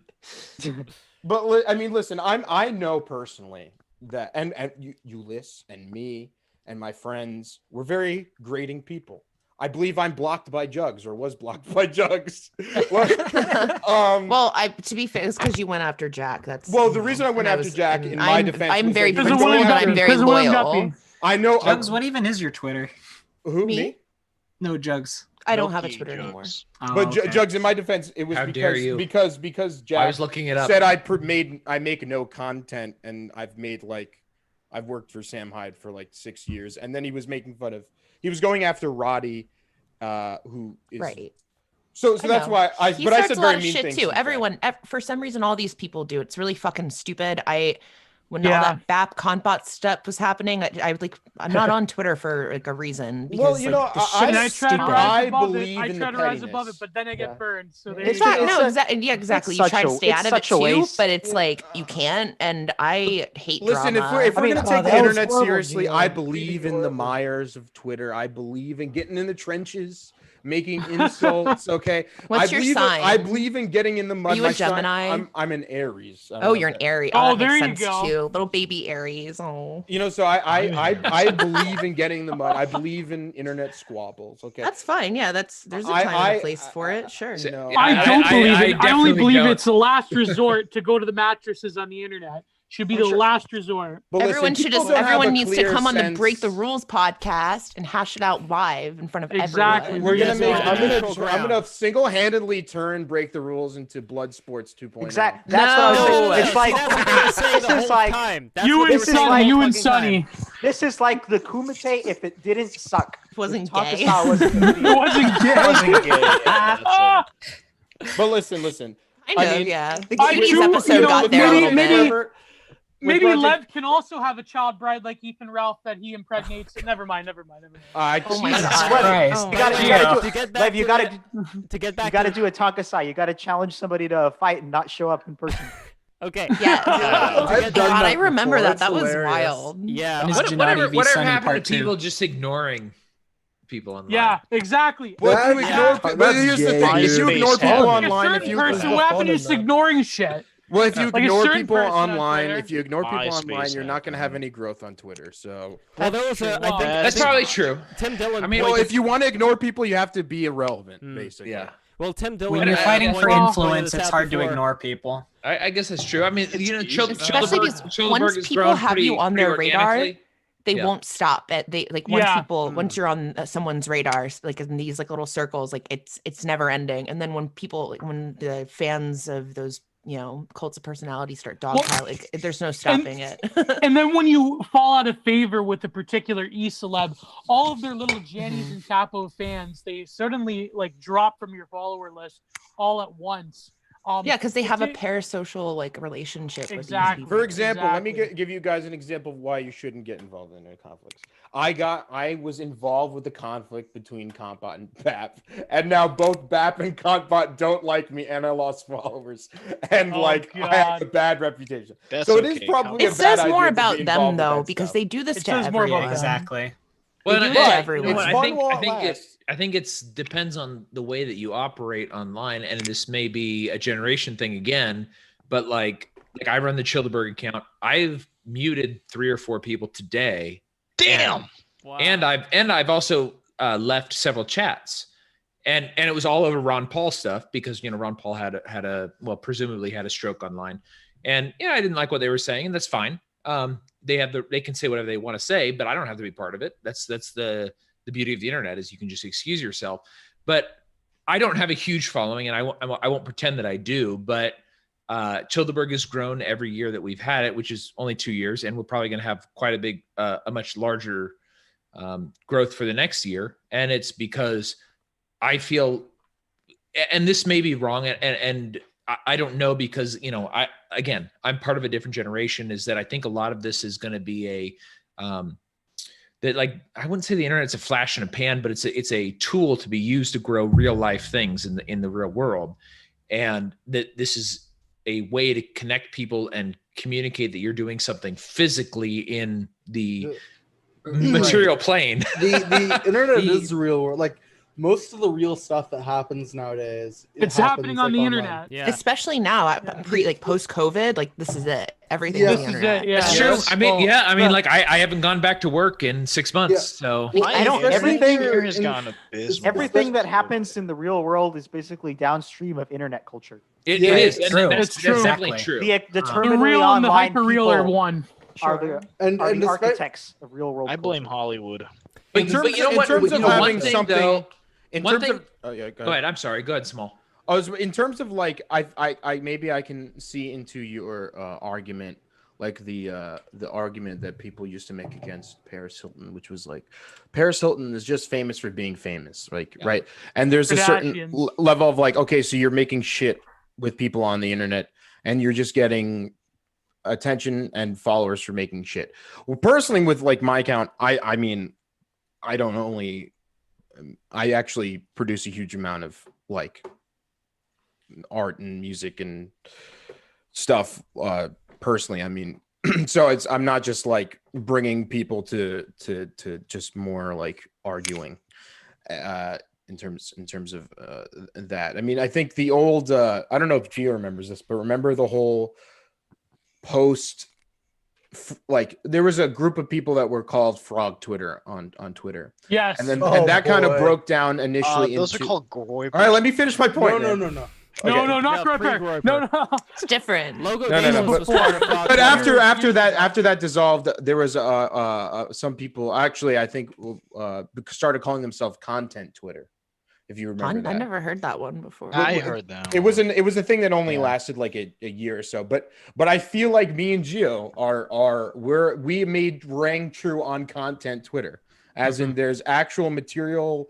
Culture is the primary thing that I do. Exactly. I mean, as much as I shit post, I also like make music and draw things. I think that just actually tweeting, produce like, things with Frank Castle and Sam Hyde and stuff like, I don't mean to offend people, but I think that if you're just tweeting, there's something where there's no sort of there kind of is a tangibility, but I'd much rather see people going out there to transcend just tweeting and actually making content. Now, I'd made my bones in content Twitter back in the day through West Coast Reactionaries, then Thermidor Magazine. I also wrote for West Coast Reactionaries. Please don't figure out my name that was on there. But shout out to my boy Adam Wallace. Shout out. Oh my God, have you spoken? Go ahead. Do you still speak with him? I have a best friend that knows him in real life that still speaks to him. So okay. Matt, my buddy Matthew. Matthew the Stout on Twitter, amazing artist. Go and check him out. Get commissions. Shout outs to Matt. He's gonna be in the he's gonna be in the stream on Tuesday. Yes. Yeah, and hopefully he can come.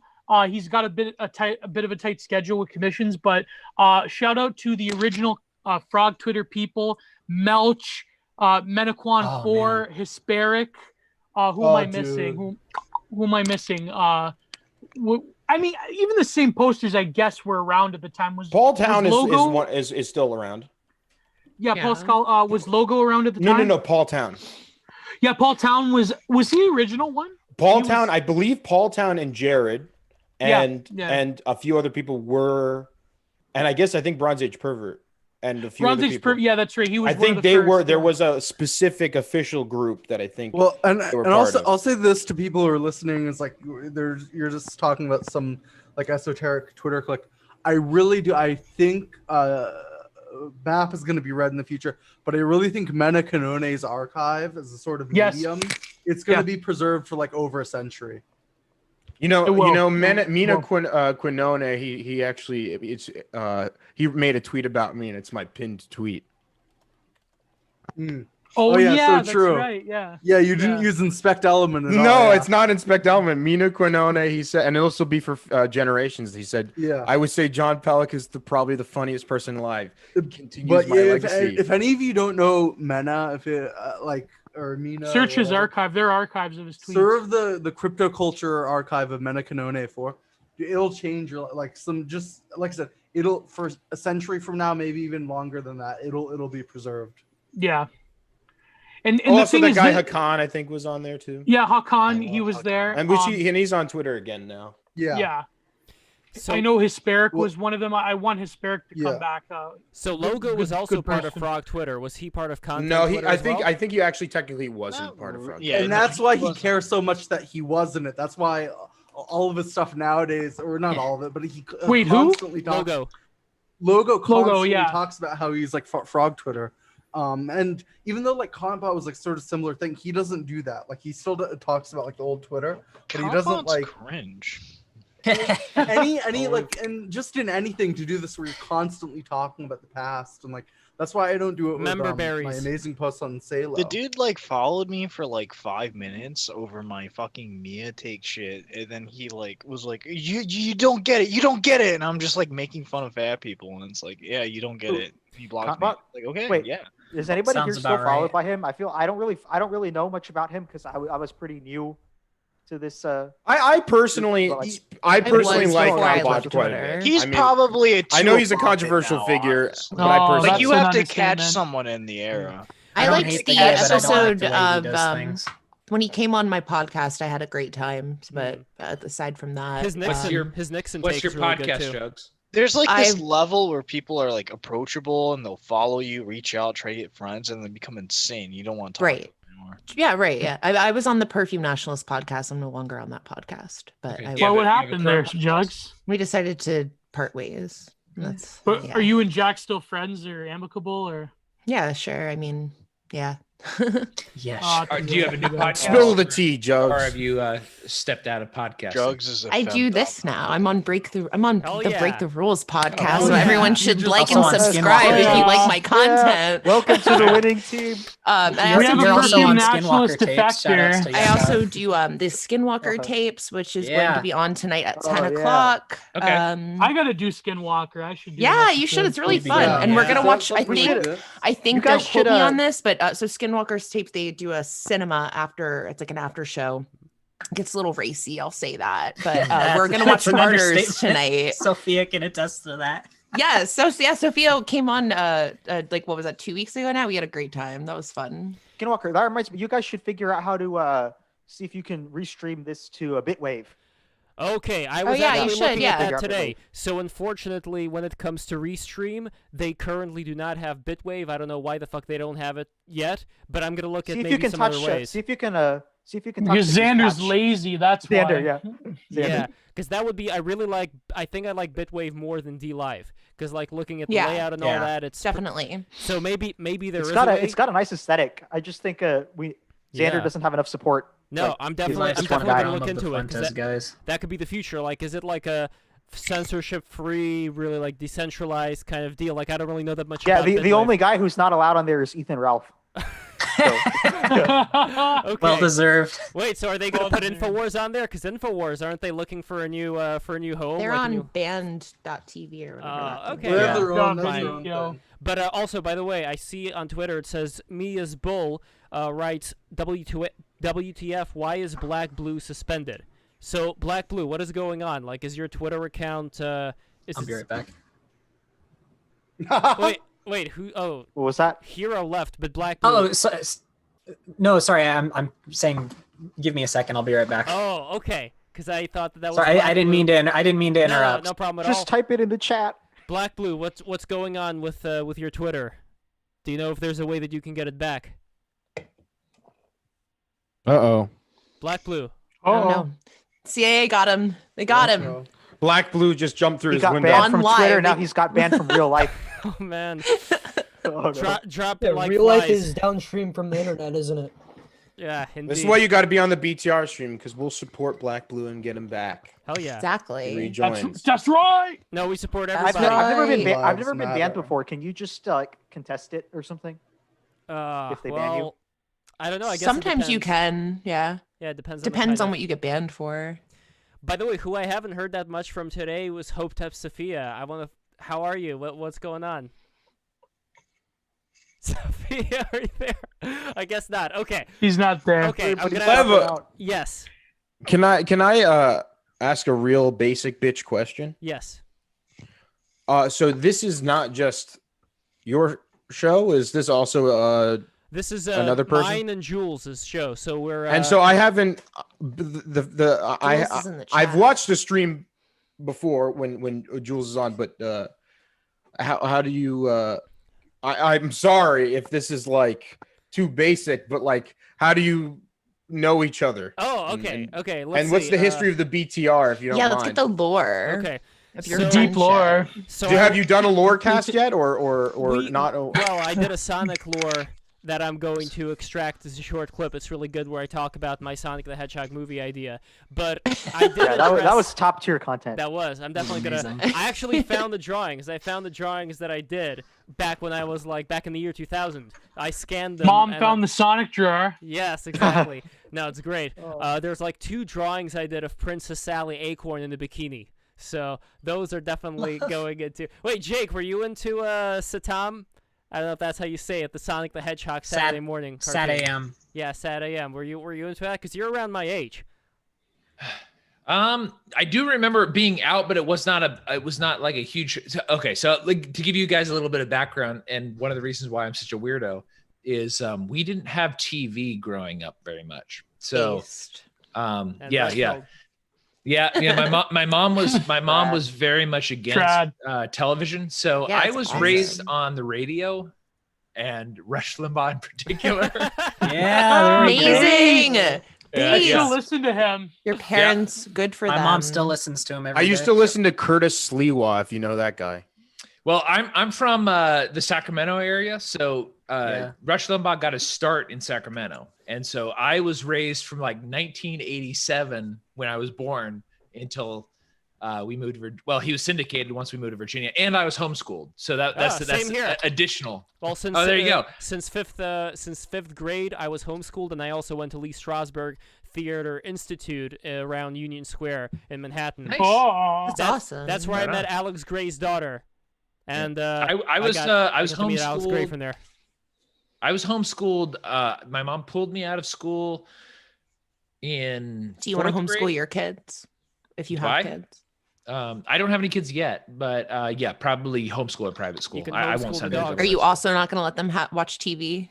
No. You're going to follow in your parents' Well, footsteps? there is no TV nowadays, right? That's so true. I mean, Are you going to let them have like an iPad? Listen, let do them not watch let YouTube, your kids TikTok. have the internet till the age Yeah. of 18, please. yeah, that's Let- I let kind them of am on that line as solely well. let them watch the Break the Rules stream Yes, on that's YouTube. the Yes, only one. and like and That's it. subscribe. We should just sell our own iPad. The only thing the iPad has is break the rules. That's the only thing it has.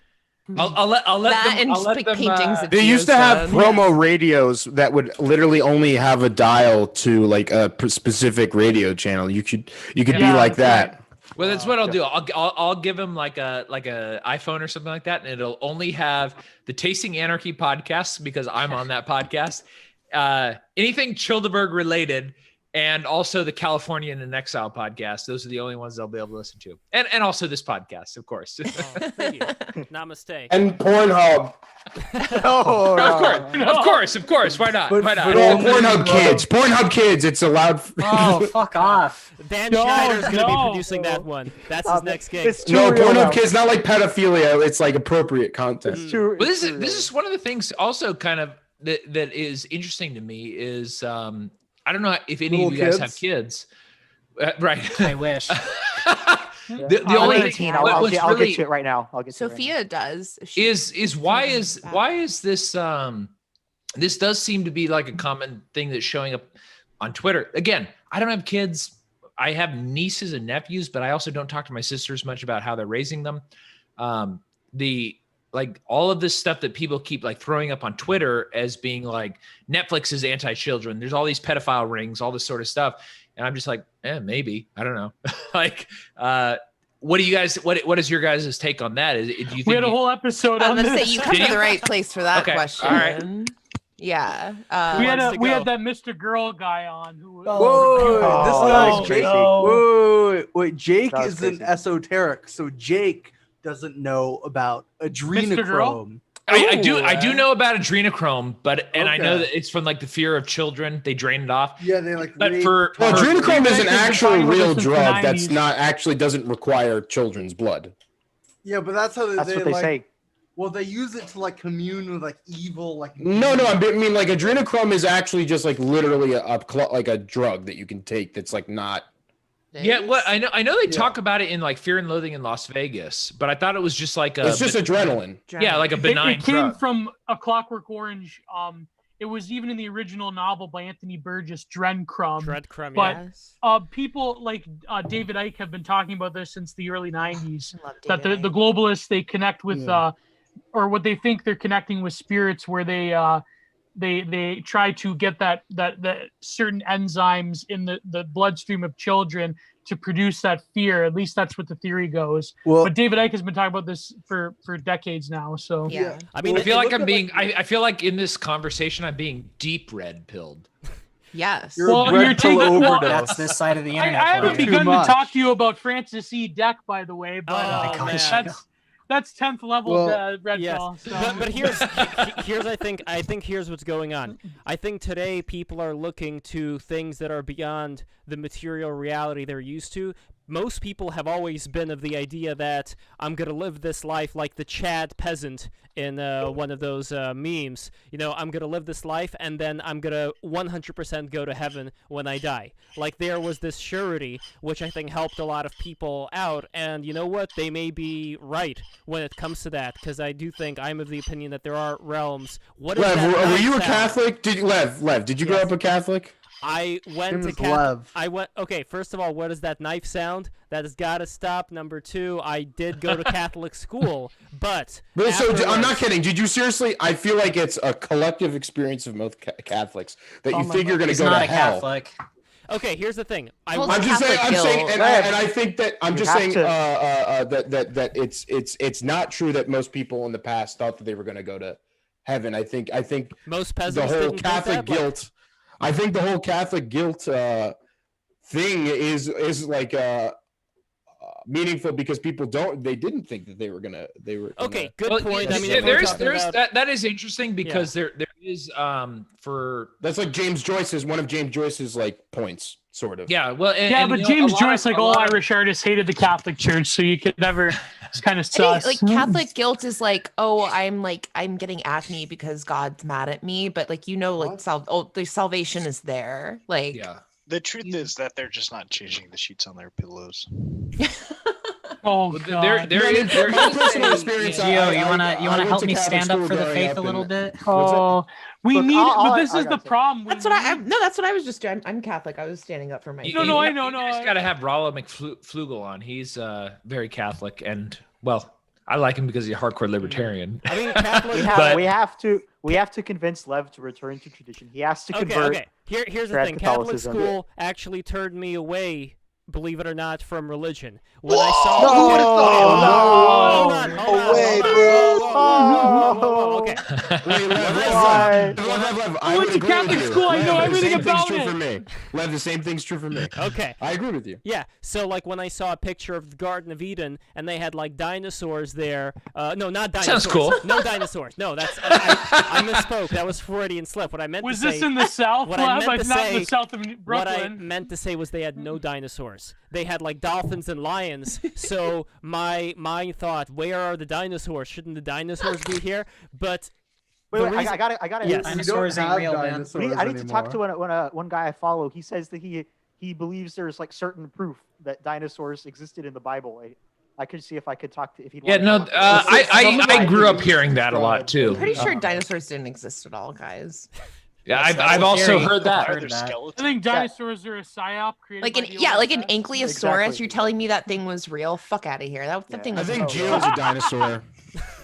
They're just okay, dragons. but the transformation, But Geo, that's not an insult. That was just a joke.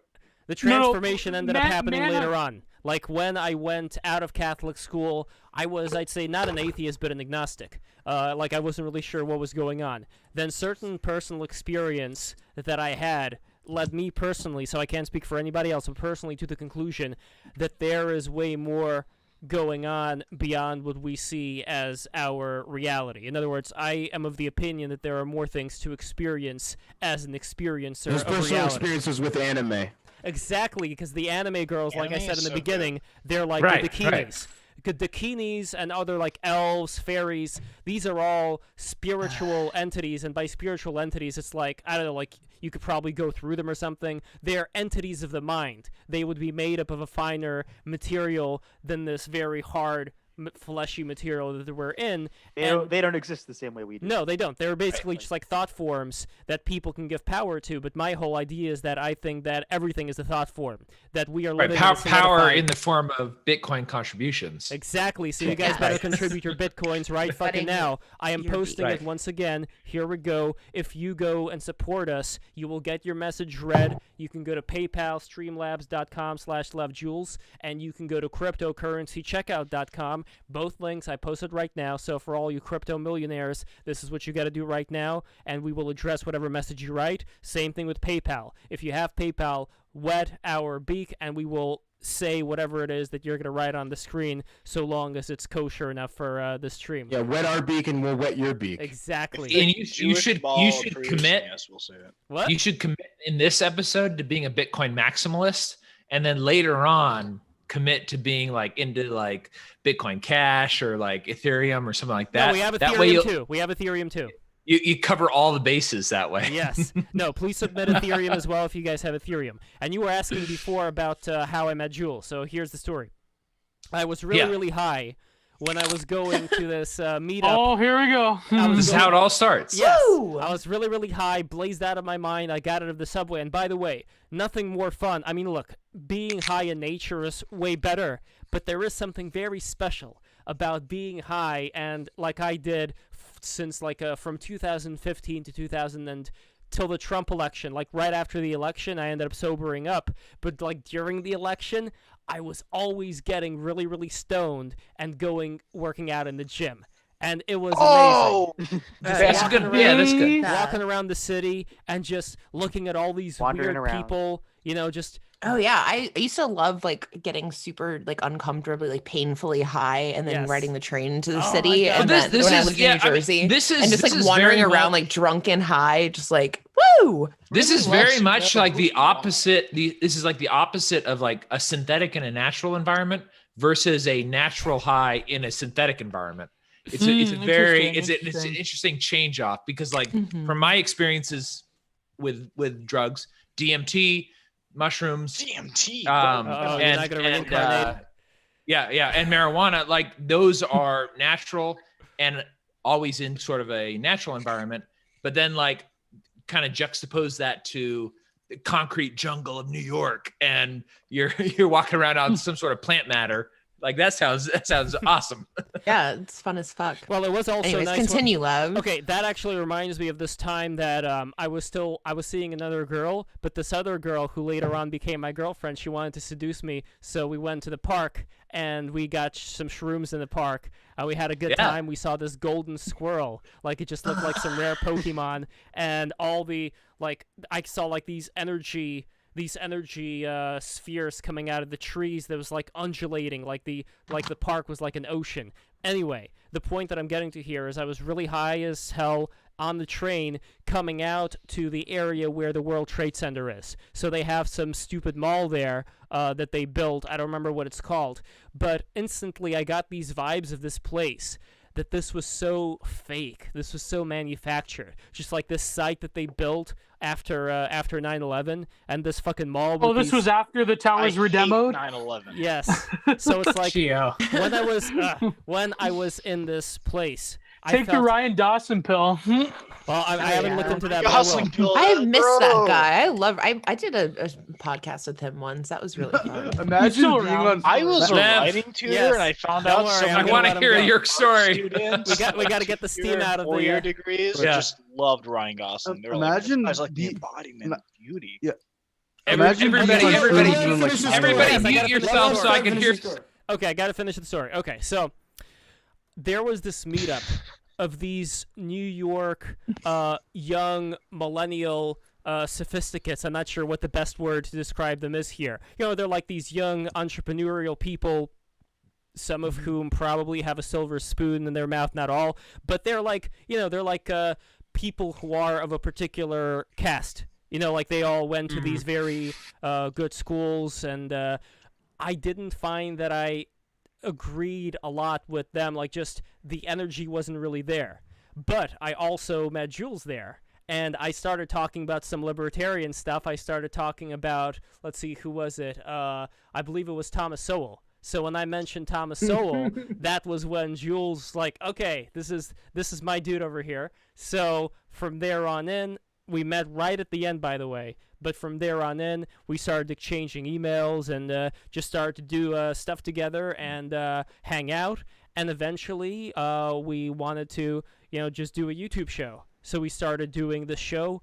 First, it was just having interviews with people. But then around May, since like all these years we weren't growing, but then around May, like I figured, like, fuck, we have this quarantine. Why don't we just do a live stream? Since everybody's quarantined. So from that moment on, we just started going from like 300 subscribers. Now we have, let's see actually how many we have right now. So I'm going to refresh.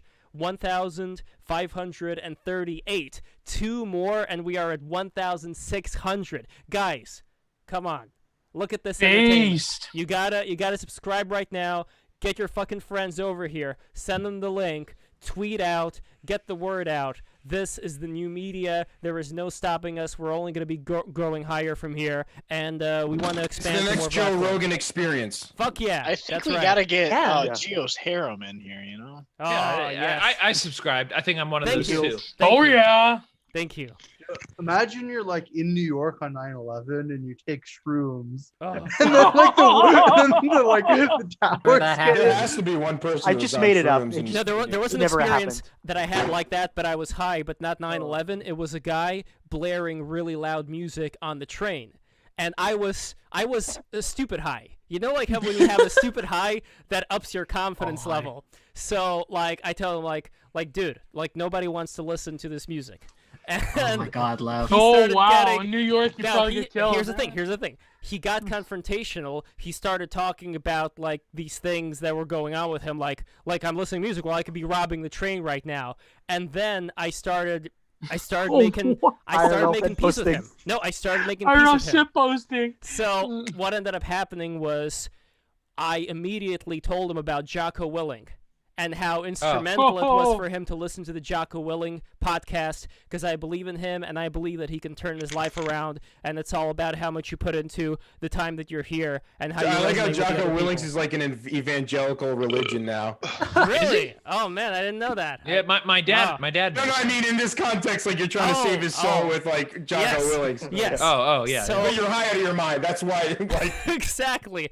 No, but I knew that was the right thing to say, because this is someone who's not in a good place. And my whole thing to him was like, dude, I understand you want to listen to your music, but I look at all these people around, like they're doing some other stuff, and they don't really want to listen to the same thing. I can imagine like Lev had the same like like host voice, like, well, you know about. But that's very all these interesting. people that are around, you know, it's like, it's How do you consider Jacko willing? I know, for example, I know there are these goon caves, but No, I was innocent back then. I didn't know about the are really goon a caves. projection of the human spirit. Wait, by the way, Jake, do you know about the goon caves? I don't. I don't. You guys, explain it to me. Explain it to me. That's an episode to break the rules. Everyone who doesn't know about We're gonna make a bingo card You for the are show. obsessed. Fill out every episode, and the free space is gonna be Goon Caves. Goon Cave. Goon Cave. Wait, Jake, I you wanna wanna It's know not know every Goon time Cave, Lev dude? mentions the Goon Caves. So this is like your initiation. Like Goon the first caves time are I like was the on this most podcast, I was iconic thing of asked, the "Do you know what a 2020s. goon Once cave you hear about is?" the goon And I caves, didn't. once you hear about the goon That's caves, like the you're an rite honorary of member. coming. That's the rite Okay. of passage to say when when Break the Rules, when we cross over to hundreds of thousands of subscribers, that will be the rite of passage. You have to know about the goon caves to come on. After the Goon Caves, I'll share with you guys my MTA experience. Sweet. Oh, jeez. Okay, so goon caves. Okay, they are rooms. It could be any room. Okay. But the idea, it could even be a virtual room. The idea explain is what that a you have gooning is monitors first. everywhere. You have as many monitors as you possibly can get, and they're all displaying pornography. And what the gooners do is that they goon. By goon, I mean they edge. I'm not gonna coom. I'm not gonna but, coom. yeah, but they masturbate. They don't They're come. edging just for keep hours edging. on end. Yes, and it Yeah. brings them into this situation called like being like gooned out. And when you It's are like gooning, DMT. when you're gooned out, you become one with your dick, and your dick takes over. And It's almost like Tantra in some stupid, crazy way. Yeah. So it's like techno, Kundalini. like yeah, but the techno- Kundalini like goes back to hypno. the dick. Like the Kundalini doesn't go up. Okay, interesting. Because But this is only for men. This is only for men. No, Women can do it. Are there too. Why female not, gooners? right? I think there are. Yeah, I'm sure there are somewhere. I think the female the elusive female orgasm is almost like gooning. I don't know. Elusive. All We need the women are cowboy in here to gooners. describe it in detail. Confirmed. Every single Gio. woman. Oh, Gio. We Not need the all women cowboy are in here to e-girls, describe but it in every detail. woman is a gooner. Oh my God, guys, check this I'm a out. gooner. Check this out. Okay, John Billman, who wrote the book The Cold Vanish, who was on Tim Dillon's Patreon episode, and this is a book about people who get abducted in national parks. Like, apparently, I didn't know about this. 411. There's like a whole thing about this. So John Billman says, "Please DM me Lev." So after I tagged him in the tweet. Maybe he wants to abduct you in a national park. Oh my God. He's the There's reason all why I these can't go grandma. hiking anymore. I'm Lev, I terrified have to go tell you fucking hiking. QAnon. It's Yo, the Jugs, gooning, come it's hiking all- with it's me. It'll be Oregon. fun. Q sent Okay. me. I'm down. Just cute, dude. Yeah, John is Just right. Gooning is plan. Oregon energy. Wilhelm Reich Yes. Oregon energy. That's I what don't they're know if Hero. It really is. Gooning It's is actually the Lindy. true If you don't anti-fascist. come, It's the true gooning is fascism. actually Lindy.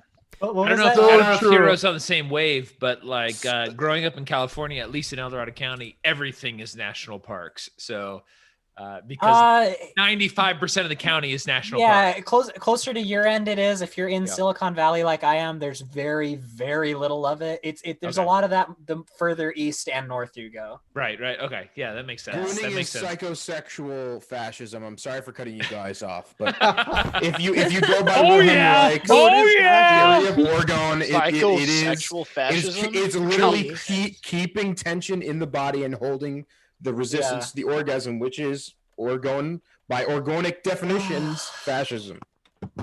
All right. That's right. And it's about it's about retention of that spiritual power through the orgasmic. Enough with the sexual degeneracy, please. It's not. Here's the thing. It's not about degeneracy. Zero. It's about generacy. Because when we think about the power of generation, going back to the whole spiritual psychobabble I was talking about earlier, I think everything in the entirety of physical existence and spiritual existence, just like anything that's generated, anything that's created, anything that's moving, that is sexual energy, that is Shakti. Sex is only for procreation. Egyptian cosmology. Like the pharaoh would go into the Nile and he would like goon into it. Gooners are the personification of Nietzsche's last man. Yes. And they are You gotta scream it again. They're fucking the ready to consumption kill. of pornography they inundate their consciousness, their psyches with pornography on an extreme level, to the point where they transcend the normal coon brain. Their dopamine receptors are totally fried like wireheads, if you know the concept of wireheading. Oh my god, 3D-testosterone.net. Oh my god. Yeah. Shout out to Fodcorp, friend of the show, good friend of mine. But anyways, the gooner is someone who is a particular modern pathology, because the gooner lacks the, I would say, quasi-mystical limit experience of people like Gregor Bataille talk about in his book on eroticism. The gooner is not the ancient decadent or the modern era bohem in the cities where they like Caligula living through debaucherous sex and consumption. Really, the gooner is this. Sounds like here. Yeah, this modern pathology. The gooner is me if I knew about not coming while watching porn if I was 13. Love, no. So what you guys are talking about, this is basically is the person who has been isolated by action because of their own choice that has made it so that they have no motivation to seek companionship with a woman. No, because it destroys I don't their know. capacity for it. See, the thing I'm not When, too. if you are gooning and a woman touches you, she explodes. Okay. The energy the escapes. reason is because they have this parasocial relationship to porn stars and e-girls as well. So Right. they really I hate to sound like a second waver, feminist, but they really they have a very destructive, very they don't view women as subjects as such, and they view it purely as a means of an objectification through pleasure seeking. And so the gooner, they love to give money to porn stars and things because they figure Not that they even would money, contribute bro. to. They're just after that fucking edge. Yeah, it's really crazy. This sounds very high time preference. Yeah, exactly. It is, yeah. They have the time to fucking come for 10 hours straight. Right. The time This they is their spend entire getting life. these monitors and watching porn, they could actually go out and you know what I mean? Well, like, this is the other idea. This about is- sexual this is- energy. Like sexual this energy is could super- be used for yeah. sex. It could be used for gooning, but it could also be used for art. It could be used for building your a bro. civilization. It's your bro. It's exactly. This is amazingly fascinating to me because you guys are describing a lot of the stuff that I would say my generation, which is only like 5 years removed. Well, Lev, you and I are probably roughly the same age. Yeah, I'm 31, turning 32 in October. 28. Yeah, so you and I are roughly the same age. Well, you guys are in your 30s. I'm turning 30 in Yeah, October as I'm a well, boomer. so- You can turn 30. Oh, That's yeah. okay. But I think it's John, you're turning 30? I am, yeah. TikTok. Okay. TikTok. Congrats. Thank you. Thank you. I know. Well, you know what I think this is so. Lev is losing his eggs. This is so. Where's the eggs? It's extremely fascinating to me because you guys are describing a lot of the problems that my groups of people would describe. But we would ascribe different motivations to those problems. So, which is interesting. Well, not necessarily different motivations, but we would describe the problem differently. So we would say that the main problem is not a solid money, which sounds very superficial or whatever. But like this, the fact of the matter is, I'm married to a woman who's significantly younger than me, but she's Ukrainian. And wait, how much Living the dream, how my much dude. younger is she than you? She's 7 years younger than I am. 7. Oh, not my bad. God. It's not bad. That's Well, enlightenment. getting into it. Number Congratulations, 7. man. You made it. You made it. He's yeah, grooming. He's grooming. Someone write an exposed threat on him. Oh, come on. You've got somebody closer to the Steppe royal family than any other person. Congrats. Yeah, It's thank true. you. It's very base, actually. Yeah. Jake, I wish to be like you when I'm older. Well, but Yes, you know what? me too. What's interesting about this is that we met online. B, You met online? Yes, one of Oh you. my God! Congratulations. Thank you. Successful. And B, it took her taking action, but it also took me taking action to kind of realize that, no offense to any American women, but it took me a realization that something is wrong with all of the women that I've been dating, and I'm not sure what I didn't, and consciously Hollywood. I think that might have been part of it, but social media. Hollywood comes first. I think it was a lot of that, and it took me to kind of go like, you know what? Maybe I shouldn't be looking for an American wife. Maybe I should be looking for a foreign wife who came to America. Does she have that dainty little Eastern European woman accent? She has a Ukrainian accent, but also she's in charge of me because. Sexy. Very trad. Very similar to Mediterranean women. Does she put a collar on you? Get her on the pod. Where is she? She should be. She's in the other room stretching, but she's getting ready for tonight. Damn, Jake, come on. You gotta step up your game. She did bring a poke bowl for. You guys know about that though? Yeah, like, I you know if a woman. Kegel stretches. Kegel. You said your wife brought you a poke bowl, and I thought you meant a Japanese girlfriend. You know. I was saying before, if a man gets touched by a woman while gooning, she disappears. But if she's stretching, you're gooning. You actually just instantaneously make a child. I didn't miss the goon combo. Woman touches me, period, she explodes. We on the goon combo now? Okay, hero. If a woman touches me, I explode. I goon. Well, sort of back to my original point. The point I was trying to make is that this is my message to men is that it takes effort, and it also takes. Yeah, it takes effort. It also takes an effort to maintain a relationship. I've been in few serious relationships. So I wouldn't know. I've never touched as good as a woman. now. I'm a Volcel. Well, here's the you should probably get a beautiful Ukrainian girl too, because here's the thing, Jake. I understand where you're coming from. When I looked around, Mimi came in and she had a pretty good voice. Hell yeah. Oh, wow. Race mixing Geo. Who would have thought? Belle. Okay. Well, I am Mediterranean after all. So when I was in a Japanese restaurant in Brooklyn, I looked around and I saw a lot of couples of like these younger guys who were like Silicon Valley types, and none of them had an American girlfriend. Like they all had, and I think that there may be something just like the level of egoism, because today, like, there is so much of like you are the greatest. Look at all of these likes you keep getting, American girls. That I think it does something to the ego, where it's very hard. I have a close friend of mine. I get a lot of likes. I have a close friend of mine. The dopamine addiction ruins women, and it starts when they're like young too. I have a close friend of mine who was dating this girl who talks shit. One at a time. Sean? I have a close friend of mine who started dating this girl, and she came and hung out with me and my friends. And we found out she had like a podcast, and we listened to her podcast, and she was like talking shit about like all of us on the podcast. And then like we like and like saying we're like these gay losers, and like then we went to, and it turned out she started subtweeting like their whole relationship and got like these like viral tweets. And it's just Is she like on Twitter? What's her ad? No, I can't say. Is it a big account? You have to. She's disrespecting I absolutely you. cannot. This is a really close friend of mine. But Okay, going back to something we were talking about earlier, the whole libertarian, why can't you just let people do what they want to do thing? I think it comes down to this. So when it comes to people who were lucky enough to have good parents who, gave them a lot of books and showed them a lot of attention and a lot of guidance, they're going to end up a certain way. They're going to be the people who, let's say, are going to be much more interested in other aspects of life.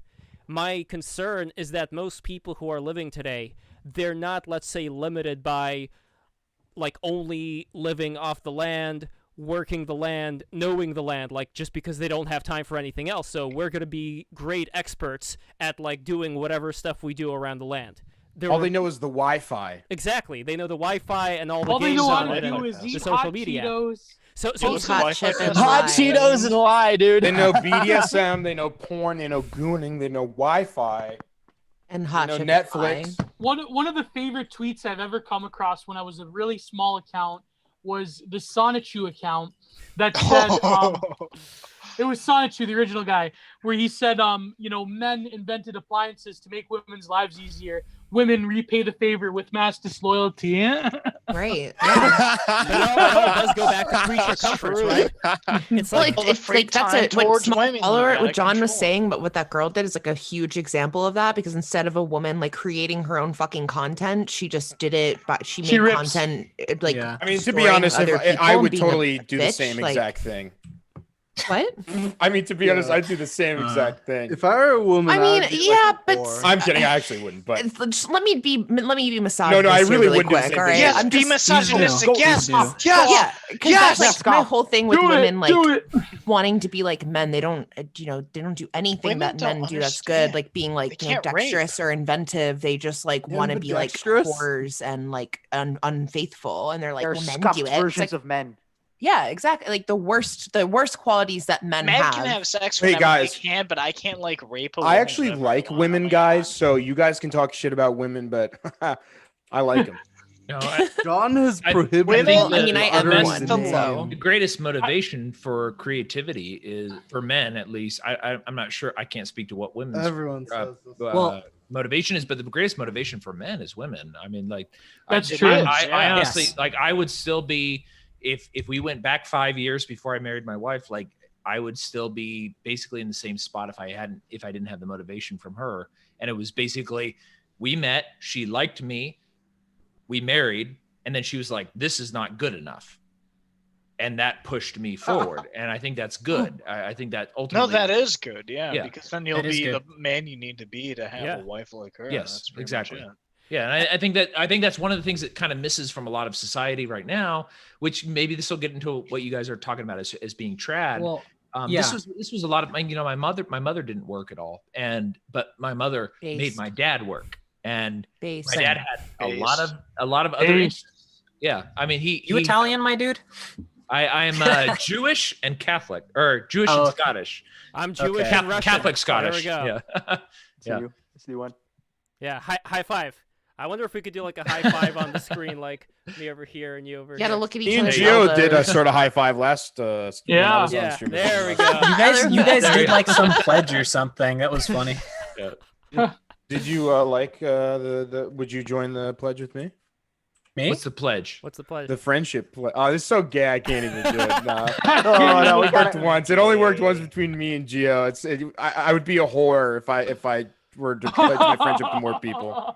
No. Are you saying we're not all No, but- friends here? Because I'm pretty No, sure we're we are. enemies. Oh, Yeah. No, I No don't want friends to. with Only the me and internet. Gio are friends here. No, I like everyone By the on way, the I don't stream want to right forget. now. These are all good people. Jake, what's your MTA story? I don't want to forget that. What happened? Oh, with you my and- MTA. Okay, so when I first met my wife, she lived in New York City, and I went up there a couple of times. So I actually one's not MTA, one is MTA.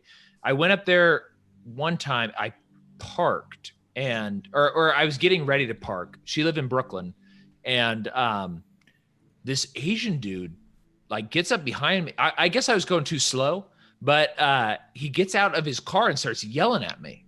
And I was in my car just looking for a parking space. Like I thought things were fine, but like he starts yelling, he banging on my window and stuff like that.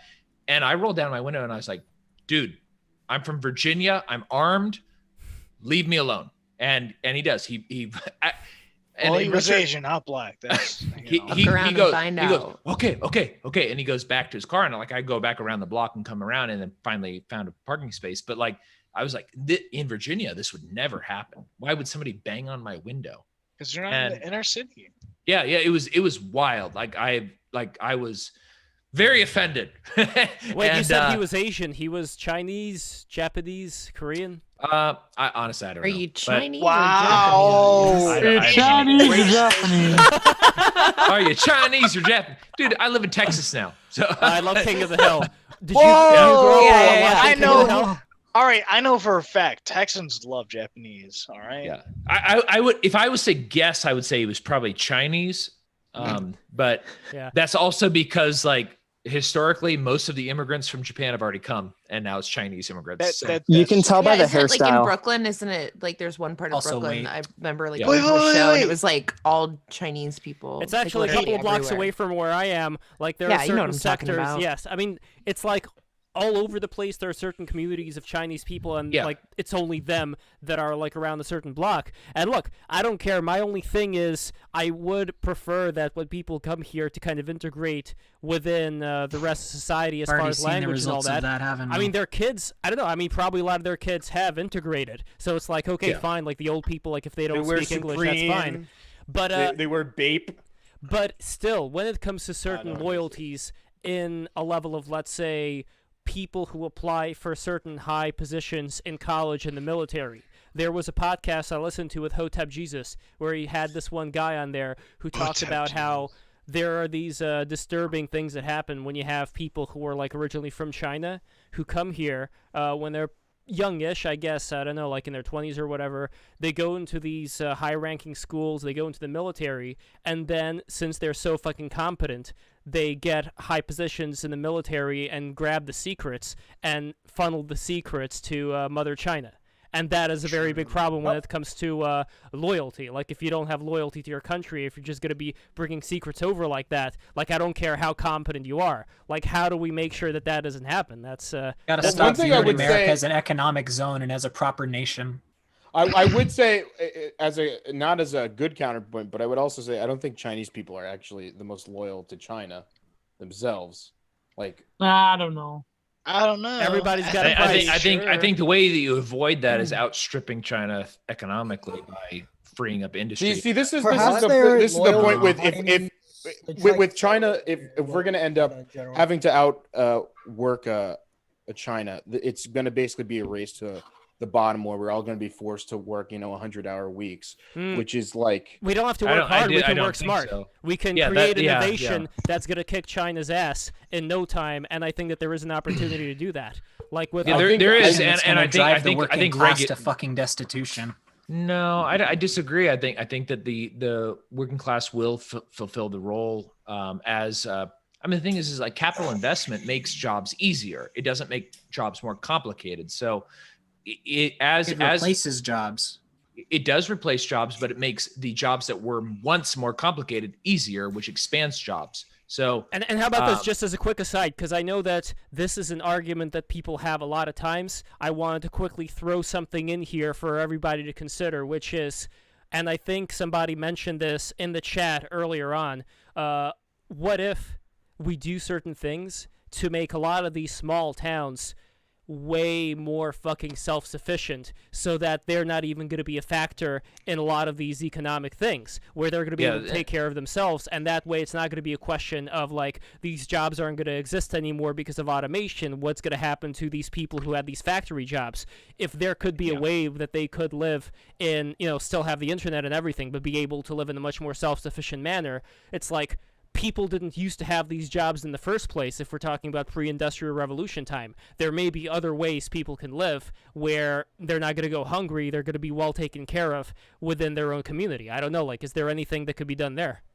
Yeah, Bitcoin, I think Bitcoin's going to be a big facilitator of localization, is because, so I'm a bicyclist. I bicycle a lot. And one of the kind of eye-opening experiences I had was bicycling from Southern Illinois to Springfield, Illinois. And as I went through town and town and town and town that was empty, and asking the few people that remained in those towns, why is your town empty? And they said, well, because this used to be a fluorite mine and it was exported to China. This used to be a manufacturing hub of, X product or whatever. It was exported to China. And the thing is all of those things are economically viable still in a currency that is non-inflationary. So if you look at all of the inputs from shipping an item to China to be filled with whatever it needs to be filled with and then shipped back to the United States, the inputs for that are huge. And with a non-inflationary currency, that's not an issue.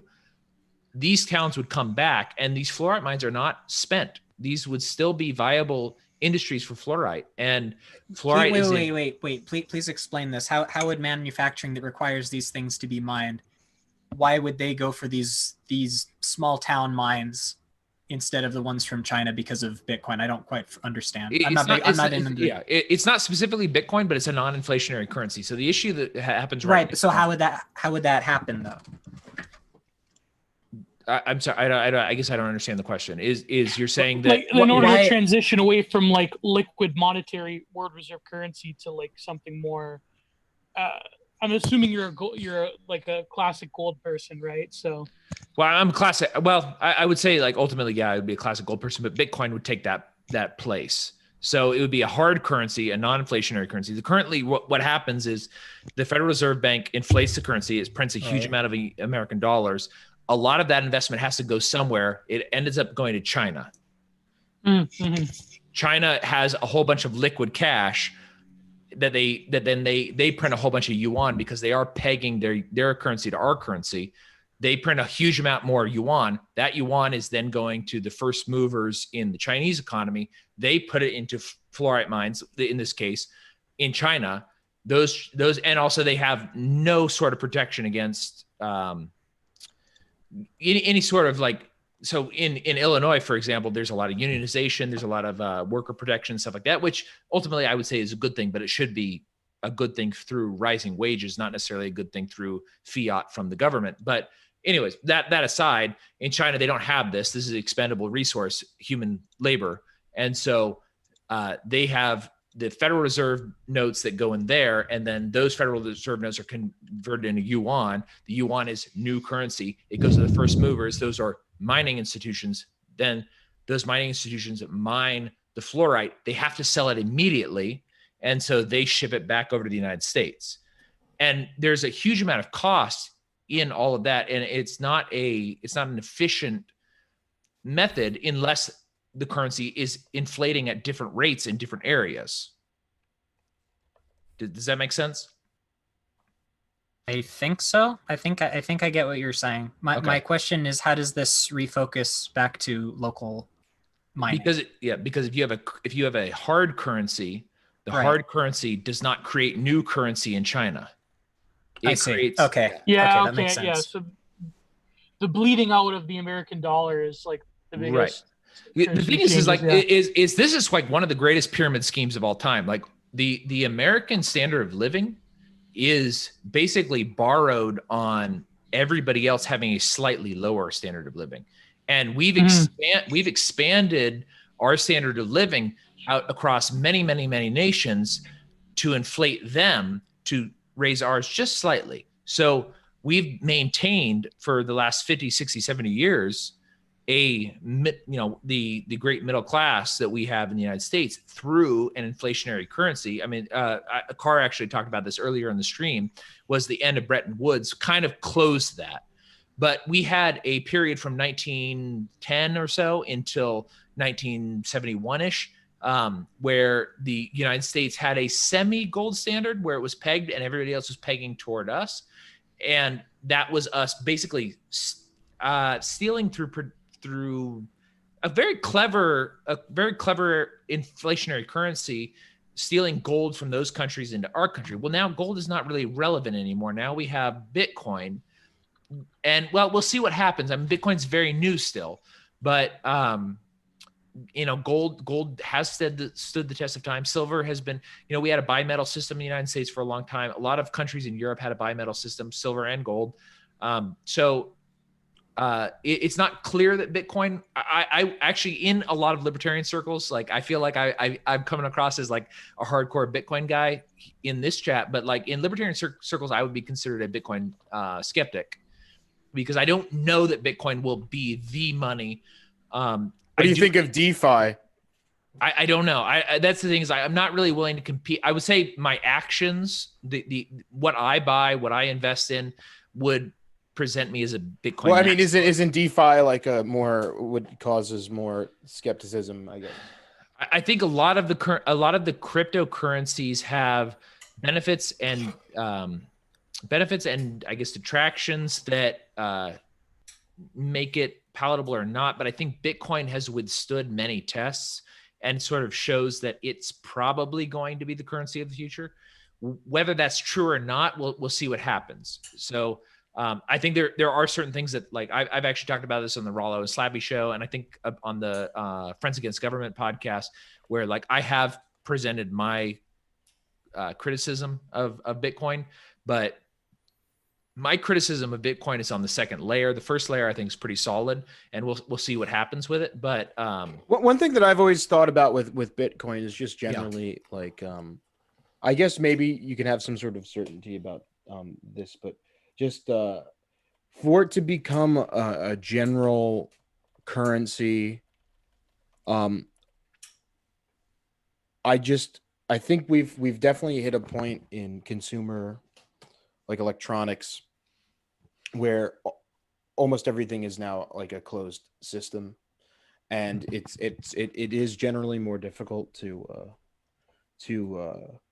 have like a device that isn't a closed system. Like desktops are selling at lesser and lesser percentages, and the reason that's important is that it becomes more and more likely that you could generally ban something like Bitcoin, or you could generally like it's somewhat reasonable to think if you know, unless like the desire to have some sort of currency is so mercurial, like people people want to take bribes and sell drugs, sure. and that's such a powerful desire that it outpaces the control or the need for control. But I mean, I always just wonder, like in 15 years, mm-hmm. when basically every single young person has basically grown up with an iPhone, and they literally don't even, the only applications that they can use are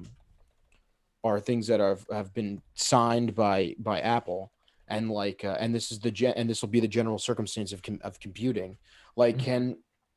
is the secure, like is the future of Bitcoin like secure, I guess is the best way to put it. Like, yeah, and that's a good, I mean, like last weekend I went to the Bitcoins and Guns conference, and it was about Bitcoin and 3D printed guns, and it is an interesting question, and that's why I would say I'm kind of a Bitcoin skeptic, is we'll see what happens. I mean, this is one of those things where I think that a lot of times, not to criticize, my fellow libertarians or anarchists or whatever, I think sometimes a solution presents itself that sounds really good and on its face looks really good, but the future's uncertain, and it's difficult to tell what people are going to do in response to something like Bitcoin. So historically, governments have shown that they are able to take over hard money, whether it be silver or gold or something else. And I think that I am against the Fed, but I don't think the Fed is stupid. It's not like they're ignoring that Bitcoin exists. And so I think that like the Fed, the IMF, the ECB, these organizations, they know it's there, and I think they already have plans to try to co-opt it. The co-opting of Bitcoin is going to be a lot more difficult because it is an open ledger. But on the second layer, right now, Lightning Network seems to be what's going to be taking off on Bitcoin. But if the United States federal government or the ECB or the IMF or something like that decides to put out their own secondary layer and put in some sort of mandate enforced by guns, although that's what 3D printing guns kind of comes into as well, is that they're going to enforce something that most normies, the general population is just going to be like, all right, whatever, this is easier, it's Visa or it's MasterCard or whatever, and they're now transacting on the second layer of Bitcoin. And then Bitcoin becomes gold, and people perceive the fiat currency that they're printing as backed by Bitcoin, which has perceived value, the same way as for up until 1971, from 1910-ish till 1971, I think 1913 or 1914, whenever the actual year was, but until 1971, everybody perceived the dollar as being backed by gold. Well, we have a new advent where the IMF comes with a world dollar, or the ECB comes out with a new euro dollar, a new euro, or the United States government comes out with a new dollar that's backed by Bitcoin, and people go, oh my God, Bitcoin has, this would come after some sort of huge inflation or not inflation, but monetization of Bitcoin, where one Bitcoin's worth hundreds of thousands of dollars. And the federal government goes, okay, now we're going to go ahead and institute this new layer, and this new layer is going to make it easier for you, because there is a cap on transactions on the base layer of Bitcoin. So they come out with this new layer and they just say, if you don't transact on this layer, we'll kill you. Like that's a or yeah, you'll get in trouble with the IRS. Yeah, exactly. That's something that I think that the government, and it's not that I don't think that Bitcoin people have thought about that. I think they have, and I think they have a lot of good solutions for that. But I think maybe there's a misestimation of like the cowardice of people, and I'm definitely one of these people. If the IRS I worked in payroll for 9 years. I know what the IRS does. I'm not going to like I have a family. Like, I'm not going to be like, oh yeah, you know what? I transact on Bitcoin. I'm not going to do what the IRS says or whatever. It's like, yeah, I've got a wife. I've got 2 dogs. Like, I don't. I'm sure that there would be different. There'd be different options, I guess, for people getting out of. Yeah. And right now, Lightning is really good. I think that the main thing, and to play the other side of this, is the main thing that Bitcoin has going for it is acceleration. Is that the people involved in this are smart, and I think they're not that smart. You don't think so? Okay. I mean, well, I think there's a lot of people at the top of like involved with things in terms of like cryptocurrency and in terms of like actually working on individual coins are very smart. I think people working on Ethereum and Link, I mean, these people might even be some of the smartest people that are around. But I think the general users of cryptocurrencies are not very smart people. I mean, well, that's true, and that's not that's not super relevant. In fact, that's good. That's good for Bitcoin. But the people who are working on the code, who are working that's what I agree with that. Yeah. They're very smart, and in general, they are crypto anarchists. They may have totally different goals. I mean, there's a lot of crypto anarchists out in Oakland. There's a commune, and their interest in Bitcoin is communism. Like, they think that Bitcoin they can set up on the second layer. They can set up a communist system. And that's great. Like, if they want to do that, that's awesome. Isn't that what Konpat was talking about, what Karl Marx's original intent was? That he was saying that Karl Marx was actually an ANCAP? No. Maybe. I don't know. No, because he did believe in capitalism as being a tool to one day have this communist society. He didn't see one without the other. Like, that's true. Yeah, I don't know if that's true. The not to be like super autistic, and I apologize. But go for it. I believe the claim of the progression of like through different economies actually is usually misattributed to Marx, and it's really something that's from Saint Simon and Auguste Comte. Mm-hmm. Interesting. I don't think it's actually part of Marx's thought. Engels might have said something about it, but Marx was obviously like influenced by like Adam Smith. I'll be right back, guys. And tell us your MTA story when you're back, and then we're gonna wrap it up. Okay. Give me just a second. Sounds good. You got to come up with a theme song for does Breaking the Rules have a theme song? It does. Yes, Bane made a theme song for us. I still have to figure out when to play it. Yeah, shout out to Bane. The only thing with that is we have to start expanding. I don't trust YouTube. One day it could be gone just like that. I mean, our channel. So I want to make sure that we can expand to other platforms just in case. So Bitwave, that's an interesting one. I want to find a way to stream to Bitwave simultaneously. Lev, you said you're cutting clips from BTR now? Yes, all the time.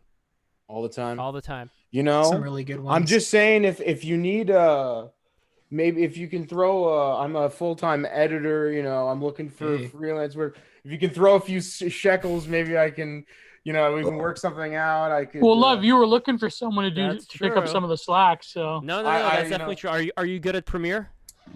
Oh yeah, I mean, I've yeah. Okay, well, I mean, you know what? I think this may be something I edit for Frank Castle and Sam Hyde, so I'm good at Premiere. No, hell yeah. I mean, oh yeah. I am 100% for that. I just have to figure out with my own situation financially what exactly we could do at this point. Because if we're talking libertarianly,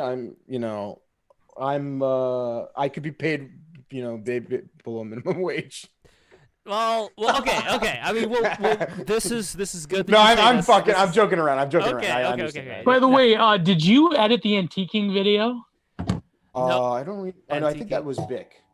I haven't seen. Oh, because he had this like long rant that you had to pause to get it, to like actually read it. That was like next level Usually, shit. oh, Like, is this a Frank video or a Sam? This is Sam. This is a Sammy video. I think usually those. I actually wrote some of those in like last year for some of like the interstitials. I did a lot of the writing on those. Like there's a one with the hands motif, and I wrote most of that. But no, I think usually Sam. If there's long rant type of things, it's usually Sam that writes them.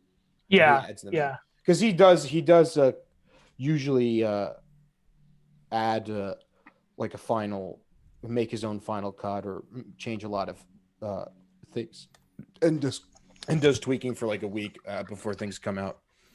By the way, like I remember he was talking about he hated like editing the one he did with Ham Fatter. What was it called? Future Tech or whatever. That was like one of my favorite original MDE episodes, but he fucking hated it because it took him like months to edit this monstrosity. Yeah, all those really early with Will Sasso. Yeah. He I love Will Sasso's calves, by the way. If you ever saw his calves, he has amazing calves. I have big calves. Nice. I have monstrous calves. By the way, Jake, before your MTA story, do you recognize this bear that I posted? Let me look at it. Hold on. So this is yes. So this is from. Okay. Do you know where this is from? I don't know where it's from, but I do recognize it. It's from 4chan's Biz. So 4chan's Biz has their own meme characters, and one of these is this bear who gets very happy whenever the market is going down. So I'm heavily invested in the stock market as well. So I empathize with this as well. Yeah, there's another one where he's fighting with the bull. But anyway, your MTA story, and guys, don't forget to subscribe. I think we need, let's see, do we need one more until it's 1,600? How's it looking? I'm refreshing. Yes, we need one more until it's 1,600. Why are we fucking around? One more subscriber. That's all we need to get it to 1,600. And by the way, you need one more subscriber to get to 1,800 followers on Twitter. No way. Oh my God. Okay. Levpo at Twitter. LEVPO. You could see it right over here. See that? LEVPO. Go to my Twitter. Follow me on Twitter right now. I never promote my Twitter, so I'm going to do it right now. Go to Levpo on Twitter.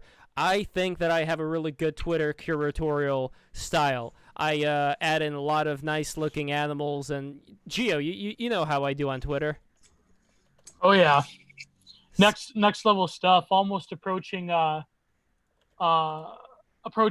words Twitter. So, well, I can only hope. We gotta get him on the show. Yeah. We gotta get him on. I'll send the message. I've known him for a while. Let's see. Oh, nice.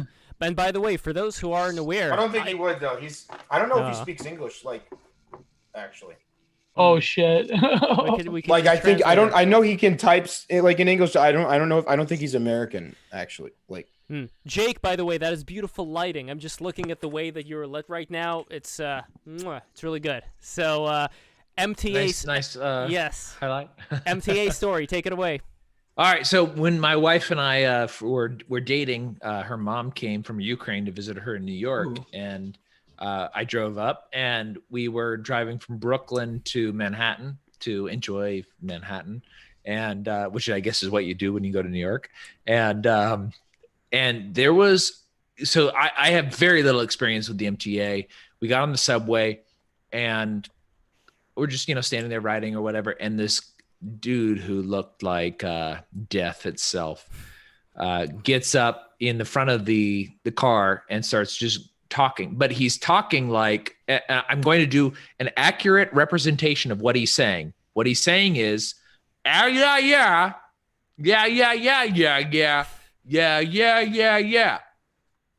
No idea what that means, but that is exactly what he was saying. And I turned to my now wife, Victoria, and was like, what is this? And she's like, just ignore him. He's homeless or something. And so I was like, all right, whatever. But he sees, I think he identified me as being like an out of towner or something. And he beelines for me, and he gets a fist, puts it right in my face, and starts going like, Yeah. I had no idea what he was saying, and I was like, all right, cool story, bro. Like, back up a little bit. Bro, you're from California. How are you not used to this? Well, you said Sacramento area, so I guess that makes sense. Well, I'm from El Dorado County, which is up in the hills. So yeah, okay, fair enough. Yeah. So, and like I was like, I don't know. I was just like, cool, just back off or whatever. Then he starts doing it to my current wife, my girlfriend at the time. And I was like, and I stepped in between. And I was like, bro, you're about to get floored. But he knew, I think he understood what was going on. As soon as the next stop happened, it stops, he leaves immediately. And he said, did you drop your dogs, bro? But it was like, it was a weird, dogs, bro. I have never in my life been that close to somebody I don't know. Like, he was so in my face. And I remember kind of like going to my wife and being like, we're never living in New York. and that was when? Move. That wasn't recently. When was that? No, that was 2000. So we got married in 2015. So no, 2016. We were married in February 2016. So no, because Trump. It was the year before Trump was elected. So yeah, February 2015. So so it was the year before Trump was elected. So this was probably 2014. Okay, I didn't late get high 2014 during that time. Maybe I got a little high. Yeah, but yeah, that was. It was. New York was still Disneyland at that time, though. So imagine what it's like now. Yeah, if you were to yeah, go. exactly. Oh yeah. Yeah, New York is probably like I want to live in New York now that it's like kind of crazier because like a lot of my family lives in New York and I'm used to it being like very Disney World, and my father, almost all my family grew up in New York City or Brooklyn or the Bronx, and so they're like, oh, you should have seen it in the 70s, and I'm like, oh, now it's like, is it becoming like 70s New York? I want to see 70s New York. I live in a crazy well, it's a very interesting thing to me, and I don't know how true this is, but like people, like I don't know. Do you guys know Dave Smith? The comedian? Of course, I met him a couple of times at Skankfest. Oh, great, Skankfest and Soho Forum. I know he's very involved in that, and he says like droves of people are leaving New York. Like it's like 500,000 people, according to him, have left. Now, whether that's permanent or not, I'm not sure, but like this is. But I think this might be a good thing. I think maybe New York has, as much of a cultural institution it is, and as amazing it is as far as like what it is, I think maybe it's overstayed its welcome a little bit. And I think at this point, because of like the digital age, people don't have to live that close to each other. And I think that the realization of people not having to live that close, is causing a lot of conflict. I could also imagine that it would be now more like a real life Frank Hassel episode where you don't even have to be at the level of Frank to get those kind of experiences from the crazier people who are now like they even had people on the Upper West Side, like de Blasio shipped over all the homeless people from the homeless shelter to the Upper West Side where all these wealthy people are, and all of a sudden they find all these homeless people like pissing in the street and harassing them. And that was like, that's probably going to be a big ass wake up call to people who allowed for this kind of thing to happen in the first place. Like people have become very lazy when it comes to civics, and I think all the you should see SF, dude. Homeless culture is amazing. Bro, and in the Bay Area, even when I lived out in California, the Bay Area had this problem years and years ago, and I think it still has that problem. Yeah, I think it's worse. It's not just that exactly. It's gotten in like way worse. Way worse. Wait, Imudo, what were you saying? Just homeless culture is really interesting because this influx of homeless people into these wealthier areas, it's almost human as an animal meeting human as a cosmopolitan. Right. That's right. It's huge conflict. It's very interesting. People up to seeing that there's still human beings out there very locally that are acting as if an animal in nature almost, and they have their own languages too. Yeah. It really makes me wonder if, there are some people out there born, raised up on homeless language and don't really know English well. It's entirely possible. Wow. Yeah, there is people who have still have hobo speak, but Can we get him on it the is stream? it's almost like bare life confronting bourgeois decadence. Yeah, I really want to get. I mean, I don't know, like if this is a moral conflict or something, but it would be interesting. Like, I'm generally speaking, like it would be interesting to have someone who is from the homeless community to come on the stream. I would love that. You should talk to Wednesday the Libertarian Lemur on Twitter if you can reach out to him. I think that either he was or his brother was homeless for a time period and has a very interesting perspective on that. So he and I are friends here. He lives in Dallas. Or in the Dallas area. I don't know if he lived in Dallas proper, but because Carr called me out because I don't actually live in Dallas. I live in Arlington. But yeah, Wednesday the Libertarian Lemur, he's got a pretty interesting perspective. I don't know how much he'd be willing to talk. He's a little bit shy, but great guy. The Santa Fe Joker. Or is it Santa Fe, or do you know what I'm talking about? Actually, I've got. I know who that is. I also know another guy. That guy is. He's not homeless, but like all of his friends are homeless. I'm not kidding. Yeah. And he fucking blocked me. I forgot over what, but there were some weird. Is it Santa Fe or is it something else? Sacramento. Is it Sacramento? I can't remember what it's California. I'm remembering Santa Fe. That's in my memory. Do you guys remember Kai, the homeless hitchhiker? Oh yeah. So what is this? A long time ago, I drew a picture of him. So this is the picture that I drew of Kai back in the day after the whole thing. Oh, happened. that guy. What happened with to the him? hatchet. Okay, so this is really trippy what happened to him. So he was with this older dude who was this lawyer who let him stay at his place, but then Kai said that he was starting to make sexual moves on him and that he started to assault him. Sexually speaking, and that's when Kai fought back. Oh, yeah. And listening to his story, I kind of believe him. Like, I even talked with Kai on the phone one time after I did this. Like, we were talking about, like, maybe doing some merchandise or whatever. I don't know. I was young and entrepreneurial back then, so I thought, maybe Kai and I could do something together. But anyway, it ended up happening that Kai was arrested for murdering this lawyer. But Kai's whole thing was that this lawyer was going up on him. He was being a predator to him, and it's like he was acting in self-defense. He went sicko mode. What's sicko mode? Well, you know. Is that a it's the Santa Cruz Joker. I'm sorry. Yeah, him. You know, it's funny because Santa Cruz. Oh boy. But a lot of these hipsters in California, they too have their buying their way to homeless experience cruise punk stuff in the form of a tiny home. The tiny home movement is basically homeless colonization. So, in a lot of ways, that's dude, very look the tiny house thing. Honestly, it's too.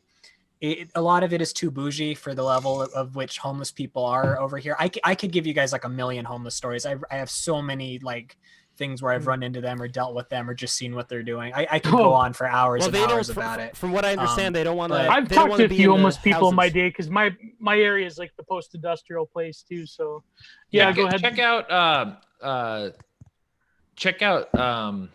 Dang it! Now I've forgotten his name. Gent the Penguin on Twitter. I think he was homeless for a little while. Gent the Penguin. And he was actually a guest on What's Happening Now, which you were talking about the half rooftop Koreans. That's Shane and Nico who have What's Happening Now. They're nice, they had him on, and you think they'd be interested in coming on the BTR stream for a special?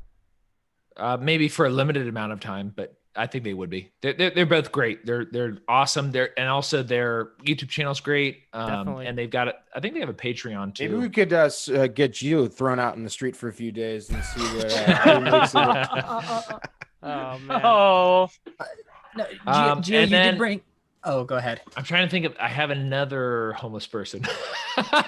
This is Seth. He's not on Twitter anymore, but you might be able to look him up. But it's Seth Vagabond Cadman. He was a friend of mine growing up in high school, and he just decided that he wanted to be homeless, and he has been homeless ever since. So he shows up randomly on Twitter and on Facebook, And that's just the lifestyle he's chosen. And I've got a lot That's of like, great.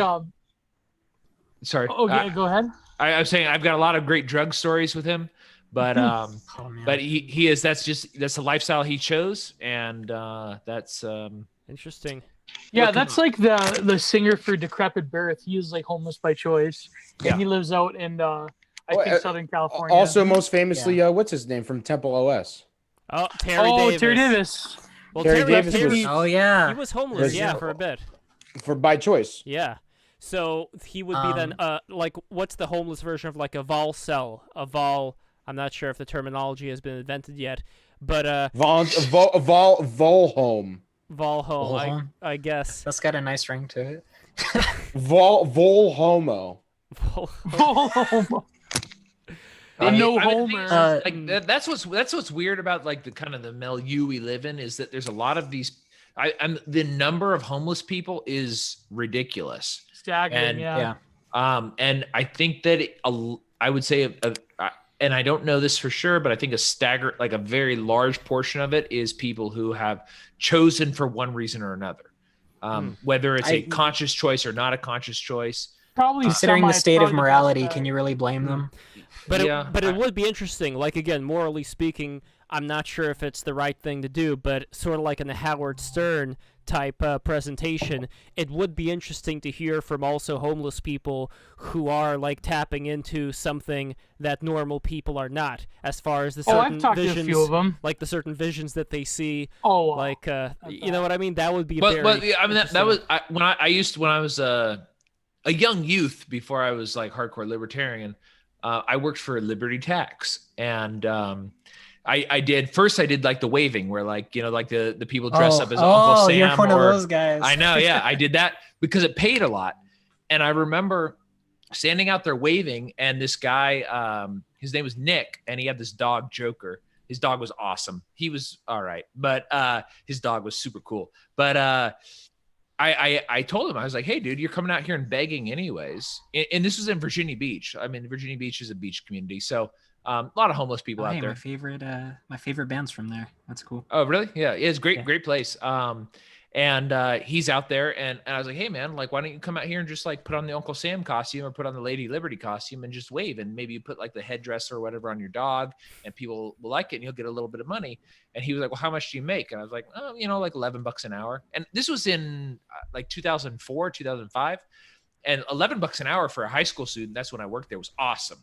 It was great. And he was like, I make $50 an hour begging. Like, why would I do that? And I was like, you don't want to like, I was like, no, I mean, that makes sense, but like, you don't want to like work. And he's like, no, all I want is enough money for my dog and enough money for liquor. And that's it. And I was like, wow. I don't have a lot of respect for the beggars, to be honest. I don't either, but if that's what he wanted, that's what he was getting. It is gypsy shit. But that's what he wanted, and that's what he was getting, and I understand. Yeah. Like, don't they also have like beggars unions? I know that there was that film M directed by Fritz Lang. So this was like back like Germany in the 20s, and they did have a beggars association where they were using, like, for those who haven't seen the film, it's been how many years now, but they had this beggars association that they used to find the killer of those little girls, because the beggars, like, they knew the streets really well, and they were able to act like a, you know, like a form of very quick communication back and forth to patrol the streets. Yeah, the homeless used to be more. They used to have a sense of solidarity. Like, it was the veterans. A lot of veterans were homeless. Yeah. Especially after the Great War. Yeah. I talked Vietnam to, War too. Yeah, and the Vietnam War. I talked to a lot of homeless people around in this area. Like, I remember I wanted to write something about it. This one guy I met while I was taking photos for this recent painting I did, where he was saying about how in Canada, it's funny how the social services are actually more shittier than in America, because he was in America, but then he had like a good job. Like, he was a head chef in a restaurant in Manhattan and everything, but then he got involved with gangs and cartelling drugs and stuff. So then they deported him back to Canada. And he said, the funny thing is, a lot of homeless people, they don't want to like homeless shelters are kind of like not a no bueno, because they don't want to like have like live around people and be stolen from and stuff like that. And like maybe a good option, as much as I like riff on them, you know, maybe a good option would be to have some sort of like tiny home program or something like that. Well, because and a lot of these organizations that purport to help them have like no oversight and actually actively steal like government money from homeless people. So, you know, this is what he was telling me anyways. You would have to really reorganize how they do the tiny home things, because it's entirely co-opted by crazy hipsters from really like impacted areas. And they just, the price for tiny homes just goes up and up, which is ridiculous. It's just so unfeasible for any like actual homeless person. It's really, really sad. Here in Texas, we have something similar going on. There's a tiny home community. Well, actually, I would say this is maybe a bright side of it. Down in Austin, there's a tiny home community coming up where they do kind of pull people off the street, but it is a covenant community. It's their whole point or whatever is that one of the leading causes of homelessness is choice. The secondary leading cause is catastrophic family loss or community loss. And so what they're trying to do with the tiny home community outside of Austin is form a new community where when you come in, you agree to X things. And if you do not adhere to X things, you're kicked out. And that does seem to be working quite a bit. And actually, I think I don't listen to his podcast very regularly, but he's, you know, the Podfather. It's Adam Curry. No Agenda, I think is his podcast. No Agenda, is that right? Yeah, it is No Agenda. I used to listen to that a lot. Yeah. He's actually involved in this. It's one of the things he does. He lives down there in Austin, and it's kind of one of those things where like I was really interested in the tiny home community down in Virginia Beach, but they had basically outlawed all of it. And then I was going to move down to North Carolina for the tiny home stuff, and then I realized that like I mean, you guys can't really tell on the video. I'm 6'5", and tiny homes they're not really. Yeah, they're not really designed for me. I went and visited a couple of them. I was like, yeah, this is awesome. I'm going to be a tiny home guy. And I got in it, and I was like, and also I was 70 pounds heavier back then too. So I was 6'5", 70 pounds heavier, and it was just like, I don't fit. You can't do it. You're more of a, you're at least a medium home guy. Right, exactly. Yeah. Or they should have like tiny towers. Like they should have like needle type homes. So you know like minarets. Or there's I had a family member who has like well, it's not a tiny home. He's like a very rich engineer, but he had like a mini skyscraper type house, like not like it was like you know, each was like 400 feet or like 600 feet, but it was like 4 floors. It was like a very weird house in like I think Kansas City, but those do kind of exist. So maybe for Jake we can it'll be like a closet tower pod house. Well, and you know, I'm still very interested in this. Is like one of my goals, and my wife and me have been working on this a long time, is to make basically a covenant community where it's like-minded people, or people who are actually not necessarily like-minded people who can get along, and where there's some like a Benedict option type stuff. Yeah, kind of like that, where it's like, hey, look, agree to this shit, and then come here and it be a little bit peaceful. Like it's hard, it's difficult in the world we live in right now. Could this also happen with the people who are, let's say, very, very left-leaning and are now fleeing the messes they created in these cities and going into other places? And they're colonizing red states. And this is the thing, is it could work for them. And there's actually a couple of communities like this. And one of the things that we're basing this off of is there's a Quaker community in North Carolina where they have started a company that bought the land, and they give lifetime leases on the land, and the lifetime lease is transferable to your descendants. But there is basically an agreement when you take the lease over, and the agreement is X number of rules and nothing else. That's the deal. And if you want to change it, you have to get 100% of the community to agree to change it. And that's awesome. And it is. And that would be a way to set this kind of thing up. I And actually know a Quaker craftsman from one of those communities like that. Yeah. I don't know him too well. He's just kind of like a friend of a friend of a friend. Yeah, well, and we call ourselves the Friends, so that's really accurate. But yeah, so that's kind of the idea, is that you get this, you basically get it to where people can agree to live together. I think one of the things that's a big problem right now in American society is that people are forced together. It's a winner take all situation every single time there's an election, and nobody agrees to anything up front. And so if you're moving into an area, you agree to it up front. It kind of mitigates a lot of that conflict, because people go, look, hey, you know what? I've got a polka dot house or whatever. Yeah. And that's not part of the, for lack of a better way of putting it, the HOA. And some guys like, well, we should make a law. And it's like the people look at the thing and they go, no, the agreement is this and nothing else. And the polka dot house is not in it. Sorry. And I think that mitigates conflict. Whereas, yeah, I mean, maybe other people may not agree with that, but that's something we're kind of working out. It's something that my wife and I want to do is try to live near people who have at least the predilection that we're going to live in peace, and that we're not going to try to enforce some sort of hierarchical law down on you. Is that we've come here, we've agreed to live in peace. Let's try to work out our differences. Speaking of peace, I think more houses in the suburbs should have minarets. Because if you have hear me out. If you have a minaret, you can go on top when the sun is setting, and you can do meditation with the setting sun, and it helps your body out in terms of the development of melatonin. And it's also it's also a very spiritual thing. So you don't need to be Muslim to have a minaret. That's what I'm saying. We should just. I believe in being completely protected from the sun. Completely like messianic, just like caved in, no sun, keep yourself pasty. That's what I believe in. I'm pretty. I like being like very that pale. person. Yeah, and I tan very person. easily because I'm half Sicilian. So I actually don't live. I spend a huge amount of time outside. We did. I literally hike like every single day. So. We just invested in, and by invested in I mean like $40 on Amazon. We just put in blackout curtains in our bedroom. Oh, I have Those one are right over great. here. Look at this blackout. I used curtain. to There you just See the other put side like of a it as well? crackhead. I used to just put foil on my windows. Yeah. I did too. Same effect. That's grow up windows in Canada. Yeah. That's Oh, that's awesome. that's like an essential for gooners.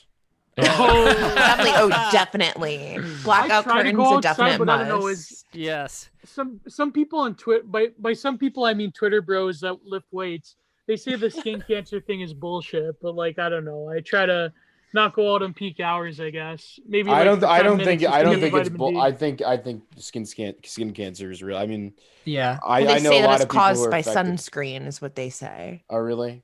That's Well, that's what like the right wing lifter bros. That's what they I say. drink You remember that Well, purple? they- You remember that purple I drink sunscreen some. they used to have for kids that they would put Oh, on the kids God. and they'd be Colors? purple? Yeah. That was Yep. like it looked what it actually was, because that's toxic shit. And they were putting toxic shit Absolutely. on the kids. We all Yeah. put it They all were over feeding. ourselves. They were feeding us toxic shit like nobody knew any better. So now I think this is a good moment where we're learning and figuring all this shit out. Yeah, I mean, I don't care. I very heavily tattooed, and I care about them, so I sunscreen the fuck up. Are you actually tattooed? Disavowed. Yeah. Well, Well, I feel you, Jugs, because I do the same thing. Like my Gio, you ever thought of doing all my tattoos? I sunscreen up. When I was you gotta younger, protect when I them. was like Yeah, they'll 15 fade years otherwise. old. That would be. Would you actually not do tattoos out of a moral? That and I just think they wouldn't look good when I'm older. I don't know. The way You know- that No, I modern mean you tattooing personally is becoming now, a tattoo artist. That's what I'm saying. Heavily You discouraged. me know what I'm from saying? it. You tattooing someone else. Oh, I was gonna say, Oh, no, I Gio, don't have yeah. the skill for that. No, you I do. think All you you could need, learn Gio, it. You all do. you need to do is know how to trace. I trust me. Yeah, you get that's- so much that's pussy too. If you just became a tattooer, you should do it. That's why. Yeah. That's why there's so Gio, many you should women become a tattooers tattoo now. artist. Come on. Yeah. Because like You it's won't be hard poor for, anymore, and you can have me sleep in your guest bedroom.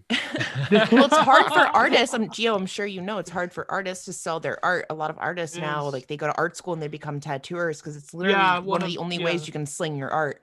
But I don't think tattooing should be. It's not. Gio, well, me and Frank Castle will go to tattoo shops and we'll go, you better make my friend Gio a tattoo artist. We're going to harass you every day. Well, we're going to give you 0 reviews on Yelp. We'll threaten them into letting you be a tattoo artist. Then they're gonna get hassled every single day until I get employed. Oh my God. You would be a good tattooer because you're good at talking to people. You're there you go. I think Gio doesn't like being told what to do. I think that's the secret. But you know what, No, Gio? it doesn't matter. Lev, what are you smelling right now? What's going on there? So this is Badger. This is Badger broad spectrum. SPF 30 sunscreen, zinc, and he's going to do a champagne I'm drinking. on the spectrum. This is it's just zinc oxide. That's all it is. That's what I'm saying. Lev, are you going to drink it? Are you going to drink some for us to prove the that one it that doesn't I give you cancer? use? I'm just going to smell it. I think I got a bit of white over here now. I think I'm not sure. It looks like I have a white mustache. Are you going to white face on the? Get a white face. No, I just go out for maybe to water the plants. I'll go for 10 minutes at peak hours just to get the vitamin D. But I don't know. Yeah. I'm paranoid. Believe it or not, I'm kind of paranoid about shit like that. Well, actually, Gio, if anything, you should get skin cancer, so it's legit to be paranoid about that. Definitely legit. Okay, I tend to think like most cancer is probably genetic, in my opinion, though. I don't know. Or most of it is from nuclear testing. Exactly. Nuclear testing in the United States. Yeah. Lev, I need to leave. Okay, guys, we gotta go. Small follower. John has to go. Goodbye. That means we all have to go. Oh, okay. I'll stay for the full goodbye then. Okay. Well, this is pretty much it. I gotta go eat. Yeah. Yes. So. Okay. Okay. Here we go. I mean, we should just quickly do the shout outs. Aman Sadhu, Buff, Jules Hamilton, Mehran. We have Byzantium Archon. We have, let's see, I said Buff already, but I'm going to say it again. Benor M, or is it Benor M? I'm not exactly sure. Who else we got here? A zoo. A whole zoo is watching us. Wong Karwai, Superfan, XOXOXO, Z Problem. Blue Shoe. Well, Blue Shoe is not here anymore, but he was here. Thank you so much for coming on, Blue Shoe. Kyle Napoleon. Let's see, who else? Kyle, another Kyle, 2 Kyles. Thank you guys so much for watching. And one other thing, for those of you who become patrons on Patreon, man, I think this thing got me high, who become patrons on patreon.com/breaktherules. Zinc, there you go. with a 3, you guys are going to be exclusive members on our top Discord server group area. We have a special area for elite Discord members called the Percolators, and that's going to be your special area, and we're going to do a lot of really cool things there, FYI. And of course, limited time offer. It's going to go real fast. Gio's amazing prints. Gio, you were showing off today the print that you did of the Shrek Milady. Shrek Fedora. The Fedora. Yeah. Is that one going to be included, or is that another? Is that going to be a different? No, that's another one. The one that's the BTR one is from the Vafio 1 OGF series. So nice. Yeah. One of 5, but you'll all choose which one you get. So at random. Excellent. So. Okay, so that is it for now. And again, subscribe. We did manage to reach 1,540. Hey. Thank you guys so much. We're definitely going places. I appreciate all of you. Jake, thank you so much for being here. This is so much fun. I'm so happy you stayed this entire time. These things are fucking marathons. I don't know how anybody does it. So thank you guys. I'm a software engineer. I the entire time we were talking, I was working. So. Nice. There we go. Jake's a homie. I like this guy. Yeah. Hell yeah. I wanted to let you know too, in honor of you, I went out and bought a $20 bottle of Cab Sav. So nice. Yeah. All right. Cheers. If anybody ever has any questions, just let me know. Yeah, Jake. I'm sorry for insulting you or saying anything mean today. That's your thing, man. Usually I have to apologize to everyone I ever talk to. It's extremely difficult to insult me. I take. Please follow me on Twitter. I think I did follow you on Twitter just recently. Please don't unfollow me on Twitter when you see what I post. By the way, I don't know why, but every time I mention on Twitter, every time I mention Matt Christman, his little Jannies come and insult me for having monarchist in my Twitter handle. Fuck you, Chapo. Fuck you, Matt Kreisman. Fuck Yes! you. Oh, Fuck and a you, big, Capo. and a big thank you, Yes! and a big thank you to Kwasi. What was that? That was some emergency. I'm getting an alarm system. emergency alert that a black female's in a car or something. Wait, what? Like, you ever get the emergency alerts Wow, on your that is phone? quite dangerous. You know, you could turn those Heidi off. I Joy. think. Okay, so I like to have them on in case the Ontario, we have nuclear the- war Oh, is going no. to happen. I want to know I'm about to die. good point. And also, I Kwasi want and to Brooklyn thank all the people who were attending today. This was an amazing stream, really full. Thank you. Big ups to Quasi, right? Quasi, thank you I so much love for coming on. Quasi. He's Yeah, that was misunderstood. If you're a girl, you should probably block him because he will message you. I'm not kidding. So, Jugs, good thing you don't have a Twitter He's like account. Yams. Oh yes, and also Shout outs to shout outs to Yams. Shout out to Yams. And also big shout outs to Addison Perry Franks. Thank you so much, Addison, for attending this. I really appreciate it. I thought we had a really great back and forth talking, and I'm glad we got to know each other more. I think this is really important. Although again, I imagine like being from Texas, different vibe than if it would have been from Portland. You know what I mean? Like there's probably something about Texas that I don't know changes people. Would you say Only so, Jake? steers. No, never mind.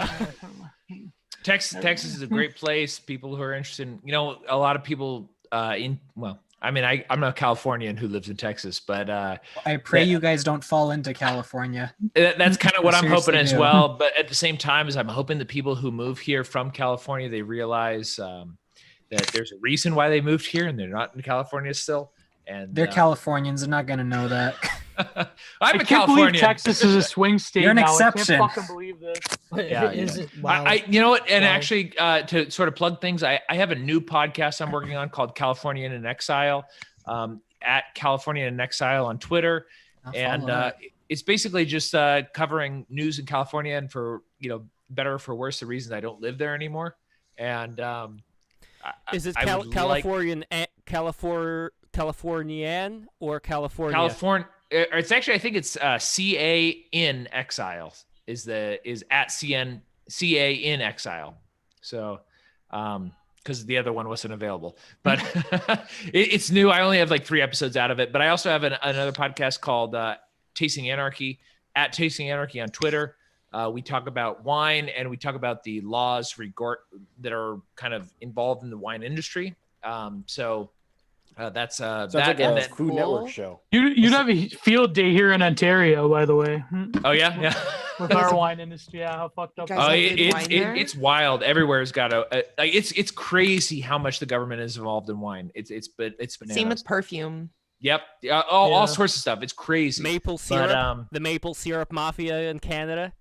Oh yeah. yeah. The milk. The And that- Gen and Z that- mafia in America. There's Portobello mushroom mafia. The mafia Yeah. literally grows them. You're not allowed to grow them. Pen- I used to be a mycologist. I used to grow mushrooms, and Were you really? Wow. Pennsylvania has a similar issue with mushrooms. Is down there near Philadelphia is the mushroom capital of United States. Yes. They grow a lot of mushrooms, and they've got a huge issue with the government. They come in, they're messing with everything.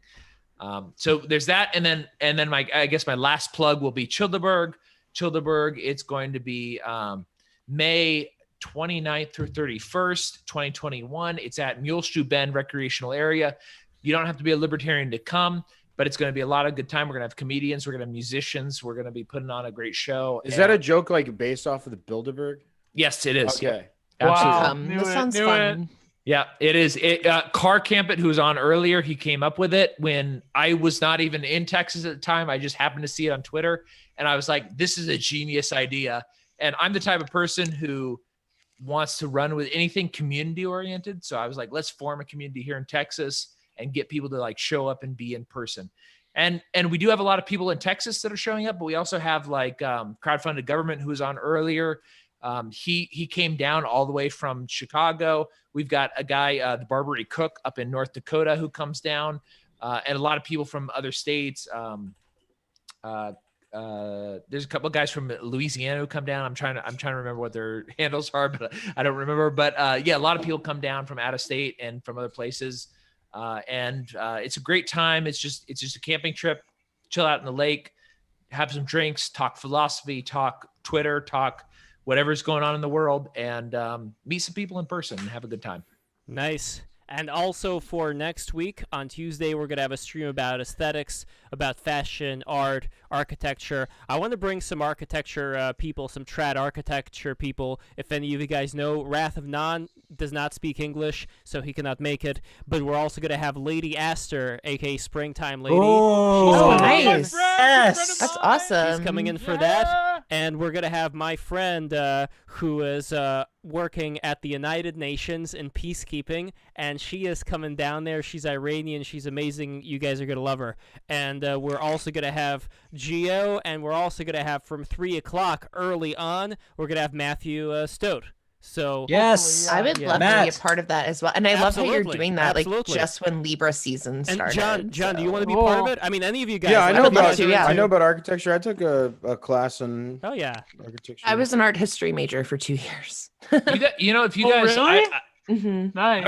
That's interesting. 'Cause I was an art history major before I became a software engineer. Come on the show. I've taken a lot of art history come on, classes Jake. as well. You know, I could was tell you. thinking of going I'm back sure just for art history, but I'm like, I don't know. I'm sure I can. The concentration of my knowledge is in Roman villas. So if anyone wants to come at me, I know more about Roman villas probably than all of you guys. My Please interest drown me was- with this information. I love it. Oh, see, all really my interest at the time was in the new urbanist movement and and the architecture. Yeah, hero right away. Oh God. I know. But you know what? There's been a really interesting split in the new urbanist movement. So there is a lot of interesting stuff there.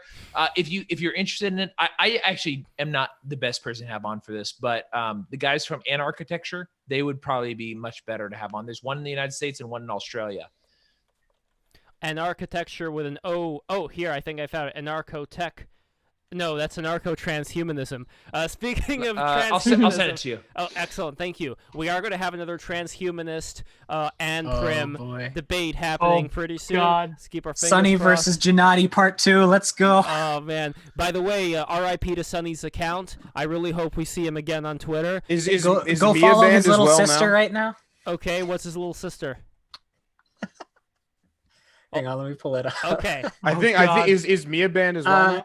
Aereo Yeah, Safi. Mia left. Yeah. Okay. I messaged you in So, architecture. Jugs, you were an art history major? I was in college for 2 years and I was studying art history. Yeah. I studied art history for 2 years and was specializing in the Northern Renaissance. Oh, okay. So the Flemish, yeah. Yeah, the Flemish, yeah, right. Nice. And then I was like, well, I can't make any money, so I'll become Exactly. a Yeah. software Yeah. engineer. I was like, Sex in the City lied to me. I'm not going to be an art dealer like Charlotte, so I'm dropping out of school. Yeah.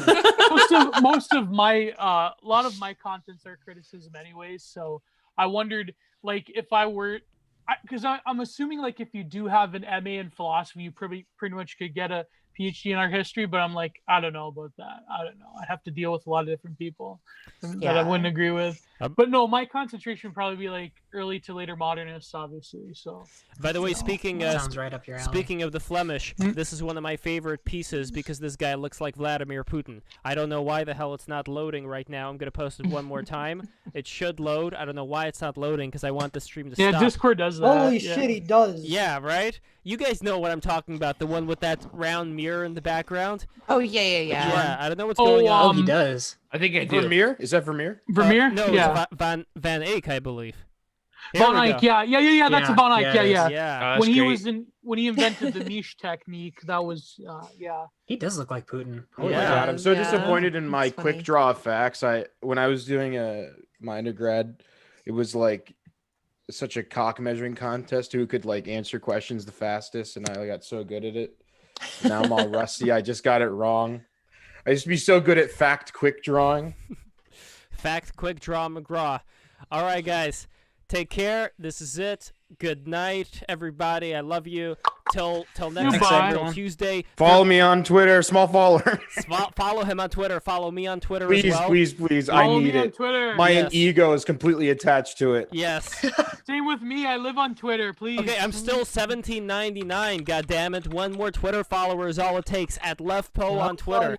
Do it now. Do it now. Do it now. Do it Do it now. Do it now. Do it now. Do it now. Do it now. You listening? Okay. You better do it now, or we're gonna Yes, expose and you. also subscribe. visit to you, huh? Exactly. There you go, Lev. I got it. Thank you. Okay, let me see.